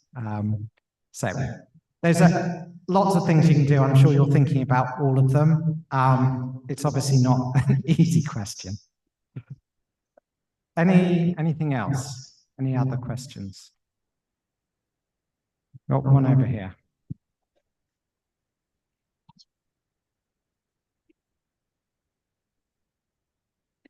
Yes, Nigel Casimir from CTU asking on behalf of I guess several of our regulators in the Caribbean who are challenged right now to determine viable pricing for some of the newer satellite services that are emerging. I know we know about Starlink and ones like that, because they don't currently have models that are appropriate to the service and the spectrum ranges that they utilize. So I'm just wondering if you could suggest maybe some of the parameters that could be taken into account in working out a price that might be commercially viable. Thanks. Okay, so I think it's a big topic at the moment. You say there's a few elements to it in terms of pricing spectrum and licenses for the different parts of the network. So I think if we take, first of all, the kind of end user devices, probably I would say the best practice approach internationally would be to have some form of blanket license to make sure that there's not that burden in terms of licensing each device as you go through. So that's one element. If we then look, let's say, more on the network side with the gateways and what have you, in terms of pricing the spectrum, I think a key element is that these new systems operate across a very wide bandwidth, so gigahertz of spectrum, but in a specific location at a specific time, they're not using all of that spectrum. And you need to, in your spectrum pricing, reflect the degree to which the spectrum can be reused. Now, measuring the degree to which that spectrum can be reused is the big challenge. And I think that's probably where the biggest area of discussion will be between the satellite industry and the regulators going forward. Okay. So, just to add to that, it might be time to rip up the rule book, because the number of satellites going up and the number of connections that the likes of SpaceX will have, it's just a different way of using the spectrum. It's on a scale we haven't seen before. What you definitely do not want to have is in a band that is ultimately not congested, i.e. there is room for all the operators to provide services. You don't want to start pricing by connection, or by, Earth station element or whatever, because any pricing formula that's linked to the number of units is going to discourage people from rolling out the service at the margins. And if you're a regulator, you're in the business of promoting connectivity. So you don't want a pricing structure that deters connectivity. If you go back to what Cameron said, ultimately, if a band is uncongested and you can fit everybody in, then you should be looking at a cost recovery price mechanism. So you need to work out how much fees in aggregate is fair for these bands in these users in this band to pay, and then think about a fair way to start dividing up those costs. Now, if some new satellite operators are going to come in and they're going to be running a much bigger service than some niche provider. Ideally, your formula should price the big guy more than the little guy. They can pay more of that cost recovery share. But it needs to be done in a way where the fees are reasonable and are not deterring people from rolling out. Okay, well, I think we're a little over time, so we'll finish there. But thank you very much, everyone. Thank you.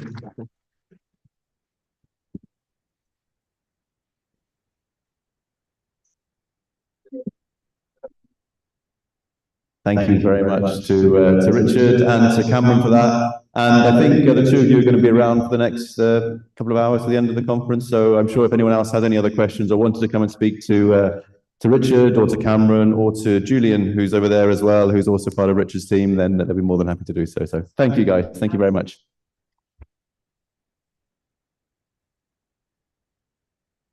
So we're now moving on to our final session of this year's conference. So if I could invite our moderators and speakers again to come and join us on the stage. So that's Lloyd George Waller, Yishka Trusty, Tarcisio Backhouse, Alex Epstein, and Charles Douglas to come and join us on the stage. I don't know, Jordan or Charlie, if we could just have a look at the waters as well and see if anything needs changing on that. Thank you. And this session is going to be looking at tackling the digital divide. So a key theme, of course, and something that when we're talking about spectrum policy is always a huge part of the discussion, how to connect those unconnected areas and looking at the technical challenges, but also looking at things like the geographical financial challenges as well and delivering that connectivity in a cost-effective way that makes it possible to get people connected. So,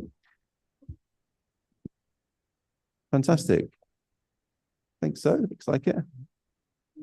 Perfect. So we have our speakers here, and we have Lloyd George here as well. So I'll pass over to you. Thank you very much.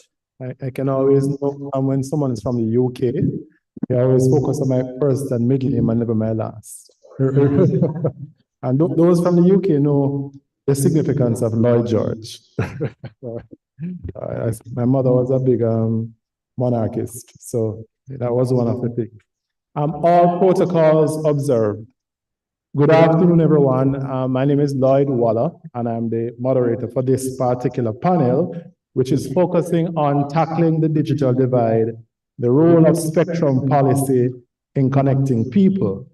Before I begin, however, I'd like to thank the sponsors for inviting me to this particular event. I am wearing another hat.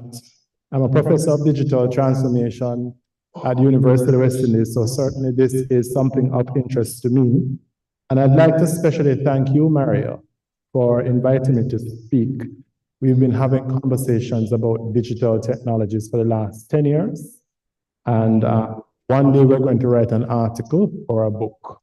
It's coming very soon. May your unique light continue to shine like that effervescent, eternal supernova. Thank you again, Mario. In 1996, Lloyd Morissette coined the term digital divide to describe the gap between those persons who have and those persons who don't have access to technology. The term has evolved since then to mean many different things to many different people. Specifically, it focuses on aspects of how discourse and social practices intersect to manifest a particular reality in specific time and places. More concerningly, for many, that reality has a lot to do with persons' inability to have access to technology, which has had a significant impact on issues of inequality and more so on issues of poverty. This is especially the case in small island developing states that have many different challenges ranging from infrastructure to digital literacy to just literacy. Today, we have a group of experts who, in my opinion, based on my review and looking at their background, are no strangers to this particular topic. This topic seems something that has been on the agenda of development assistance from as far back as the 1990s. And continues each day. I have my own opinion and views on it, but today is not about me. So I'm going to ask the panelists, and the reason I'm doing this is because I honestly cannot pronounce some of their names. I'm going to kindly ask the panelists to, Douglas, I can't pronounce yours. I'm going to ask the panelists to introduce themselves, and they each have 10 to 15 minutes to speak, after which we will invite the audience to ask questions. So we will start with, just tell them your name so they can understand my crisis. Hello. Yeah.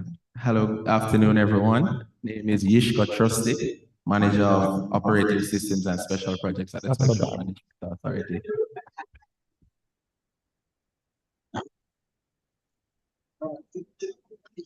Mic. I'll leave the mic. No. Moderator, handheld, you audio.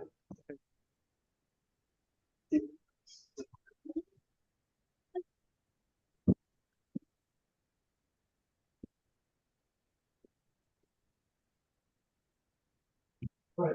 Yeah, man, go ahead. For the presentation. Hey. Oh, wait. Hold on. Press the button. Sorry. And then microphone. No. Dang. Okay, sorry, everyone. All right. Good afternoon again. So as we all know, data has become an indispensable tool in today's interconnected world, empowering individuals and driving economic growth. As the digital revolution continues to reshape societies, it is crucial to assess the extent to which countries are embracing and benefit from data and its networks. So currently in the Caribbean, the internet uses metrics, which include the number of internet users and fixed broadband subscribers, demonstrates a moderate level of connectivity. However, it is important to acknowledge that there is still significant room for improvement in expanding internet adoption and increasing broadband penetration across countries within the Caribbean. So to look at the digital divide a bit more. So the digital divide can be defined as the difference between individuals, companies, regions, and countries in the access and use of ICT and key factors contributing to it. It can also be categorized as social economic status, educational level, geographical location, and age, with some of the key issues leading to the digital divide being infrastructure limitations, affordability, and digital literacy. Infrastructure is a core determinant of the digital divide. And by infrastructure, I refer both to the physical infrastructure, broadband and Wi-Fi, etc., and the soft infrastructure, the availability of technical support, technical training programs, and etc. High-speed internet virtually is non-existent in many regions of the Caribbean, particularly in rural and remote areas. This lack of accessibility shuts these populations from the digital realm, reinforcing the divide.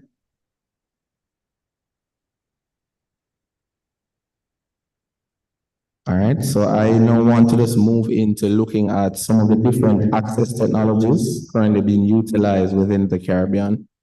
So currently in our networks across the Caribbean, we can find many different technologies ranging from copper, coax, the fiber optics, satellites, fixed wireless access, mobile cellular networks, and Wi-Fi networks.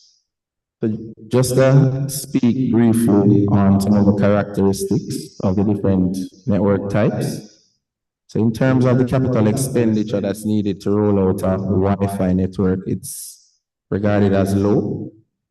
The CapEx investment regarding mobile networks as medium to high, fixed wireless access as low to medium, satellites as high for new satellite deployments and low for end user terminals. For fiber, it's low to medium and mid to high. Coax and copper, low to medium. What I really want to focus on this slide is the sustainability for rural deployments based on different technology methods. So in terms of Wi-Fi, yes, it's sustainable, but backhaul is required. And generally that's done utilizing microwave and satellite or fiber. For mobile networks, yes, it is sustainable, but backhaul is also required, which will come at some additional cost. In terms of fixed wireless, I would say maybe, depending on the financial viability and the demand within this particular area. In terms of satellite, I would say, yes, it's definitely suitable for rural deployments. In terms of fiber, I would say in some cases with sufficient purchasing power and population, the correct population density. As for coax and copper, in some cases, with the sufficient purchasing power and population density. All right, so I also now want to bring our attention to the different last mile connectivity interventions. So currently, we see the different types of networks being the commercial MNOs, commercial ISPs. Within the Caribbean, not so much non-for-profit local networks or local ISPs, but they do exist across the globe. And I just want to also bring your attention to this table here. We're going to look at the revenue models for the different types of interventions, along with some of the advantages and disadvantages. So in terms of the commercial MNO, they generally provide traditional voice and data services, which operates through a national licensing regime. In terms of regulatory framework or concerns for commercial MNOs, they require licensed spectrum, radio certifications, franchise, right-of-way and pole attachment agreements, and national, regional, local, and business license. In terms of some of the advantages of the commercial MNO in bridging the digital divide, it has extensive geographical coverage. And as regulators, we ensure a particular QoS standard is fulfilled on these networks. In terms of some of the significant challenges facing these MNOs in currently providing service to these underserved areas, it's taking significant capital resources, and in some cases, they're reluctant to serve those geographical areas that cannot afford that investment. In terms of commercial ISPs, the revenue model, mixed usage based on services for voice and data as well. And some of the advantages of the commercial ISP would be in increasing competition for data services, particularly by differentiating from other cellular services. And a challenge that these commercial ISPs will also face, geographical coverage may be limited by the backhaul access coverage. All right. As I would have mentioned, we don't really see them, I would say, quite frequently within this region, but the non-for-profit local networks, NMOs and ISPs. And in terms of advantages of these types of networks, they demonstrate the viability of either cellular in the case of the NMO or data in the case of the ISP to communities without access where other services are cost prohibited. So that's one of the major, I would say, advantages of these types of networks in terms of bridging the digital divide. In terms of the challenges that these networks face, they're very small deployments and they're limited in scale and scalability. All right, so how can regulation play a part? So in terms of policy making, some key challenges clearly emerge. The need to accentuate synergies in the strategic planning of investment in both hard and soft conditions of digital development seems to be crucial. At the same time, it should be noted that both are necessary to strengthen the virtual sphere, which represents the potential for reaping the benefits of the digital economy. Therefore, careful consideration should be given to the financing configurations of the respective investments, a new way of thinking about communication infrastructures and services, moving beyond the usual technical considerations such as network capacity, last mile delivery, and coverage footprint is prudent. It asks a question about whether new technologies are likely to substantially improve digital inclusion for people, considering all aspects of access, affordability, and digital ability.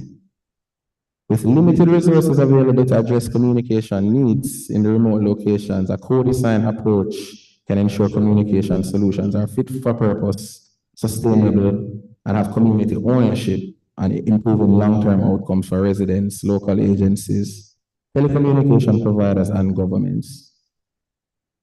So in terms of how regulation can help, so we can look at the licensing obligations from the regulators on these service providers and how those obligations, just to ensure that they roll out to those underserved and unserved communities.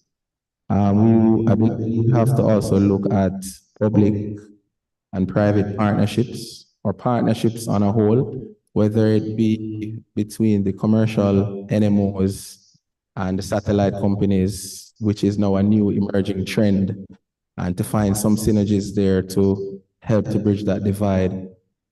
We also need to look at ensuring efficient spectrum planning for the emerging technologies, so ensuring there is enough capacity for satellite, for 5G, just to name a few of the technologies. We can also look at the reduction in spectrum fees and subsidies to somewhat incentivize these MNOs and ISPs to now move into these regions of unserved and underserved to bridge that divide.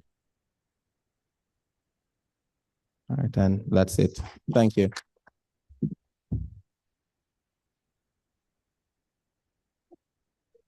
Thank you very much, Mr. Trustee, for your comprehensive presentation. I'd like to just make one change. I was a little bit ambitious early when I said 10 to 15 minutes. It's actually 7. So we have more time to speak. So I'm at fault where that is concerned. Fortunately, I'm not moderating ministers, so I can go and touch and say, time is up. Mr. Bacchus, floor is yours.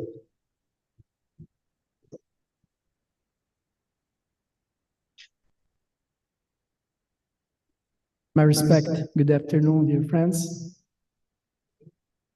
I will try to explain for you some kind of study case that we have in Brazil about the spectrum policy for connecting unconnected communities. This is an experience, is a real case.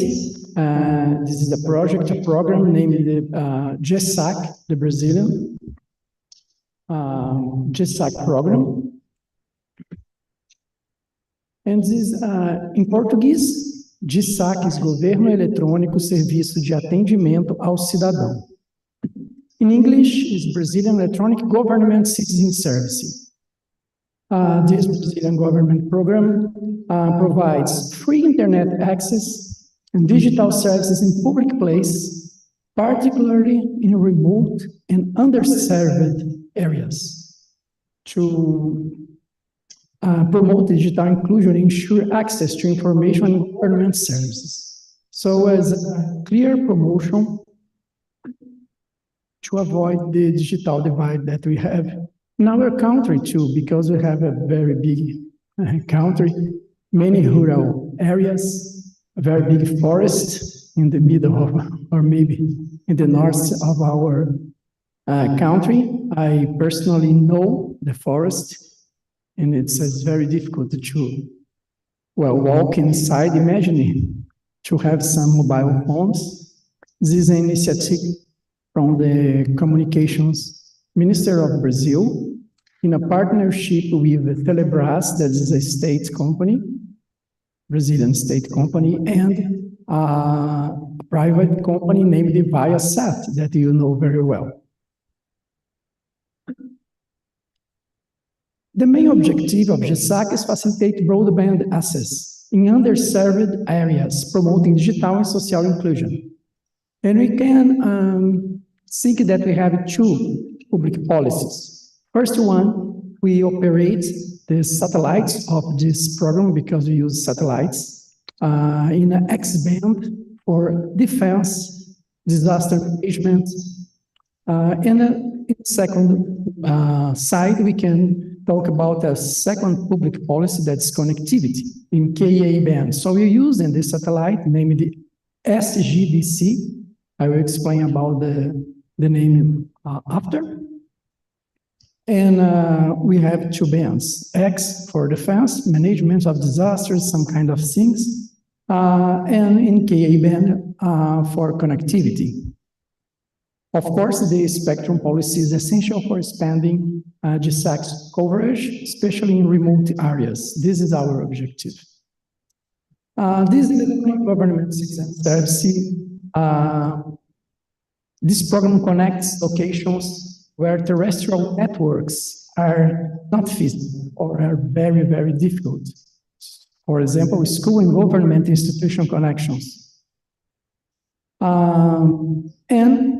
We have this kind of partnership between the government, the communications minister, and the state company Telebras and Viasat to have an efficient installation, reducing initial and operational costs. Because you have a partnership with a company that have the knowledge to do this kind of technical provisions to permit the people being connected in these underserved areas. And with this partnership, we have a very simple satellite capacity expansion. Additional capacity can be contracted for the SGDC1 to ensure service continuity. So it's very easy to us to continue with deployment of this kind of program.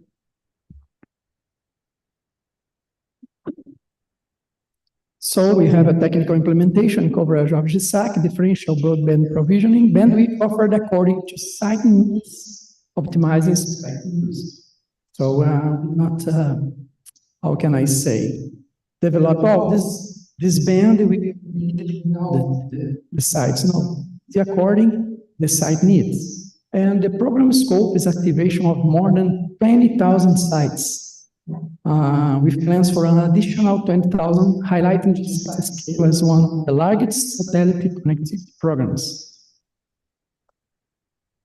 This is some kind of technology used by GSAC, our SGDC satellite, and that I told you uses X and Ka bands. We use two in this program, fiber and wireless networks that complement satellite usage. External Wi-Fi provide Wi-Fi access points at the strategic locations, such as schools and health units, facilitating community internet access. So it's very useful. We have a congressional partnership with Viasat and Telebras, with the communication minister. This is the satellite. The SGDC, geostationary satellite for defense and strategic communications. Satélite geoestacionário para defesa e comunicação, in Portuguese. Well, we have the benefits and impact of GSAC that is really impressive. Over 30 million students benefited with access to digital education online resources. Political and social support, both political support reinforced sustainability and strategic importance of the program for digital inclusion in Brazil. 3 million students in Brazil is not so much, but it's a very impressive number. And this kind of program could benefit many other countries that need this kind of connection by satellite.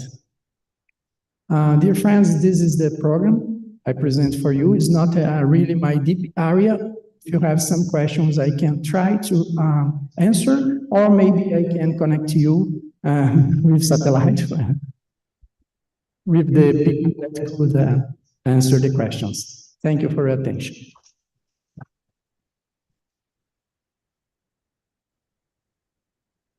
Thank you very much, Mr. Bacchus. It's always good to know what our brothers and sisters are doing in Latin America. Alex, I see you're very anxious to come and present, so the floor is yours. Hi, everyone. Thank you very much for having me at this event. And it's a real pleasure to speak on the very important topic of bridging the digital divide.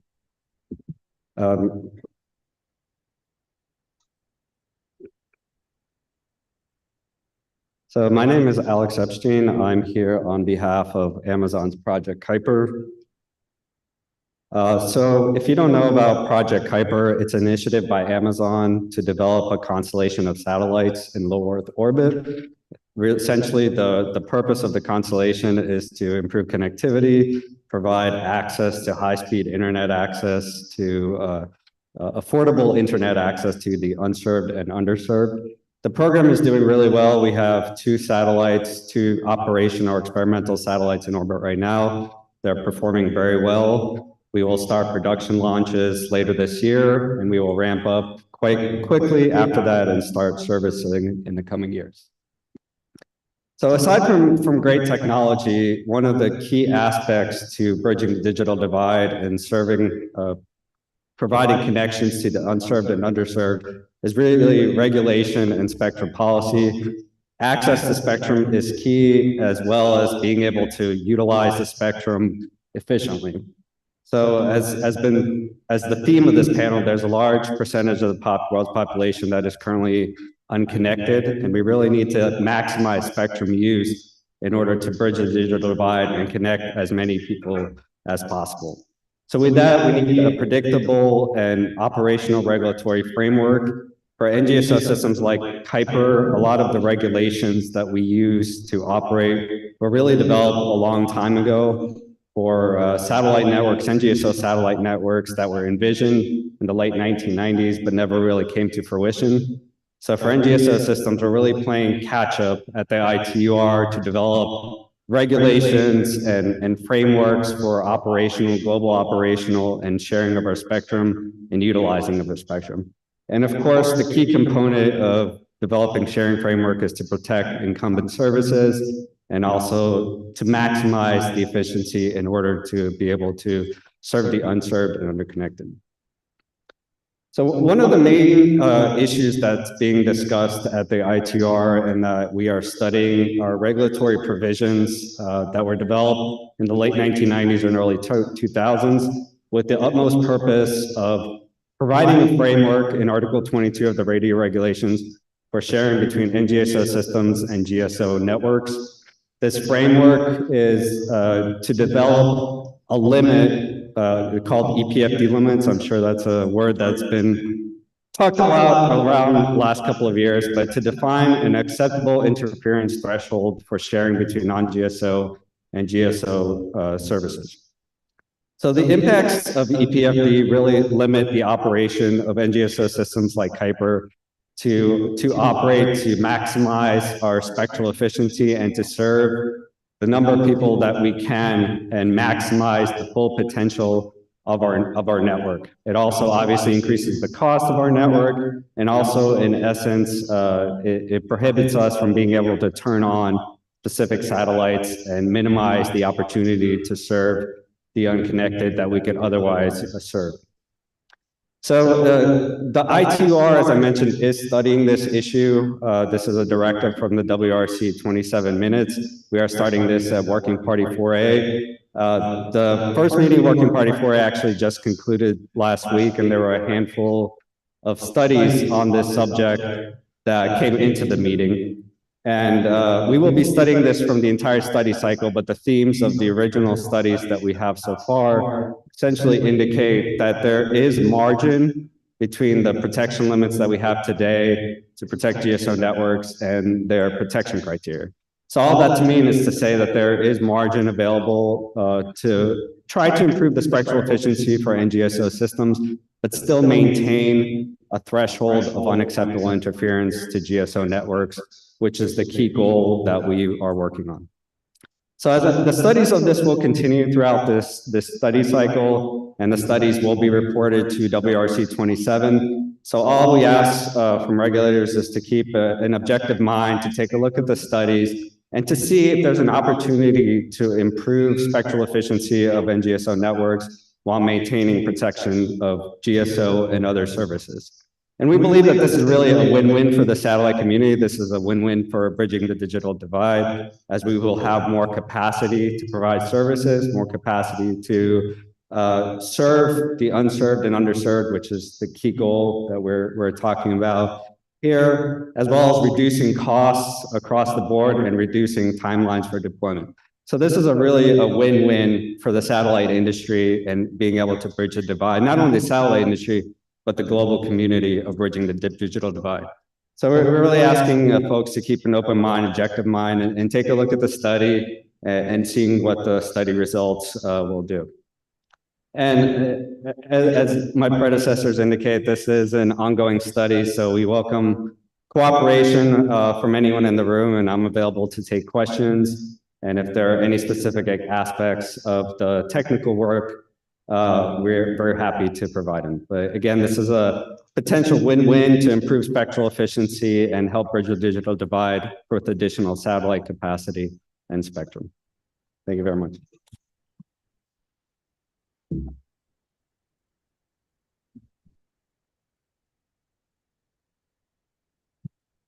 Thank you very much, Alex, and thank you, everyone.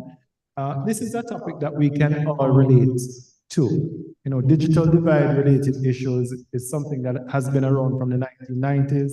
There has never been a conference or a forum or a seminar or a book that I've ever read on digital technologies or the digital revolution or the fourth or fifth industrial revolution that does not incorporate conversations about the digital divide, largely as a result of the fact that, you know, we are all in here in technology.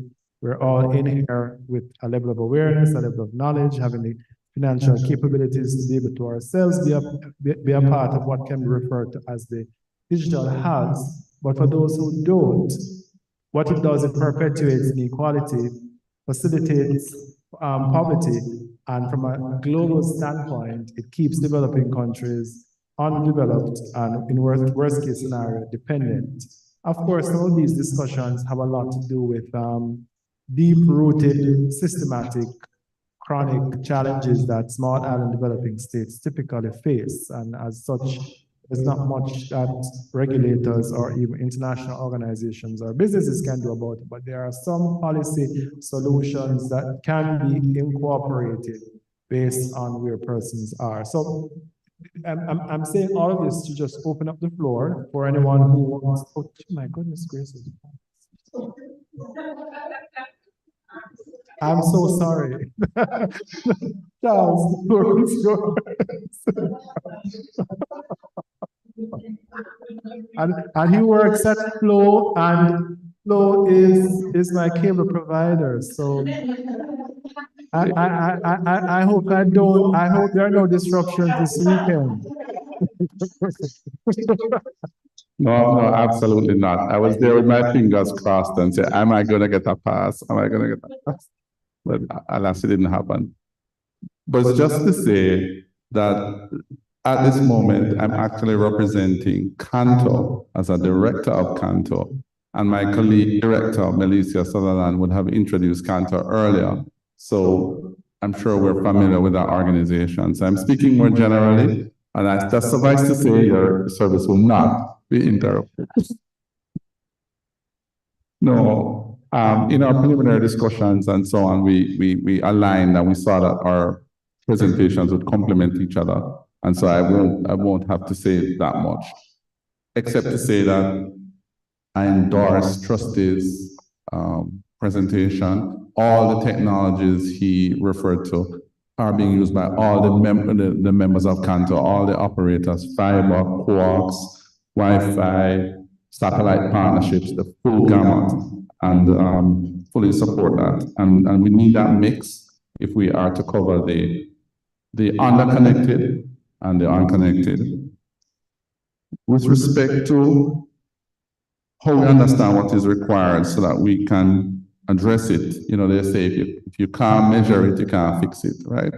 So all of us industry players need to cooperate to provide the authorities, the regulators, the governments, and so on, with the data that we have as practitioners so that they can measure coverage maps, you know, homes passed, all the details, because sometimes we talk in isolation, and because it's so competitive, we could keep our information sort of siloed, and you can't get to create the type of national dashboards and so on that is needed to understand where are the gaps and how they are to be addressed. Now, this is really relevant because when you talk about the unconnected, what we found is we're connecting or passing, quote unquote, you know, 1 million or more homes. So we're not talking about those where no network is at. Even where network has been put, people are not connected. And it's the affordability issue. It's the literacy issue. It's the digital skills issue. So sometimes what happens, we come into a room and we presume that we need to make connectivity available to all, and here it is. And a significant portion of communities are actually not interested. So that is something that we need to think about. And some who are interested cannot read, cannot even read. So I'm happy to hear that that was highlighted as a part of the challenge. And as we seek to understand how to, the approaches to connecting community, that really matters, and we need to give attention to it. Because sometimes it's almost like we're in an echo chamber talking to ourselves, and there's a whole populace out there that really doesn't get it. What can be done to facilitate faster rollout is just a comprehensive approach, availability of spectrum, fluid process of issuing permits and licenses, rights of way policy, you know, whether it's going to be aerial or underground, having a national structure, how you want the network to be, how robust do you want it to be. All of these parts kind of need to come together in order to facilitate, expedite rollout to communities. So that's one of the things I wanted to highlight. What can we do differently? What measures we can take to make sure internet services remain affordable? Partnerships and cooperation. So let's say some of those areas where there is no network, fiber, satellite definitely has a role to play. The cost of trying to roll out infrastructure and fiber is too difficult. And even if we will do it, it's not now. So satellite clearly has a role to play. But then the question about where you already have network, how do you make it affordable? Now, in some of our markets, for example, Puerto Rico, in Jamaica, in Grenada, in Barbados, in Bahamas, in Puerto Rico, they have this program they call the Economic Benefit Program. People from the United States probably will be very, very familiar with it. But in short, it's government funding connectivity, subsidizing households so that they can get connected under certain terms and certain conditions. And what we found is that in the region, once this program is also launched, JUMP, which is the same thing, right? Funding connectivity, partnering with foundations and so on to get devices, which is another barrier, and then cooperating with institutions, or University of West Indies, for example, that runs across the region to train people for them to have value. So however it takes shape, it's a trifecta or more of factors to sustain the kind of connectivity and uptake that we want. Obviously, there are many other things in the space, you know, equitable assignment, you continue to manage interference so that you know, can be monetized, people can get value, trying to keep governments away from not taxing data. You know, Vice has had its own share of taxation with good effect, right? But when you look at where we want to go with connectivity and so on, you really don't want tax data services. We should stay away from that, if at all possible, and so on. And as I said before in a different session, funding arrangements, opportunities. We know there's going to be an investment gap. We know there's so much we can afford and no more. And then we need to solve now, how do we patch that? We think fair share is a viable option, but we should also support governments who may wish to partner with IDB or IFC or whatever arrangements so that we can build networks along with them in partnership. You know, sometimes you just need a backbone and then you can have a competitive last mile after that. But to get it into the rural areas, I suppose in a country like Jamaica, maybe there was a time when we think maybe building a national stadium was just not worth it, right? There's certain expenditures that just seem at the time infeasible and you can't recover.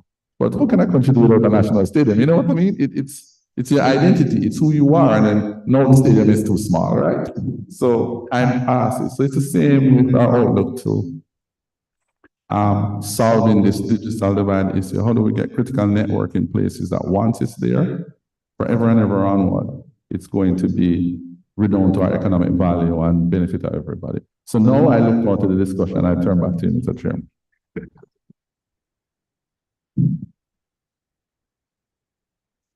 All right. Okay. just making sure.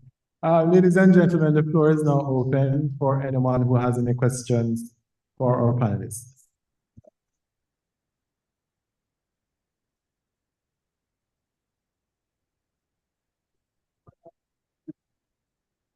But don't say hands, I'm going to start pointing. I'm going to start pointing at people. What is that? Okay, sorry, go ahead. Go ahead.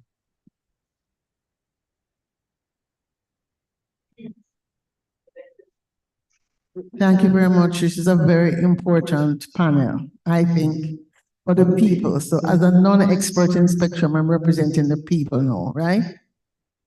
I'm really excited to see what Brazil has been doing in terms of providing this accessibility at no cost. But given the situation in many small island developing states, I think it may not be wise for us to go around hoping that that will happen. But still, maybe some of the lessons that we can learn from your experience can be used to do something which is more public-private partnership around, maybe in the Caribbean, we're thinking about organizations which are stable. I'm going to use a church, for example. We have very huge, really well-off church systems, so a Baptist church or the Adventist church, but they don't see themselves. I'm wondering from a Jamaican standpoint, if there is any law that would prevent such an institution from creating some kind of a cooperative system that could allow those institutions to organize to provide that last mile to these rural areas in Jamaica, in Trinidad, in Suriname especially. Suriname is very far out, Guyana, those big countries. But what are your thoughts? Is there a regulatory problem, or is it just that they haven't thought about it? So if they were educated, it may be something that we could actually make happen. I'd like to see that when we come back to another conference like this, we have a pilot in the Caribbean somewhere, which is a public-private NGO, civil society type run thing that we could actually be talking about. How might we actually think through that process and see what we can make happen?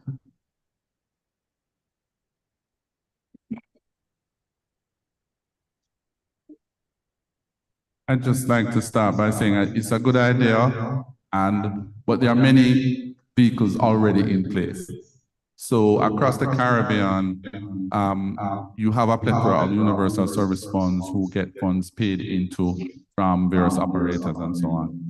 And some of them have a lot of funds. So the idea is to sharpen the focus and find the most effective way. And we've partnered, different entities have partnered with them to build networks in countries in partnerships. They themselves have built networks. Wi-Fi hotspots have also been built and distributed. So sometimes my thing is, let us look at the structures that we have and refine them, and would be my knee jerk and not add to layers to them. But the vehicle that you refer to is in place, in my opinion.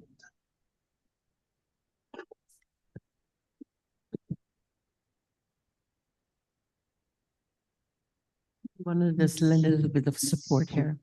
So one of the things with COVID, what we saw with churches, they had asked for radio frequency in terms of broadcasting, because normally they want to reach their persons via message. So typically they do a low band power FM station, and many of them have continued on that.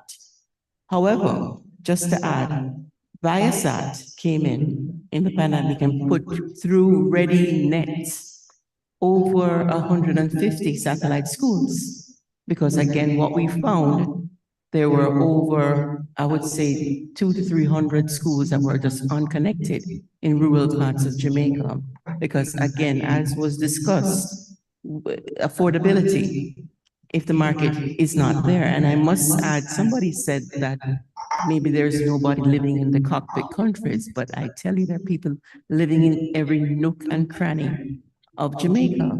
It's just that they're small communities, almost indigenous, because in Maroon Town, there are persons living there without connectivity. And again, Lloyd made a very profound point. Knowledge is power.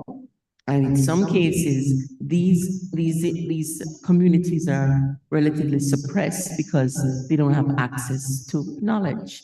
So a lot of work needs to be done, because then when you slip now into the whole area of going to satellites, there is a security risk associated with that.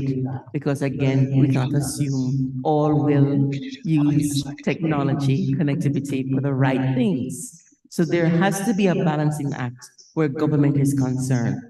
So we are looking at it holistically. And I'm glad to say there are a number of things in place that we're going to take our time, because although persons complain that government is slow, it's slow for a reason. We take our time, we do our research to ensure that, because again, we don't do a small reach, we do a wider reach. We embrace a nation. And we have to ensure that we do it the right way. That's the perspective. Thank you for that good question. Thank you. We have one more question here and one around the back here. Thank you. Thank you, Mr. Chair. Just in support of my colleague, Melissa Sutherland, representing CANSO again, we did a study a couple of years ago in response to a consultation.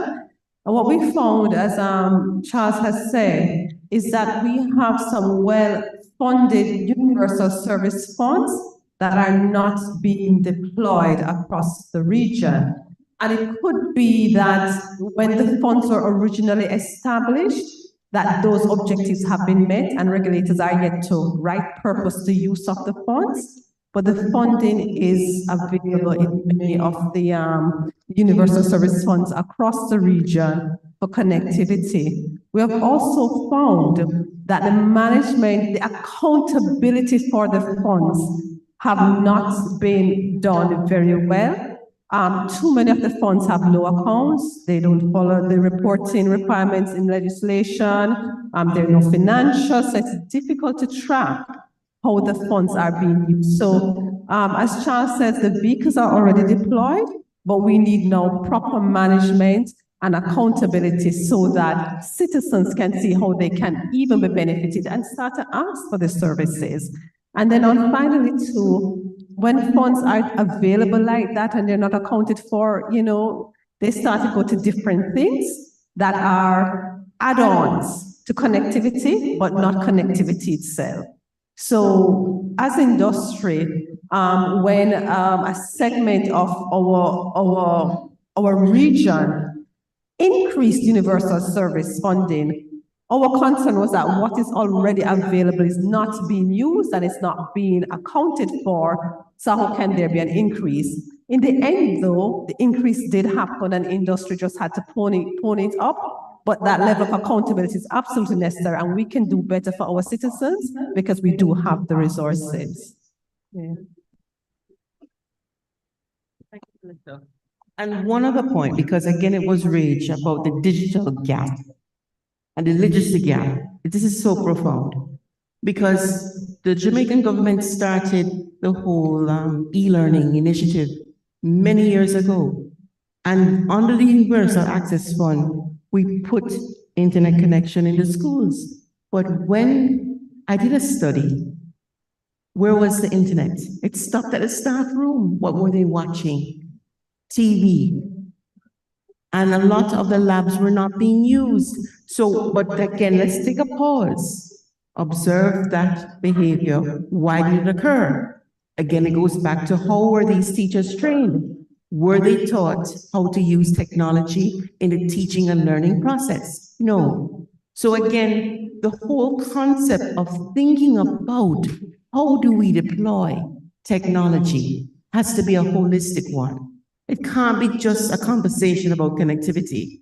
It has to be one of educating the populace and ensuring that we use it in the right way, or it's going to be wasted. Thank you very much, Mario. I think we had a question around the back, or two questions actually. I think it's right here, right. Okay, thank you. Again, Charles Glass from NTIA.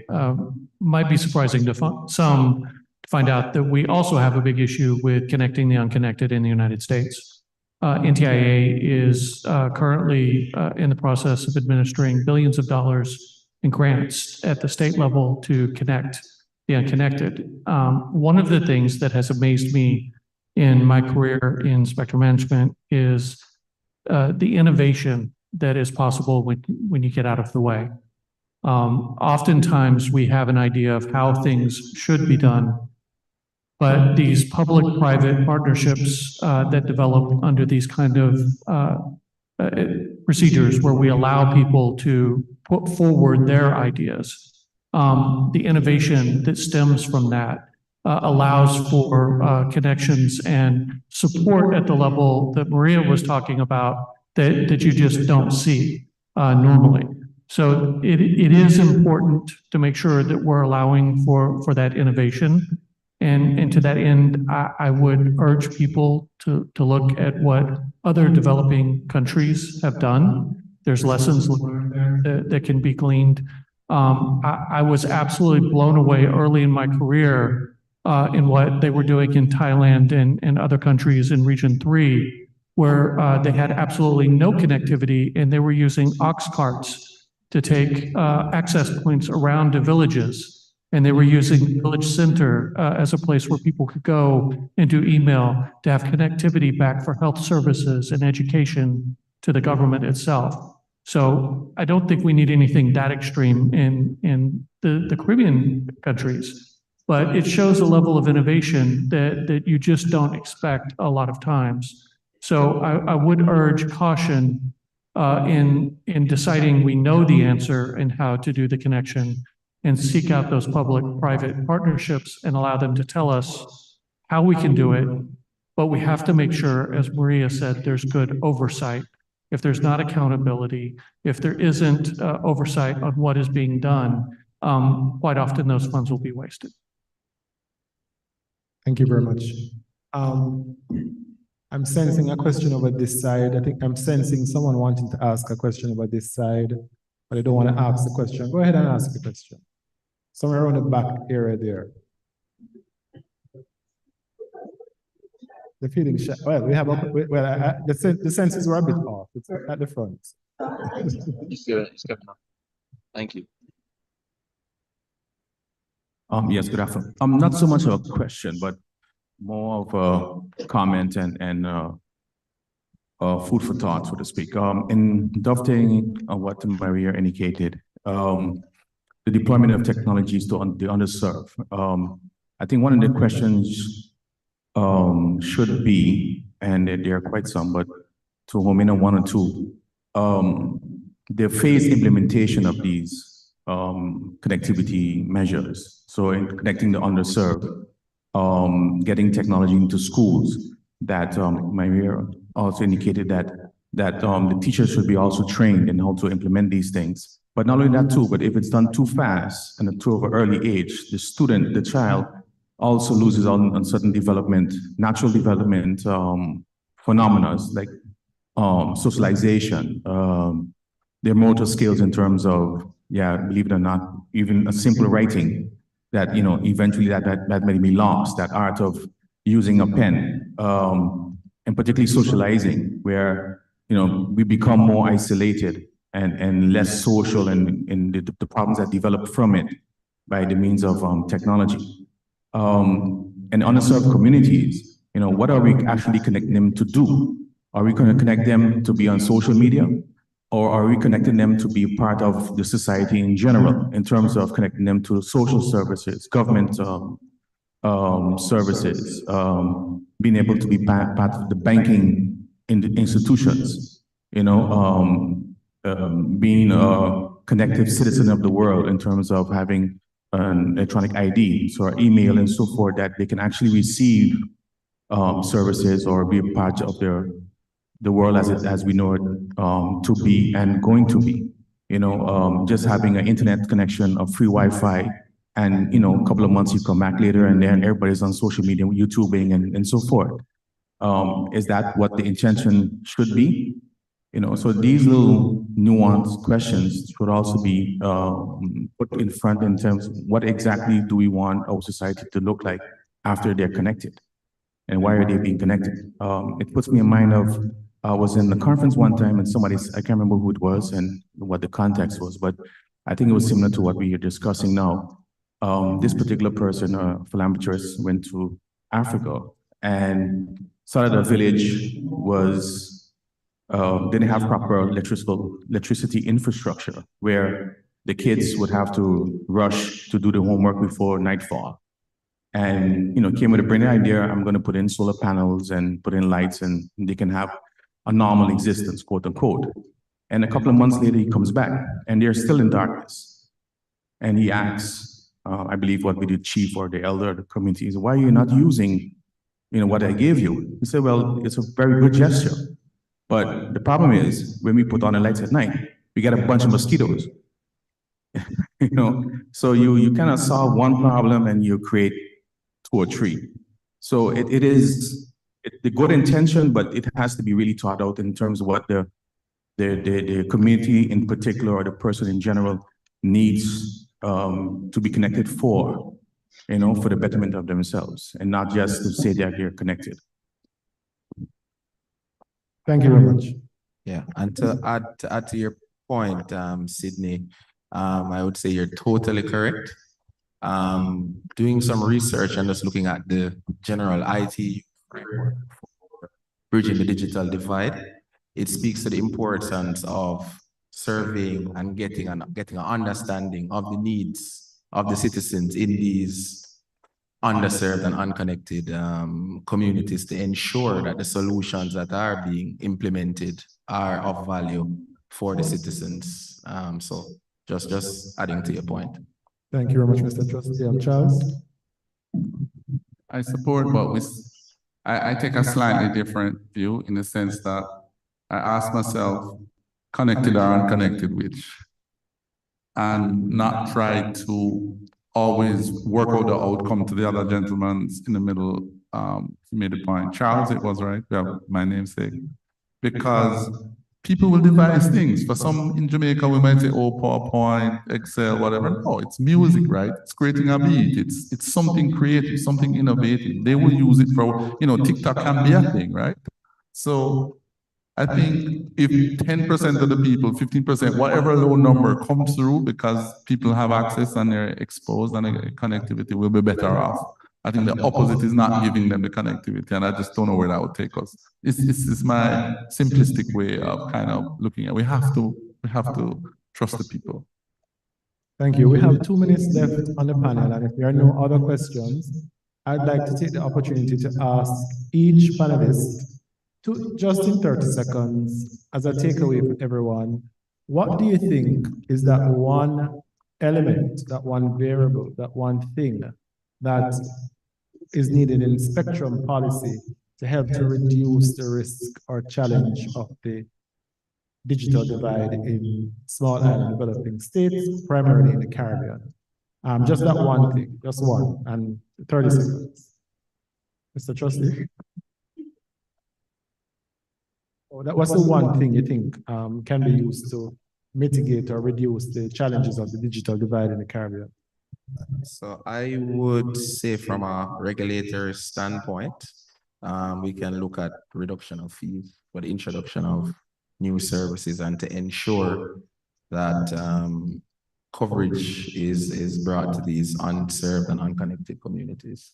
So I think governments, countries within the Caribbean, we need to seriously look at how the pricing of spectrum, especially maybe creating some framework that would have special pricing for these areas or something along those lines.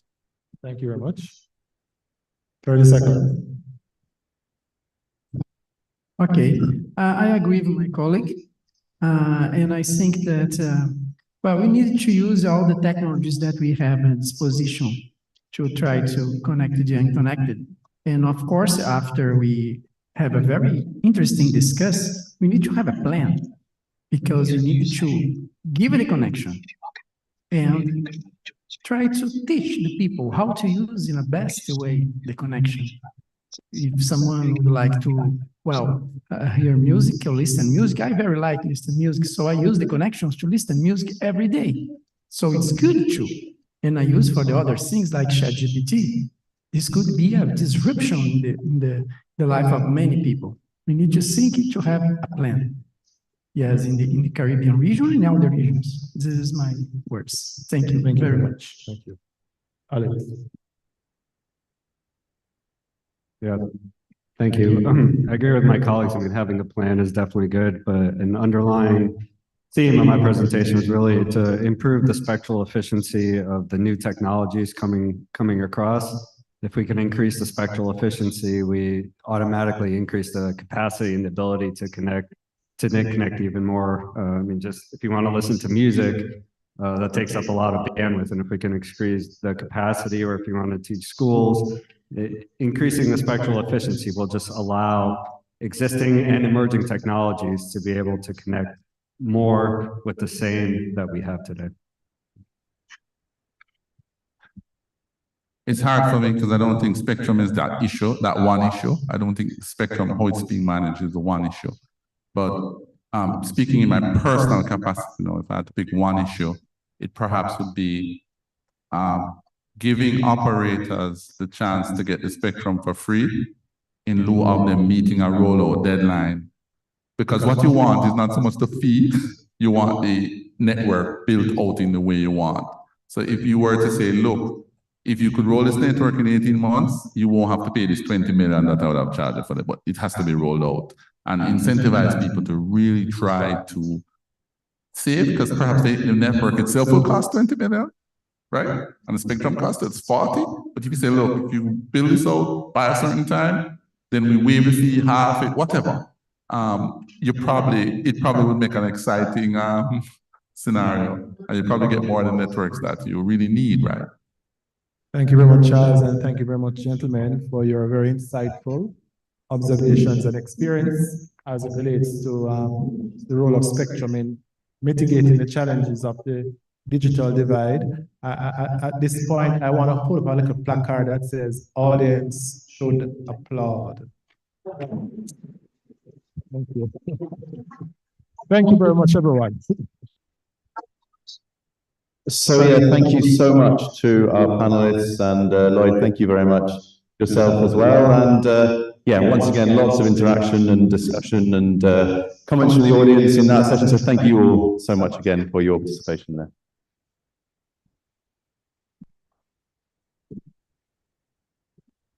So that just about wraps things up for this year's conference.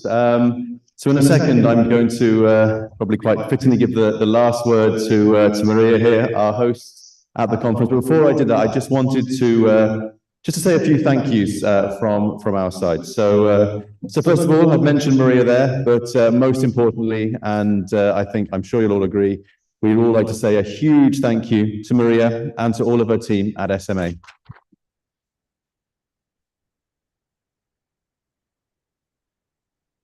Now, I think a number of people have mentioned Maria, and quite rightly so, and thank Maria, because she has been the driving force behind bringing this event here. But actually, as well as Maria, there's a huge team at SMA that have all worked so hard on getting this event together. So I'd like to ask everyone here in the room from SMA to please stand up, and I'd like to give the full team a round of applause.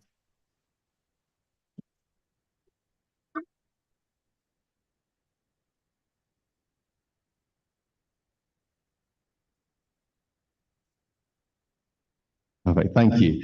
And a big thank you as well to Nigel, to Gary, to Shania, and the team at CTU. So thank you all so much. And whilst our work here is almost done now, of course, there is another day tomorrow. So for Nigel and the CTU team, do have the Spectrum Management Task Force tomorrow. So I'm sure that's going to go really, really well. So good luck with that with everyone. And yeah, I hope everyone is going to stay here and participate as well at the Spectrum Management Task Force at CTU. We're going to be hosting here tomorrow.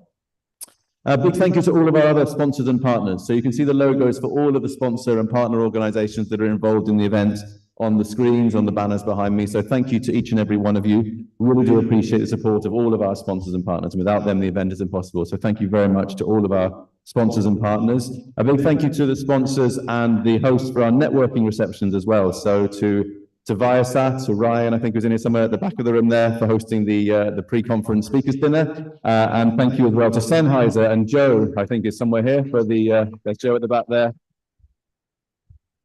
for the fantastic entertainment that we had during the reception last night. So thank you so much indeed. We've had a number of suppliers and people who've been helping out throughout the event here. So a huge thank you to Kevan, to Sershan over here on the AV. Yes, who've been providing all the AV. To Matthew and his team. I'm not sure if Matthew's here, but he's been doing all of the design work and things like that. So thank you to Matthew. To Abby and Tess Marie, who have been working closely with Maria's team and helping out on the PR and the marketing things as well. So huge team. So thank you all to all of them as well.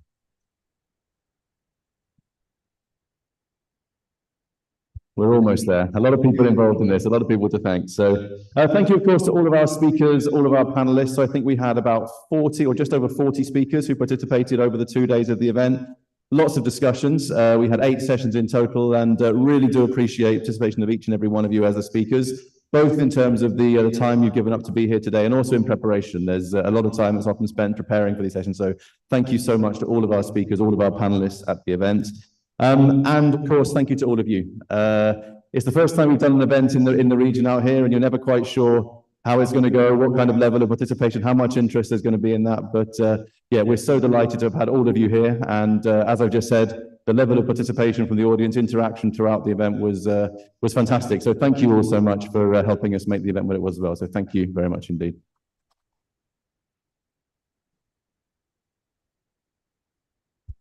And finally, a big thank you to my team, to Jordan and to Charlie there, who've been working very hard. Sorry, I could thank them as well, so thank you. So the guys have worked particularly hard, and Jordan in particular, who has, for the last 3 or 4 months, really been working hard on this, and working on an event in this region from the UK means a lot of late evenings as well, so with the time difference. So Jordan, well done, and thank you so much. And that's it. So I will now pass over to Maria. So thank you all so much, and I'll give Maria the last word. So thank you. Said so many words, Dan. So first of all, I want to acknowledge both Dan, Jordan, and Charlie. Please come back up here. SMA team, please come to the front. All the persons that worked in the back, and I hope Sandra has not left. We had a number of challenges. One of our co-workers actually got ill, and Sandra stepped in, I don't know, 5 days' time, and she was very instrumental in planning a number of us being here, including you, Dr. Nelson. So, you know, I really want to express, SMA, please walk forward. Music, Maestro, you know my song. And everyone, you're going to sway with me, because this is a very beautiful song. And this song was actually a song at WRC 19 when I hiked Mount Sinai. And this song played in my head as I was coming down. And I want you to all listen to the words. It's a beautiful song. Sometimes I feel it's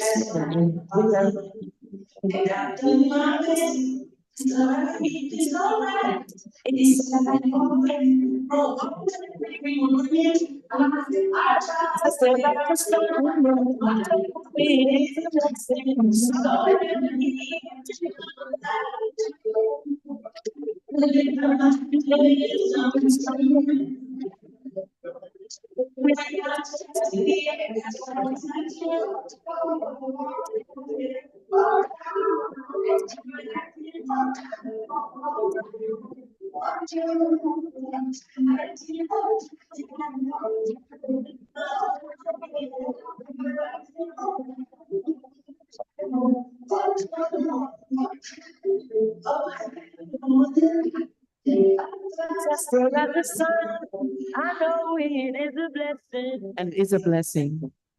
So just to make certain we have the names of the persons, the companies, so creative, it's actually Matthew did all the decor for us, and it was amazing. Ready Tech, Surgeon, you are my brethren from a long time, also kept on did an absolute amazing job.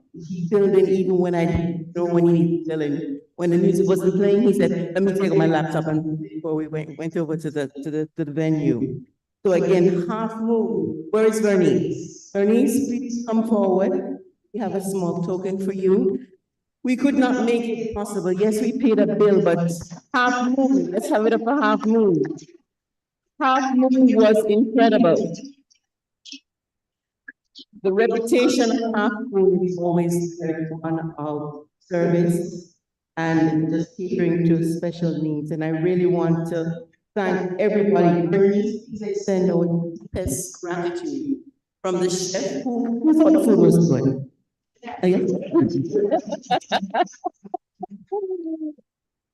The space was beautiful. I know driving this morning, I used the scenic way along the side, and I saw this, and I said again, how thankful it is to be in a small island. So, last but not least, we had a very good conversation in the room. And as Dan put it, all of you made this possible. And it is so important for all of us to try to continue that conversation. And I'm going to urge you all to participate in the region. CTU needs everyone present, not just a few. We know the usual suspects, Nigel, that normally come to our meetings, but we need everyone because every voice counts. And additionally, when we meet as a region at CITEL, every voice counts. It's imperative that we are heard because we have a responsibility, not just to our company as a regulator, but to a nation. Okay? So always remember, my most important thing, yes, is there, but sustainable goals. This is a very important thing. And this is what started everything in this room. So again, thank you to everyone for making this reality. Have a good evening, everyone.